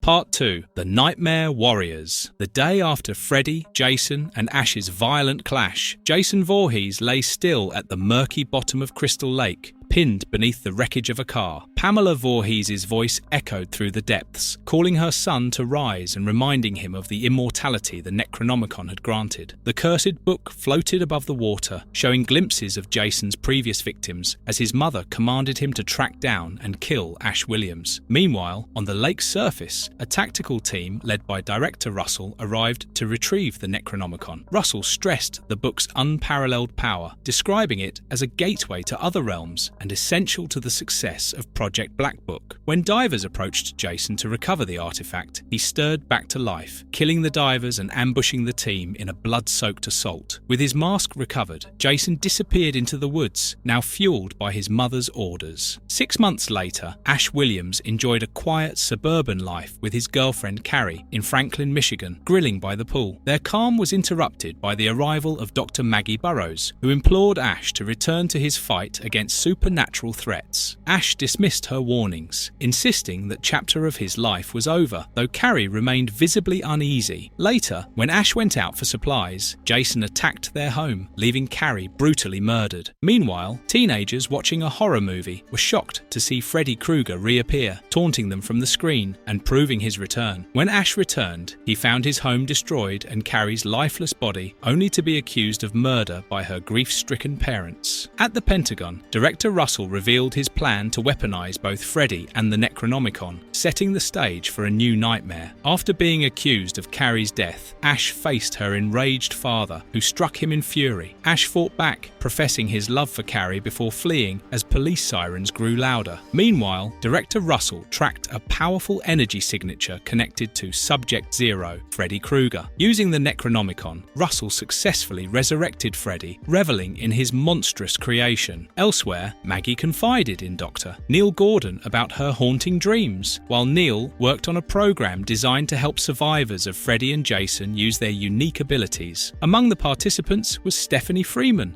who hesitantly joined a group that included Tina, Rennie, and other survivors. During a session, Stephanie experienced a violent seizure, hinting at a sinister force looming over the group. At a train station, Jason continued his rampage, slaughtering 2 unsuspecting stowaways. In a prison interrogation room, Freddy mocked Agent Russell, evading questions about the Necronomicon's role in his power. Reports of Jason's killing spree interrupted the session, prompting Russell to mobilize his team. Ash later arrived at Neil's facility, demanding answers and vowing to take down Jason. During a tense meeting with survivors, Jason launched a surprise attack, killing Stephanie's father. The group escaped in a truck driven by Tommy Jarvis, who revealed his plan to end Jason's reign of terror once and for all. A tactical team surrounded Jason Voorhees at a house, determined to avoid another disaster like the Crystal Lake debacle. Agent Carter ordered his men to open fire on Jason, who remained unfazed by the barrage of bullets. A gas-based weapon eventually subdued him, and Jason was transported to Black Book HQ. Meanwhile, Ash, Tommy, Neil, and other survivors gathered at the Stabe Motel to plan their next steps. Maggie emphasized the importance of their unique abilities, such as Tina's telekinesis and Jacob's dream manipulation, in fighting Freddy and Jason. However, tensions flared between Ash and Tommy, both intent on taking down Jason themselves. Maggie redirected their focus, revealing that the Necronomicon, now in her agency's possession, could serve as their ultimate weapon. While Jason was transported in chains, guards speculated about his deadly history, noting his eerie compatibility with the Deadites. Inside his cell, Jason was taunted by grotesque Deadite voices. Freddy, having escaped the Deadite dimension, mocked Jason and promised vengeance using the Necronomicon. Freddy transformed Jason into a prime version, restoring his strength. At Black Book's headquarters, Gordon Russell detained the survivors and dismissed their warnings. Maggie, revealing herself as Catherine Krueger, Freddy's daughter, betrayed the group, killing Rennie and fully embracing her father's darkness. Wielding Freddy's glove, Maggie unleashed chaos. Tina used her telekinesis to free the survivors, but outside, Jason led an army of Deadites in a murderous rampage, their chants echoing, "Kill the mortals!" Ash, armed with his mechanical hand, punched a Deadite, quipping, "And so is my fist." Alongside Tina and Alice, he encountered Freddy's massive blade-wielding robot. Tina used her powers to fight the machine, while Ash jokingly nicknamed it a devil toaster before hurling it into a high-voltage area, destroying it in a shower of sparks. Meanwhile, Jason and his Deadite army wreaked havoc in Washington, D.C., slaughtering civilians. Disguised in the crowd, Tommy Jarvis taunted Jason, claiming to know how to kill him, but Deadites dragged him away before he could act. At the Stabe Motel, Stephanie seduced and tormented Jacob, ultimately revealing herself as a deadly apparition. In Congress, Jason and his army stormed the chamber, massacring politicians as ominous chants filled the air. Ash reassured Tina after she sustained an injury, but they heard Jacob's cries for help, prompting Alice to enter the dream world. In Stephanie's nightmare, Alice and Tina found her flayed and suffering. They restored her and returned to reality, though the ordeal left Stephanie mentally shattered. Outside the White House, Freddy, posing as the president, incident declared a twisted, no kid left alive policy. Ash rallied his team and they raided a pawn shop for weapons, preparing for a final showdown. Leading the charge, Ash declared, "Let's go carve us up some freaks." As the group moved through the chaos in Washington, they saw the city transformed into a hellscape, overrun with deadites and demons summoned by the Necronomicon. Under a blood-soaked sky, Ash joked to lighten the mood, while Stephanie, still reeling from her father's death, spiraled into despair. Marking herself with blood, she slipped away, consumed by her torment. Military helicopters arrived, creating a distraction that allowed Ash and his team to push toward the White House. Inside her dream, Stephanie encountered Freddy disguised as a priest. Exploiting her bloodline connection to Jason, Freddy awakened a dark power within her. Embracing her newfound strength, she vowed, "From a Voorhees he was born, from a Voorhees he will die." Meanwhile, Tina used her telekinesis to crash a tank into the White House, crushing Freddy's daughter Catherine. Ash freed Tommy from captivity, while Alice confronted Freddy outside, sacrificing herself to transfer her Dream Master powers to Jacob. Empowered by the spirits of Freddy's victims, Jacob declared, "I'm the Dream Master now, Krueger, and all the innocent souls you butchered are going to help me kill you." Jacob, now infused with the strength of Freddy's victims, confronted the Nightmare Demon alongside the spirit of Amanda Krueger. Declaring that Freddy's own victims would bring his downfall, Jacob unleashed a spectral force that tore through Freddy's undead army. As Freddy struggled, Amanda urged her son to release the souls he'd imprisoned. Freddy resisted, wounding Jacob and breaking the spirit's hold, but Ash rallied the group to seize their chance. Tommy insisted he faced Jason alone,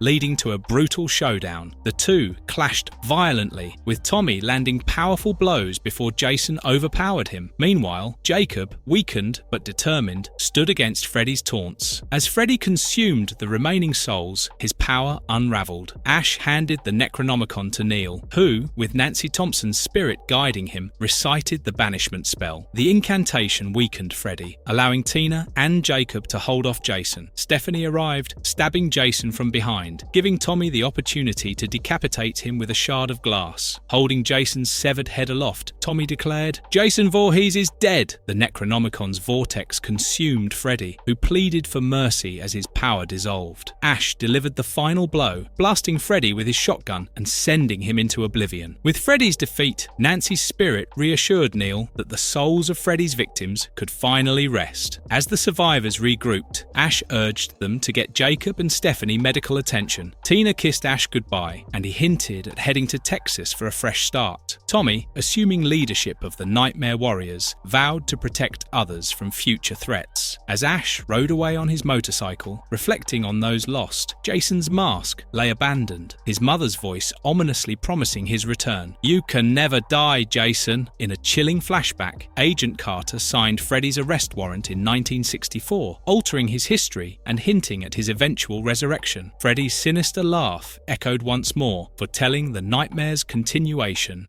The nightmare ends, for now. This wraps up the harrowing comic book saga of Freddy Krueger, seamlessly bridging the terrifying events from the Nightmare on Elm Street film series into a vivid and blood-soaked conclusion. But rest assured, as we've learned time and time again, evil like Freddy's never truly dies. It waits, simmering, lurking in the cracks of the dreamscape. If Freddy ever dares to claw his way back into the nightmares of Springwood's children, you can count on our Long Reads Dream crew to venture into every shadowy corner of the nightmare world, unravelling the blood-curdling horrors for you, one scream at a time. And as Freddy would always say, sleep tight kids, see you in your dreams.